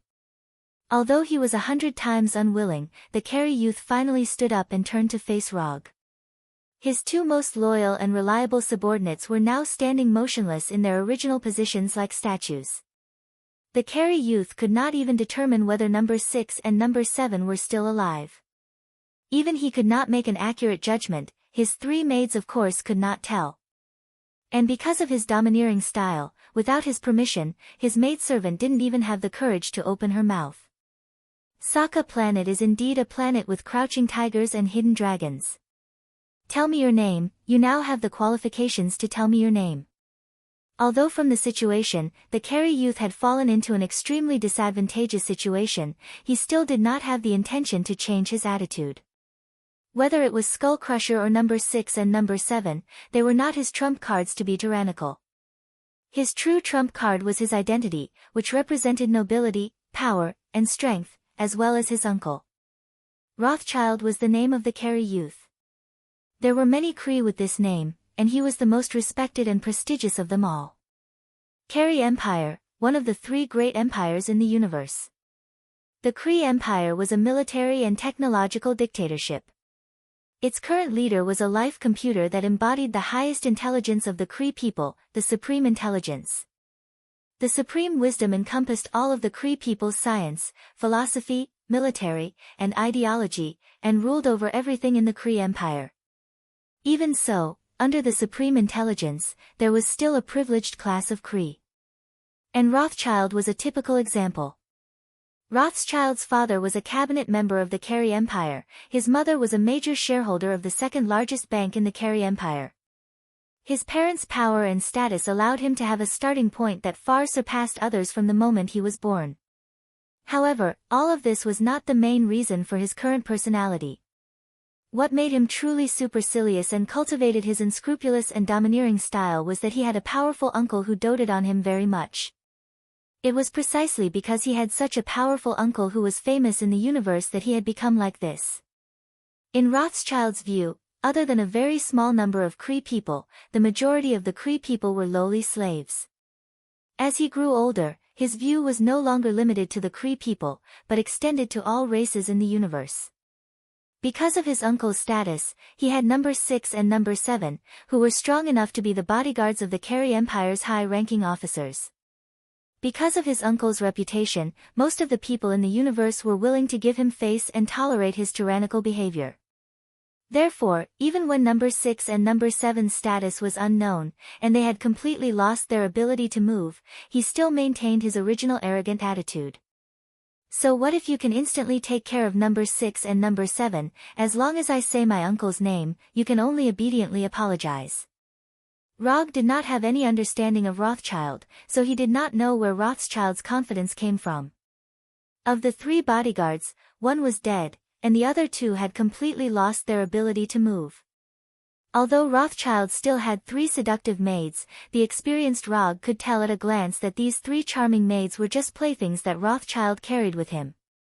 The qualifications to say your name. I suddenly realized that you are very similar to a Cree I know. Although he was defeated by me, when we first met, he also said something similar to you. Say your name. You have the qualifications for me to personally take action. His tone and attitude back then were exactly the same as yours now. They were equally arrogant and ignorant. The defeated opponent that Rog was referring to was, of course, accuser Ronan, who had been tortured to death by Tsukuyomi. Speaking of which, it was strange. Ever since he officially began his journey in the universe, accuser Ronan had appeared more and more often in his memories. It was like this when he was in the land of nothingness, and it was still the same when he came to planet Sokka. He couldn't help but wonder if some ill-fated intertwining of fate had occurred between him and Luo Nan. I'll give you one last chance. Say your name. Otherwise, you will understand how terrifying the supreme accuser of the Carey Empire, Ronan, is. Rothschild took a few deep breaths and suppressed the anger in his heart. He issued an ultimatum to Rog with a cold tone. Accuser Ronan. When Rothschild said the name of accuser Ronan that had just appeared in his memory, Rog was stunned. Could there really be some ill-fated relationship? Rog began to worry about his future. However, Rog's worry was completely different in Rothschild's understanding. Sure enough, as long as I say the name of Uncle Ronan, I can see the fear shown by these lowly existences. What's your relationship with accuser Ronan? Rog directly ignored the disdain on Rothschild's face and asked with a solemn expression. Hee, there's no harm in telling you. The supreme accuser of the Accuser Society, Ronan, is my uncle. I am the junior he cares about the most. Offending me is equivalent to offending the supreme accuser of the Carey Empire, Ronan. But I'm very satisfied with your fearful expression just now. If you can continue to satisfy me, it's not like I can't. Before Rothschild could finish his words, Rog passed number 6 and number 7 as if he had teleported. He arrived in front of Rothschild like a ghost and raised his right palm. Slap. The next second, a crisp slap rang out. The thin and weak Rothschild was sent flying by Rog's slap to the viewing glass behind him. He was like a fly that had been swatted away and stuck to the glass. Damn, you scared me to death. I thought that I really had some ill-fated relationship with Ronan. Rog let out a sigh of relief and sent Rothschild flying. A plan emerged in his mind. Chapter 354. When Rog let Luo Nan off the hook last time, he only planned to use Luo Nan to spread the fame of the 4th Hokage of Earth. So he didn't deliberately find trouble with Luo Nan or the Carey Empire after starting his journey in the universe. However, he didn't expect that instead of finding trouble with Luo Nan and the Carey Empire, Luo Nan's most important nephew took the initiative to find trouble with him. It was as if fate deliberately pushed Luo Nan in front of him, so that he had no choice but to continue the grudges between him and Luo Nan. When luck came, it couldn't be stopped. When Luo Nan came, he couldn't get rid of him. Since fate had arranged it like this, Rog could only accept it with a smile. Rothschild, who was slapped by Rog, was stuck on the cracked glass for a few seconds. Then he fell heavily to the ground under the influence of gravity. Until now, Rothschild still couldn't believe the fact that he was attacked. Moreover, the attack was in the form of a slap. Rothschild had slapped many people since he was born. But this was the first time in his life that he was slapped. Even his parents had never slapped him. Being slapped was miserable enough, but the slap that Rothschild received wasn't an ordinary slap. Although Rog didn't use his monstrous strength and didn't use his full strength, his slap was undoubtedly unbearable for Rothschild, who was thin and weak and had close to zero strength. Rothschild felt that the left side of his face was like being stabbed by a red-hot iron needle at a high frequency. The burning sensation was accompanied by a tingling sensation that made him tremble uncontrollably. Green blood flowed out of the corners of his mouth and nostrils. Not only that, Rothschild's left ear was buzzing, as if hundreds of thousands of bees were flying in his ear. As for the pain from hitting the glass, it wasn't particularly obvious at this time. Especially when compared to the tingling sensation on his left cheek, it seemed to be insignificant. Rothschild lay on the ground with a dull face. After a few minutes, he stood up again as if he had experienced the most painful experience in his life. He dared to look at Rog with anger but didn't dare to speak. This man really dared to kill him. Although Rothschild didn't have any combat experience, he didn't have the ability to sense killing intent. But there was one thing that he was certain of. That was when Rog slapped him in the face, he didn't care about his life or death at all. He also didn't care about his uncle, Luo Nan, who had accused him. Luo Nan, the accuser, knew his nephew's usual style when he was outside. Therefore, he had reminded him more than once that if he met someone who didn't care about his life or death, he mustn't provoke the other party in a situation where he wasn't certain of victory. It doesn't matter if you suffer for the time being, as long as you're still alive. Uncle will take care of the rest for you. Roskilde recalled accuser Luo Nan's instructions to him. Looking at your appearance, you shouldn't have been beaten into an idiot. So you should still remember how to contact Luo Nan. Go notify Luo Nan right now. Have him come to Sokka planet to save you. Also, when you inform him, remember to tell him who you met. My name is Rog, 4th Hokage Rog. When Rog revealed his identity, the vigilance in Rothschild's eyes instantly turned into shock. He's Rog. He's actually the 4th Hokage Rog. The news of accuser Luo Nan losing to Rog wasn't widely spread, and the details of the battle weren't spread out. But Rothschild, as Luo Nan's most doted nephew, was one of the few people who knew the details of the battle. The moment he heard Rog's name, Rothschild finally understood why Rog didn't put him in his eyes from the beginning to the end, and why Rog didn't care about the fact that his uncle was accuser Luo Nan. I actually used my uncle Luo Nan to threaten Rog, who defeated my uncle. I'm really fucking smart. This wasn't a matter of losing face, this was purely a matter of having a brain problem. After knowing Rog's identity, Rothschild immediately made a decision. Admit defeat. Obediently admit defeat. Quickly admit defeat. I didn't expect you to be Mr. Rog. I heard your name from my uncle. I apologize for my previous arrogance and all my actions. As long as Mr. Rog opens his mouth, no matter what request you have, I'll do my best to fulfill it. I hope that Mr. Rog can give me, a junior who doesn't know the immensity of heaven and earth, a chance to apologize on account of your acquaintance with my uncle. As soon as his voice fell, Rothschild bowed 90 degrees with a serious face. He didn't have the previous aloof attitude. Looking at Rothschild, who changed his face, Rog didn't say a word. Because he didn't speak, Rothschild didn't dare to raise his head. He silently maintained a 90-degree bow. Time passed by minute. Rothschild felt that time had stopped at this time. It didn't flow forward at all. When Rothschild's legs and back trembled uncontrollably, Rog slowly opened his mouth and said, "For Luo Nan's sake, I'll give you a chance to explain. Get up." After getting Rog's answer, Rothschild straightened his waist with difficulty. Then, he carefully moved his trembling legs and waist. For the first time, Rothschild discovered that it was so difficult to maintain a 90-degree bow for a long time. He felt that his waist didn't belong to him anymore. I was fortunate enough to hear from my uncle about Mr. Rog's heroic appearance in battle. I know that you're a true warrior who constantly pursues strength. I'm ashamed to say that although my uncle personally guided and taught me how to fight, I'm still unable to become a hero like Mr. Rog. So I don't dare to guess what kind of way of apology you would like. I hope that you can give me some pointers and let me learn. It had to be said that although Rothschild wasn't a good person, he was indeed a smart person to a certain extent. After knowing that Rog was an existence that he couldn't afford to offend, he didn't hesitate as he was used to being aloof. He immediately lowered his posture and even directly put himself in the position of a junior. Although it was a bit intentional, he tried to put Rog on the moral high ground that an elder shouldn't argue with a junior.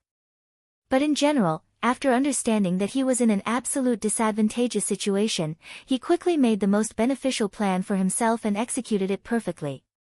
Dignity and face were put down without any hesitation. He deserved to be a guy born in a powerful family. He was born with the potential to become a politician. Rog found a few shining points on Rothschild. Chapter 355. Inform your uncle Luo Nan to come to Sokka Planet. Tell him that I want to compete with him again. After more than 10 seconds of silence, Rog spoke to Rothschild. Okay, no problem, I will help you pass on the message. After hearing Rog's words, Rothschild was stunned for a moment. He only replied after a few seconds. Although Rothschild didn't know why Rog wanted to compete with his uncle Luo Nan, since Rog said so, he could only agree. As for whether Luo Nan could defeat Rog, or what Rog wanted to gain through this competition, it was not within Rothschild's consideration. After telling Rog the hotel where he was currently staying and the contact information, Rothschild respectfully sent Rog away. Rog did not leave the flying Thor technique on Rothschild, nor did he intend to leave a shadow clone or wood clone to watch over Rothschild. Although Rothschild was a little arrogant, he was a smart person.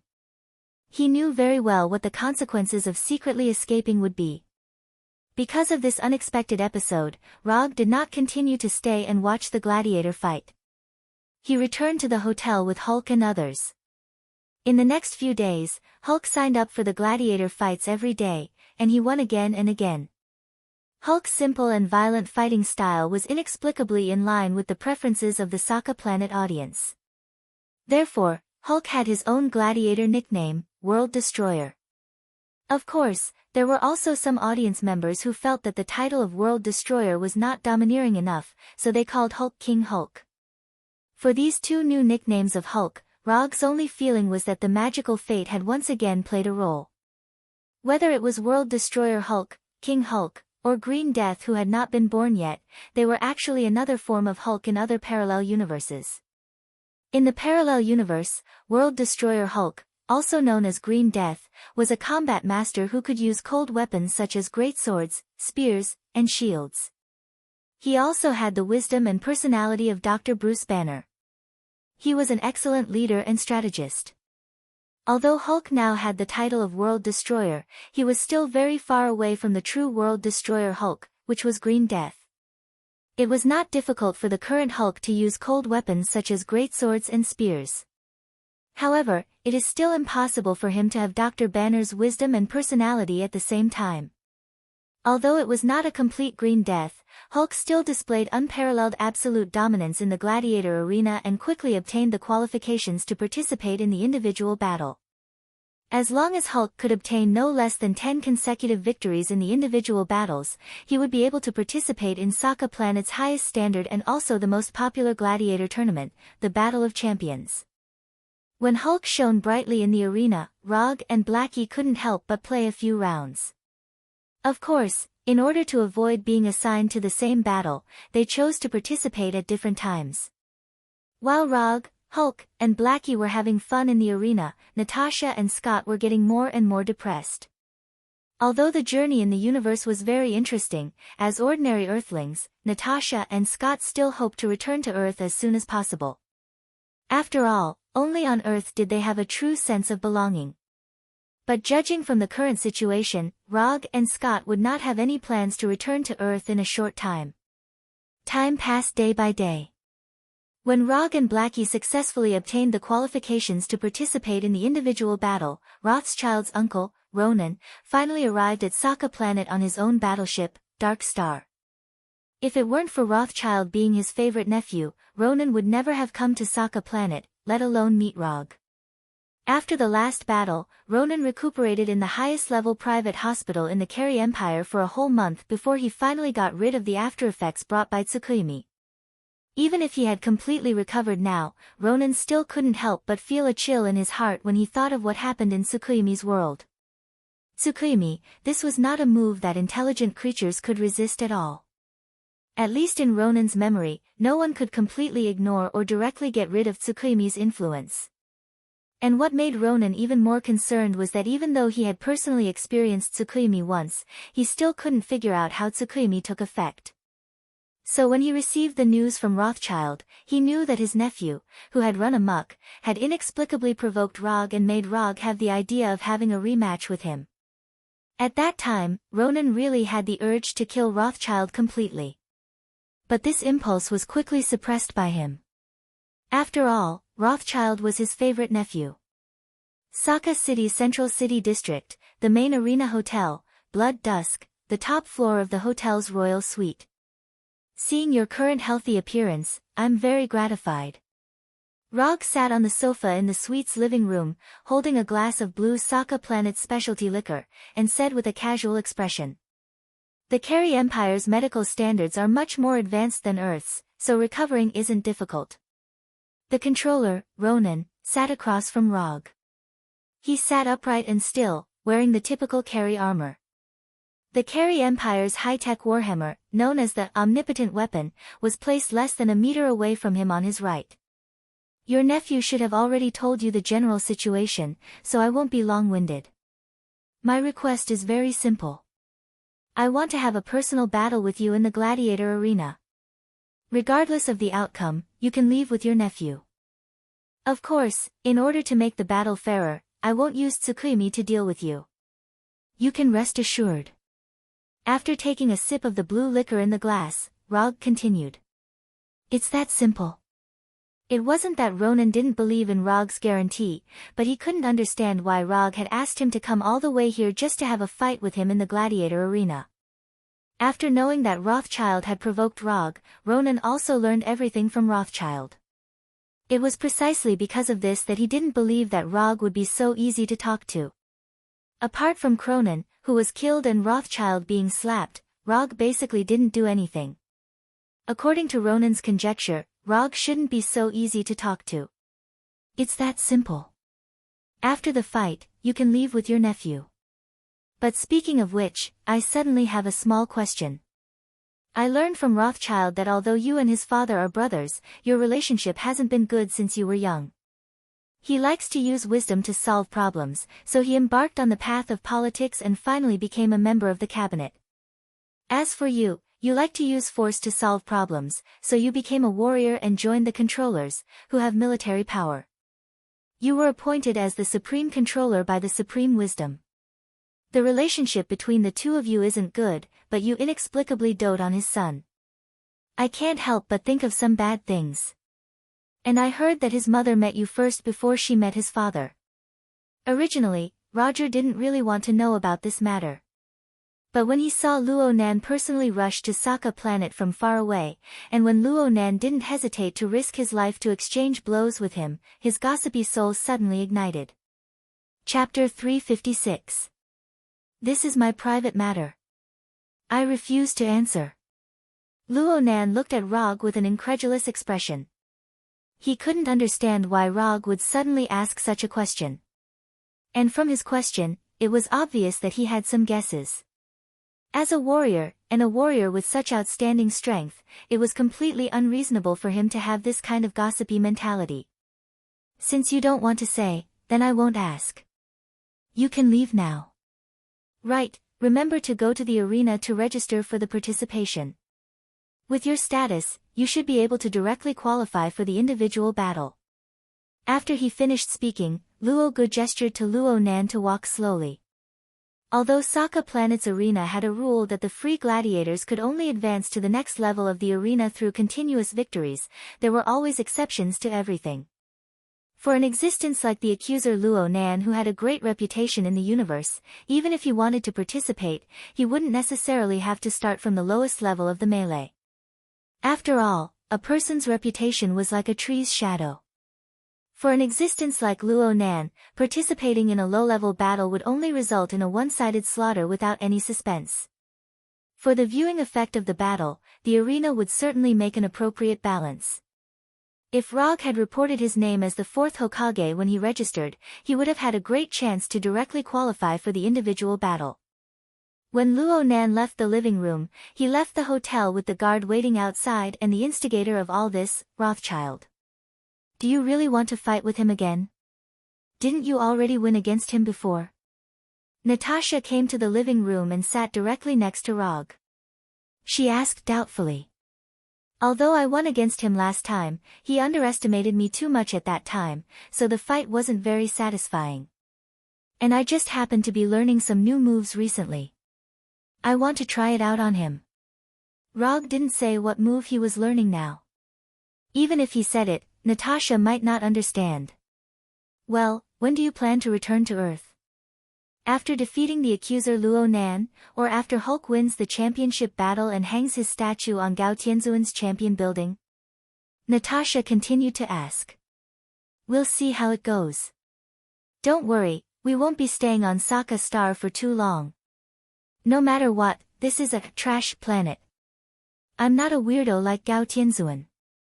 I don't plan to live here for a long time. He will definitely return to Earth. Not to mention that all of his subordinates and forces are on Earth, even if it's for the 300 ninja coins given by the system, he will definitely return to Earth. Ninja coins, he would never complain about having too little, just like no one would complain about having too much money. The news of the Carey Empire's famous accuser, Ronin, signing up for the gladiator fight quickly spread out, and it quickly caused a wave of excitement. Anyone who roamed the universe would have a certain understanding of the Kelly Empire. The Carey Empire's way of doing things was tyrannical and unyielding. Although they were one of the 3 great empires in the universe, the news that spread out was mostly bad. Accuser Luo Nan was the highest accuser of the Kree Empire's accuser group. His strength was outstanding and his fame was illustrious. His initiative to participate was not only a surprise to the audience on Sokka Planet, but it was also a pleasant surprise. There were even many audience members who speculated that the ruler of Sokka Planet, Gao Tianzuan, would specially arrange a championship fight for Luo Nan. Indeed, Luo Nan had not participated in any gladiator fight, but his past record was enough to prove that he had the strength to participate in the championship fight. Although Luo Nan's registration set off a heated discussion among the audience, the ruler of Sokka Planet, Gao Tianzuan, did not announce the championship fight for a long time. In the champion building next to the gladiator arena, Gao Tianzuan, with gray hair and a silver stripe from his lower lip to the center of his chin, sat on a huge high-back chair. He said to a sturdy female guard wearing armor beside him, "Recently, the strength of the free gladiators who participated in the gladiator fight is very good, especially the World Destroyer, Hulk. I like him very much." "Understood, I'll arrange for people to catch him." Gao Tianzuan just finished speaking when the female guard with a serious expression said in a serious tone. "When did I say I want to catch Hulk? No, I don't want to catch Hulk. I want to arrange a perfect match for him. The accuser who just signed up today seems to be quite good." Gao Tianzuan, who was wearing a gorgeous golden coat, nodded as he spoke, as if to confirm whether his arrangement was correct. However, he soon overturned his plan. Luo Nan can't do it. His match with Hulk won't be very fair. This will disappoint the audience. Luo Nan is not suitable, and the other gladiators are not suitable either. Why don't I have a gladiator like Hulk in my hands? This is really sad news. Gao Tianzuan suddenly sighed bitterly when he said this. The tall female guard beside Gao Tianzuan was already used to Gao Tianzuan's muttering and sudden mood changes. By the way, Hulk's companions, the symbiotic demon named Blackie and the earthling named Rog, are not bad. Why don't we arrange for them to have a life and death battle with their companions? Friendship, bonds, companions with deep feelings, and a life and death battle for the glory of victory. The loser will lose his life, and the winner will live a miserable life in regret. This will be a battle that shakes the soul. Gao Tianzuan suddenly became excited when he thought of something. He stood up excitedly and waved his hands wildly. However, Gao Tianzuan's excitement only lasted for a few seconds before it disappeared. He sat back on the high-backed chair with a dispirited look. No, it still won't do. This is not suitable for Hulk. Hulk, World Destroyer Hulk, King Hulk. Hulk with green skin, Gao Tianzuan began to talk to himself again. Then, his eyes lit up as he suddenly thought of something. Green-skinned, a man and a woman. One fights simply and violently, while the other has exquisite combat skills. One has amazing strength and endurance, while the other has a small and agile figure. It's her. That's right, it's her. The most dangerous woman in the universe against the craziest man in the universe. A top-level female assassin against a top-level male warrior. This is a fair match for Hulk. After excluding Luo Nan, Blackie, Rog, and the others, Gao Tianzuan finally arranged an opponent for Hulk in the next match. In his opinion, it was an opponent who was evenly matched and could make the gladiator fight the best. The survivor of the Zihu people, the most dangerous woman in the universe, the adopted daughter of the crazy Titan Thanos, Kimura Jean Huberly Ben Titan. Chapter 357. It's estimated that only someone like Gao Tianzuan would think that Kimura would be a match for Hulk. However, the female guard standing next to Gao Tianzuan, the sturdy Topaz, nodded in agreement. It's decided then. Topaz, you go to the underground prison and bring our charming and dangerous female assassin Kimura here. I want to see this legendary female assassin. While speaking, Gao Tianzuan rubbed his hands excitedly, a meaningful smile appeared on his face. If it was someone who didn't know Gao Tianzuan well enough, after seeing his appearance at this time, they would definitely treat him as a pervert with some kind of special fetish. At this time, Rog didn't know that Gao Tianzuan had already arranged Hulk's next opponent. When he learned that Luo Nan had signed up for the competition, he also signed up his name. As long as Hulk didn't sign up during this time, then Rog would be the only opponent that could match Luo Nan. Whether it was to give the audience a good viewing experience, or to make the competition more fair, the gladiator arena could only arrange the two of them together. As Rog expected, after he signed up his name, the gladiator arena quickly announced a specific gladiator preview. The mysterious ninja Rog vs the supreme controller of the Carry Empire, Luo Nan. When the gladiator preview was just released, the residents of the city didn't feel anything wrong.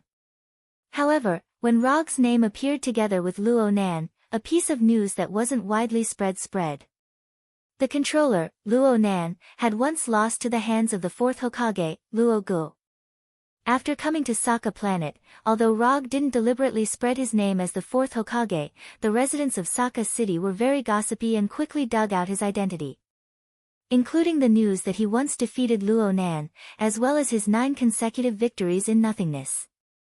After confirming that the ninja Rog who recently shone in the gladiator arena was the fourth Hokage who once defeated controller Luo Nan, the tickets for the gladiator night were quickly sold out, and the amount of bets on the gladiator night was getting higher and higher. As the time of the gladiator fight got closer and closer, the matter of Rog's dispute with Rothschild on the top floor of the gladiator arena was also dug out by the curious audience. There were even many audience members who deduced the whole process of the matter. Carry Empire's Hegemon Rothschild, because he lost the bet, sent people to attack Hulk who had just come down. As Hulk's friend, Rog immediately took action, killing Rothschild's men, and broke into Rothschild's box. Roger taught Rothschild, who didn't know the immensity of heaven and earth, a lesson in the VIP room. He also had Rothschild notify his uncle, Ronan. And so, Carry Empire's supreme controller Luo Nan rode his own warship, Dark Star, to planet Sokka. Although the audience members who were exploding with curiosity didn't dig out the situation of Rog and Luo Nan's meeting, they speculated that the two of them had clearly reached some kind of agreement after Luo Nan left the hotel and immediately signed up for the gladiator fight. That's why there was this gladiator fight that attracted so much attention. As more and more inside information was dug out, the audience's enthusiasm grew higher and higher. The individual battle between Rog and Luo Nan that hadn't started yet had a faint momentum of a championship battle. The fourth Hokage Rog's battle to make a name for himself. The controller Luo Nan's battle for revenge. A powerful ninja from the backward civilization of Earth against the supreme controller of the Kari Empire, one of the three great empires in the universe. All kinds of exaggerated gladiator fight titles were passed on one after another. The scalp tickets for the gladiator night also became hard to find, and the price was higher than the sky. Although the news was already in full swing outside, there were even many fanatical audience members who broke into the hotel where Rog was staying, Scarlet Dusk, trying to dig out more inside information from Rog before the gladiator fight. Rog didn't pay attention to what was happening outside. Right now, he was making the final preparations for the gladiator fight. When Rosewood contacted Luo Nan, he exchanged a taijutsu from the system that he should have exchanged a long time ago. Taijutsu, Hashiman Tanku. This was the ultimate taijutsu that Konoha's ninja Mado Dai spent 20 years to develop. By unlocking the chakra channel in the body, he could temporarily obtain a powerful strength. When the Hashiman Tanku is fully opened, he could instantly obtain 10 times the strength of the 5 Kages. The power of the Hashiman Tanku depends on the user's own strength. The stronger the user, the stronger the power obtained after opening the Hashiman Tanku. After opening the 8th gate of death, the user will die due to the exhaustion of his own vitality. Exchange price, 100 ninja coins. When he saw the exchange price, Rog was still a bit hesitant. But after seeing the specially marked sentence behind the exchange icon, he decisively chose to exchange without a trace of hesitation. Because the difficulty of training is too high, when you exchange for the Hashiman Tanku, you can also get the related moves and the training notes of Mado Dai and Mado Gai. Rog wasn't very interested in the training notes of Mado Dai and Mado Gai. What really moved him were the 6 moves that came with it. First gate of opening, Outer Lotus, third gate of life, Inner Lotus, 6th gate of view, Morning Peacock, 7th gate of surprise, Day Tiger, 8th gate of death, Evening Statue, Night Guy. While waiting for Luo Nan's arrival and practicing in the gladiator arena, Rog had been practicing the Hashiman Tanku, and the progress was very amazing. Although it was only less than a week, he had successfully practiced the Hashiman Tanku to the 5th gate of limit, and he also faintly touched the opportunity to open the 6th gate of view. It was also because of this that he didn't leave the hotel even once after Luo Nan left. Even when he signed up for the gladiator arena, he asked Hulk for help. In the empty room, Rog, who was sitting cross-legged on the floor, emitted a light blue chakra visible to the naked eye. Fortunately, Rog had experienced all kinds of extraordinary, overloaded, and exceeding physical training before, and he also had the body of immortal Hashirama that was more than half developed, so the abnormal physical requirements of the Hashiman Tanku weren't really a problem for him. If he was given enough time, such as 1 month or 2 months, he was 100% sure that he could completely master the Hashiman Tanku. But now, what he lacked the most was time. The time of the gladiator arena was set for tomorrow night. If he couldn't smoothly open the 6th gate of view before the gladiator arena, he could only use the power of the 5th gate of limit to deal with Luo Nan. Although opening the 5th gate of limit was enough to give him a terrifying increase in strength, no one would dislike their own strength for being too strong. More importantly, this time, he planned to use physical techniques to win against Luo Nan. Chapter 358. Saka City, Gladiator Arena. After a series of lively promotions, the battle between the 4th Hokage, Rog, and Ronin, the manipulator, began as scheduled. However, before they appeared on the stage, there would be a personal battle that served as an introductory match. It would hype up the already fanatical scene for the two of them. Rog sat in the lounge, wrapping the white bandage around his arm with great seriousness. Since he and Ronin were both free gladiators, they could use any equipment they chose in the arena. Of course, firearms and other hot weapons were absolutely prohibited. While Rog was wrapping the bandage around his arm, Ronin, who was in another lounge, was also wearing a custom-made armor with the help of a guard. Ronan, who had already fought with Rog once and was defeated, was fully prepared for this battle. In addition to the custom-made armor and the omnipotent weapon, Warhammer, Ronan also wore a helmet that he had never worn before. Although Rog had promised not to use Tsukuyomi, Ronan still had some worries in his heart. Tsukuyomi's terrifying power only needed to be experienced once, and it would leave an unforgettable memory. If it weren't for Ronan's strong will, he would even consider admitting defeat at this moment. The lounge wasn't far from the arena. Moreover, it was unknown if it was intentional, but the soundproofing function of the lounge wasn't perfect at all. It allowed the gladiators in the lounge to clearly hear the cheers of the audience. After the referee in the arena announced the outcome of the introductory match, Rog and Ronan left the lounge at almost the same time and walked towards their respective gladiator passageways. The exciting introductory match is finally over. I believe that many of the audience can't wait any longer. Because the next battle is the ultimate goal of your coming here tonight. Although all of you can't wait any longer, as the referee and commentator of this battle, I still want to introduce the next two gladiators to everyone. First of all, let us use the most enthusiastic cheers to welcome this legendary ninja from a backward planet. He is the most powerful ninja in the universe, the fourth Hokage, Ro. Gu. The red-skinned middle-aged referee with delicately combed hair roared loudly in an extremely exaggerated tone. As his voice rang out, colorful fireworks soared into the sky, exploding into gorgeous patterns in the air. Rog! Rog! Rog! Under the cheers of more than 100,000 spectators, Rog walked out of the gladiator passage step by step and went straight to the center of the arena. Rog, who was wearing the fourth Hokage Haori, waved at the surrounding audience.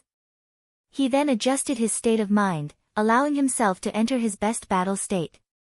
At the same time, the referee and commentator who advocated the roaring style began to introduce Rog's battle record.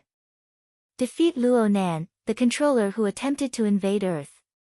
9 consecutive victories in the Land of Nothingness, 5 consecutive victories in Sokka Planet's arena. Many of the names of the opponents that Roger could not even remember were named by the referee one by one. Along with his introduction, the spectators in the arena became more and more fanatical. When Rog's short list of battle records was finished, the fully armed controller Luo Nan also came to the arena amidst the cheers of the spectators. He stood about 20 meters away from Rog. Compared to Rog's battle record, Luo Nan's battle record was clearly much better. Of course, this was also related to the fact that Rog had always been active on Earth and did not show his face in the universe. If his battle record on Earth was included, not only would his battle record not be less than Luo Nan's, it would even be richer. Luo Nan, who was holding the universal weapon, Warhammer, did not pay attention to the referee's introduction. His eyes were fixed on Rog as he spoke in a serious tone. Although I still don't understand why you insist on fighting me in the arena, I will let you know that your decision is very unwise. Is that so? I hope your next performance will prove your words. Luo Gu could see that Luo Nan had already roused himself to 120%. He was no longer the enemy who was filled with contempt and arrogance from before. This was an enemy who was completely serious. Very good. Very good. Only an enemy like this was worthy of him using the 8 inner hidden gates. When the referee's introduction was completely finished, the bell that represented the beginning of the battle rang. Rog and Luo Nan ran toward each other at the same time. 20 meters passed in the blink of an eye. The unarmed Rog and the Warhammer-wielding Luo Nan were facing each other head-on. Body technique, monstrous strength. The physical fitness of the Kree people was much stronger than that of the people on Earth. This was especially true for Luo Nan, who was an outstanding member of the Kree people. His physical fitness was far superior to that of the ordinary Kree people. So when Rog arrived in front of Luo Nan, he did not hesitate and immediately used monstrous strength. His right fist, wrapped in light blue chakra, was like a cannonball that shot out of the barrel as it attacked Luo Nan's chest. The Warhammer in Luo Nan's hand also smashed toward Rog's head with the force of 10,000 pounds. Because they had already fought once, Rog and Luo Nan had a rough understanding of each other's tactics. Facing Luo Nan's thunderous hammer, Rog did not have any thoughts of dodging. Although his right fist had not yet hit Luo Nan, he was 100% sure that Luo Nan's warhammer would not fall on his head. In a flash, Rog's right fist hit Luo Nan's chest first. Energy shield. Rog's right fist seemed to have hit Luo Nan's chest, but in fact, it only hit the thin layer of energy shield on Luo Nan's chest. Although the energy shield condensed in an instant could not completely block Rog's attack, it could buy a little bit of time. Luo Nan did not condense the energy shield at the beginning because he wanted to let Rog's attack hit him first. In terms of speed, Luo Nan was far from being Rog's opponent. So in order to let Rog obediently enter his attack range, Luo Nan did not hesitate to use himself as bait. The black energy shield instantly shattered and Rog's right fist finally hit Luo Nan's chest. But all of this was within Luo Nan's plan. With the energy shield and armor, Luo Nan smoothly took on Rog's monstrous strength fist. And the warhammer in his hand finally arrived above Rog's head. Although Luo Nan's warhammer was about to smash his head, Rog did not panic in the slightest. Although the warhammer's attack speed was fast, if he wanted to dodge, it would not be too difficult. As long as he was willing to use ninjutsu, he had several methods to instantly escape. But right now, he had no plans to use ninjutsu at all. Sometimes, physical techniques can also do things that ninjutsu can do. First gate, open. Open. The massive amount of chakra in Rog's body instantly erupted. The restriction set by the consciousness of his brain was instantly broken. Chapter 359. The body's self-restriction hidden in the depths of his consciousness disappeared. Rog felt a mystical feeling of his entire body coming alive. Every living being's body contained an unimaginable amount of power. However, for the sake of a better life, this power was deeply sealed away by the instinctive self-protection consciousness. This seal was both a type of protection and a type of restriction. In many urban legends, there were cases of ordinary people instantly erupting with extraordinary strength. For example, in order to save his grandson from being crushed under a heavy truck, there was an old man who lifted a truck weighing dozens of tons with his bare hands. For example, in order to catch his daughter falling from a tall building, there was a father who ran over 100 meters in a few seconds. These cases seemed to be fantastical, but they were all real-life cases. To explain it in more scientific terms, the people involved in these cases were all super living beings who instantly activated a limiter. A limiter was an innate limit to the growth of every living being. In order to allow life to grow without losing its self-consciousness and rationality, life had set a limit for itself, which meant that it had set a limit for itself. However, the limit brought by this limiter wasn't indestructible. With enough emotional support and extreme external stimulation, this limiter could be opened artificially. The only thing to note was that if one didn't have a strong enough body to support it, once the limiter was opened, it would mean the arrival of death. In a sense, the 8 inner hidden gates was a way to open a limiter. However, compared to other methods, the 8 inner hidden gates was a bit more gentle. Only when all 8 gates were opened would it directly endanger the user's life. When Rog used a massive amount of chakra to break through the limiter set by his mind, he obtained full control of his body for the first time. Rog's body suddenly erupted with a strange phenomenon, immediately attracting Luo Nan's attention. However, the current him was already too late to do anything to stop or resist. The warhammer fell like lightning, but it directly missed. Rog, who was close at hand, fell down in a way that didn't conform to common sense. His right leg kicked towards Luo Nan's chin. Shadow dancing leaf. Luo Nan, who didn't have time to retract his warhammer, was kicked in the chin by Rog's 42-yard-long leg. The enormous force directly sent him flying. Luo Nan never thought that his first exchange with Rog would end up like this. Although Luo Nan felt a burst of pain from Rog's kick to his chin, he didn't take this pain to heart.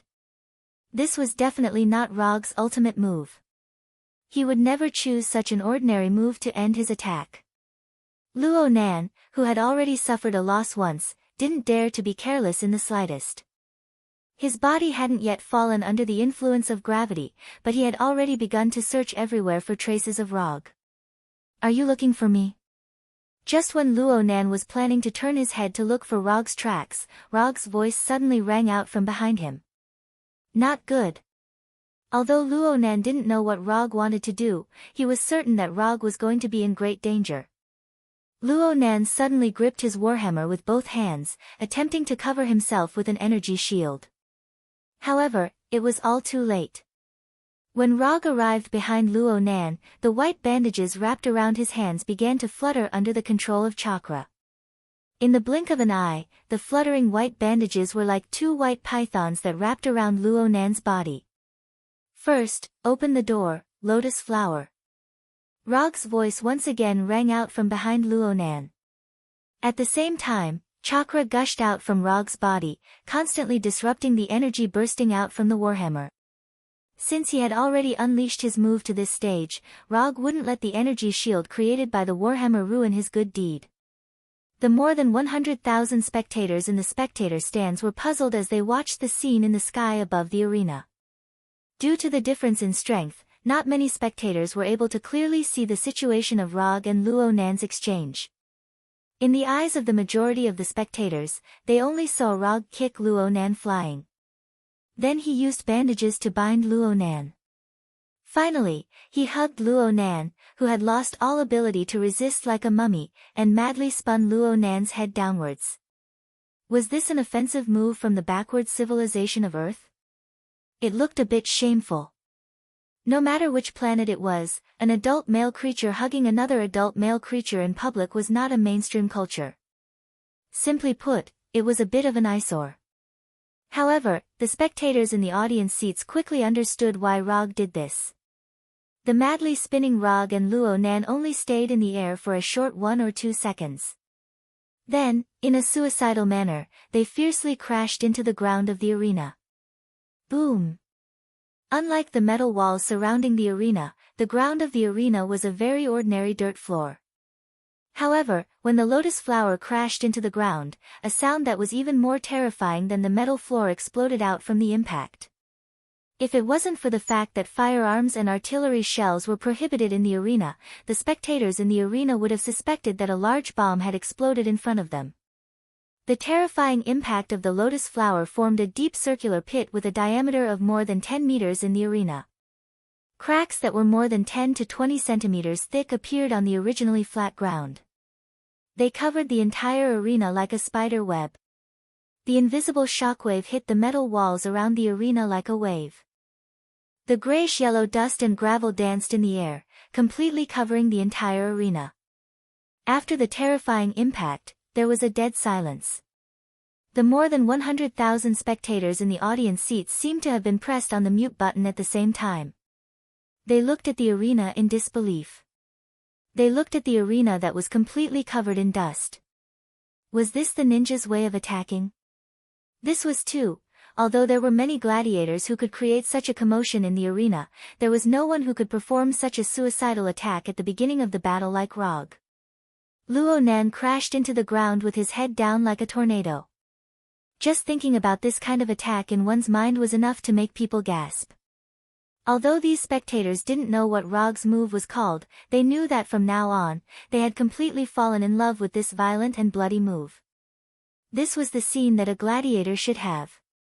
This was the momentum that a gladiator should have. This was a life and death battle that could make people's blood boil. Beautifully done. Rog. Rog. Rog. Rog. The dust in the arena hadn't dispersed yet. The figures of Rog and Luo Nan hadn't appeared yet, but the enthusiasm of the spectators had completely exploded. Hashiman Tanku, First Gate, Lotus Flower, made its debut in the arena of Sokka Planet. Chapter 360. Not to mention the audience, even Rog himself had completely underestimated the power of the Outer Lotus. The Outer Lotus wasn't a particularly difficult move. Aside from the extremely high requirements for physical fitness, everything else was the same as an ordinary move. It was a move that could be perfectly imitated with a single glance from the Sharingan. However, such a move that didn't seem to have much technical content displayed a power that didn't lose to an attack-type ninjutsu. In some aspects, it was even stronger than a conventional attack-type ninjutsu.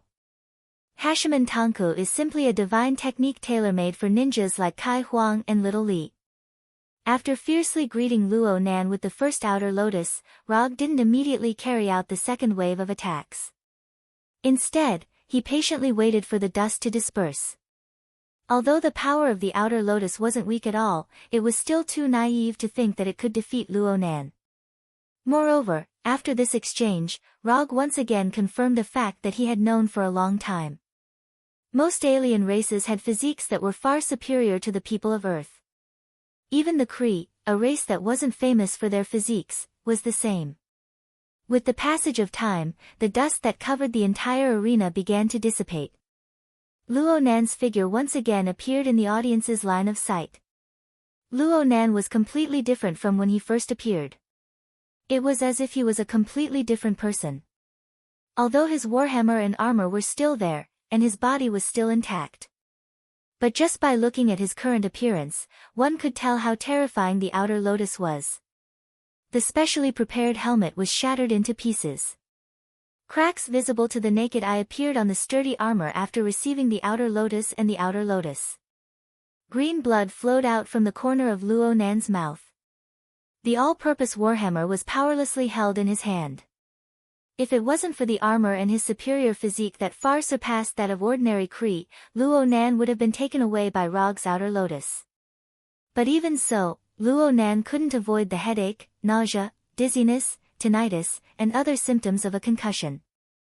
After personally experiencing the power of the outer lotus, Luo Nan finally understood why Rog wanted to fight with him again. To train the opponent, or in other words, test the target.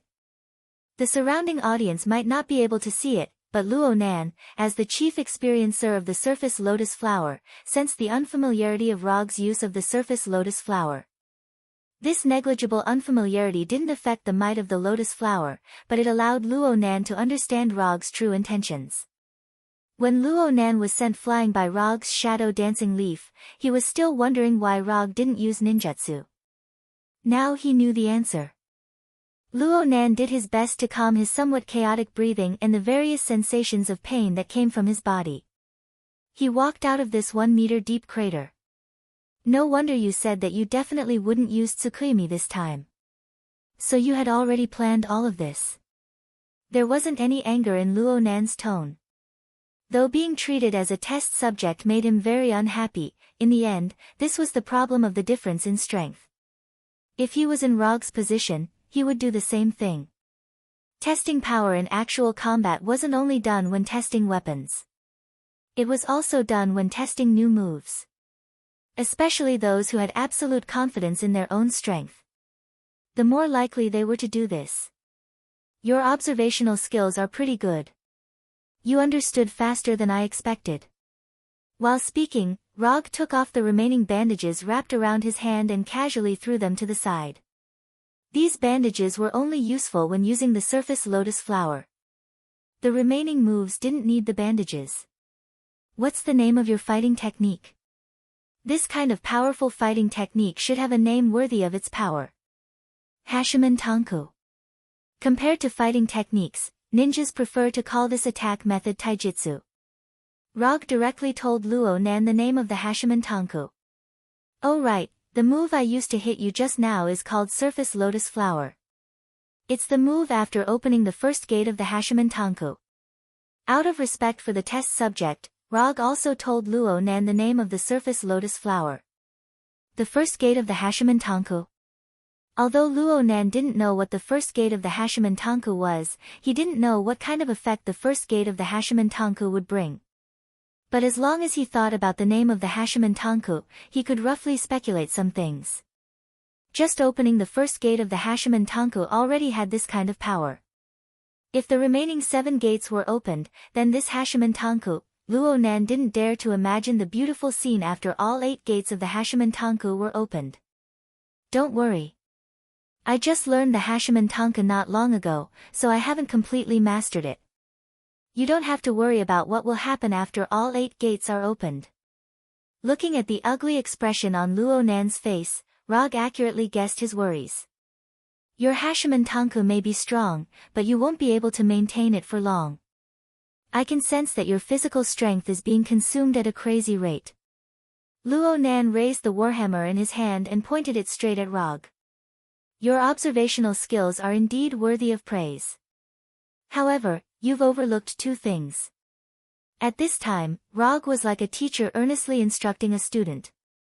He silently extended two fingers and spoke neither fast nor slow. First, after opening the first gate of the Hashiman Tanku, my physical strength is indeed being consumed at a rapid rate. However, this kind of consumption won't have any effect on me for a short period of time. Rog didn't cultivate the immortal body for nothing. The immortal body didn't just bestow upon him a terrifying amount of chakra. The immortal body was a powerful special physique. How could it be lacking in the basic attributes of strength, speed, endurance, and so on? These basic attributes weren't the focus of the immortal body's enhancement, but this didn't mean that the immortal body didn't have this aspect of enhancement. Second, the second gate of the Hashiman Tanku, the gate of healing, can perfectly solve the situation of rapidly consuming physical strength. For example, like this. As soon as his voice fell, the aura on Rog's body changed once again. Second gate, gate of healing, open. It was different from the first gate of the Hashiman Tanku. The second gate of the Hashiman Tanku removed the limitations of the body's physical strength.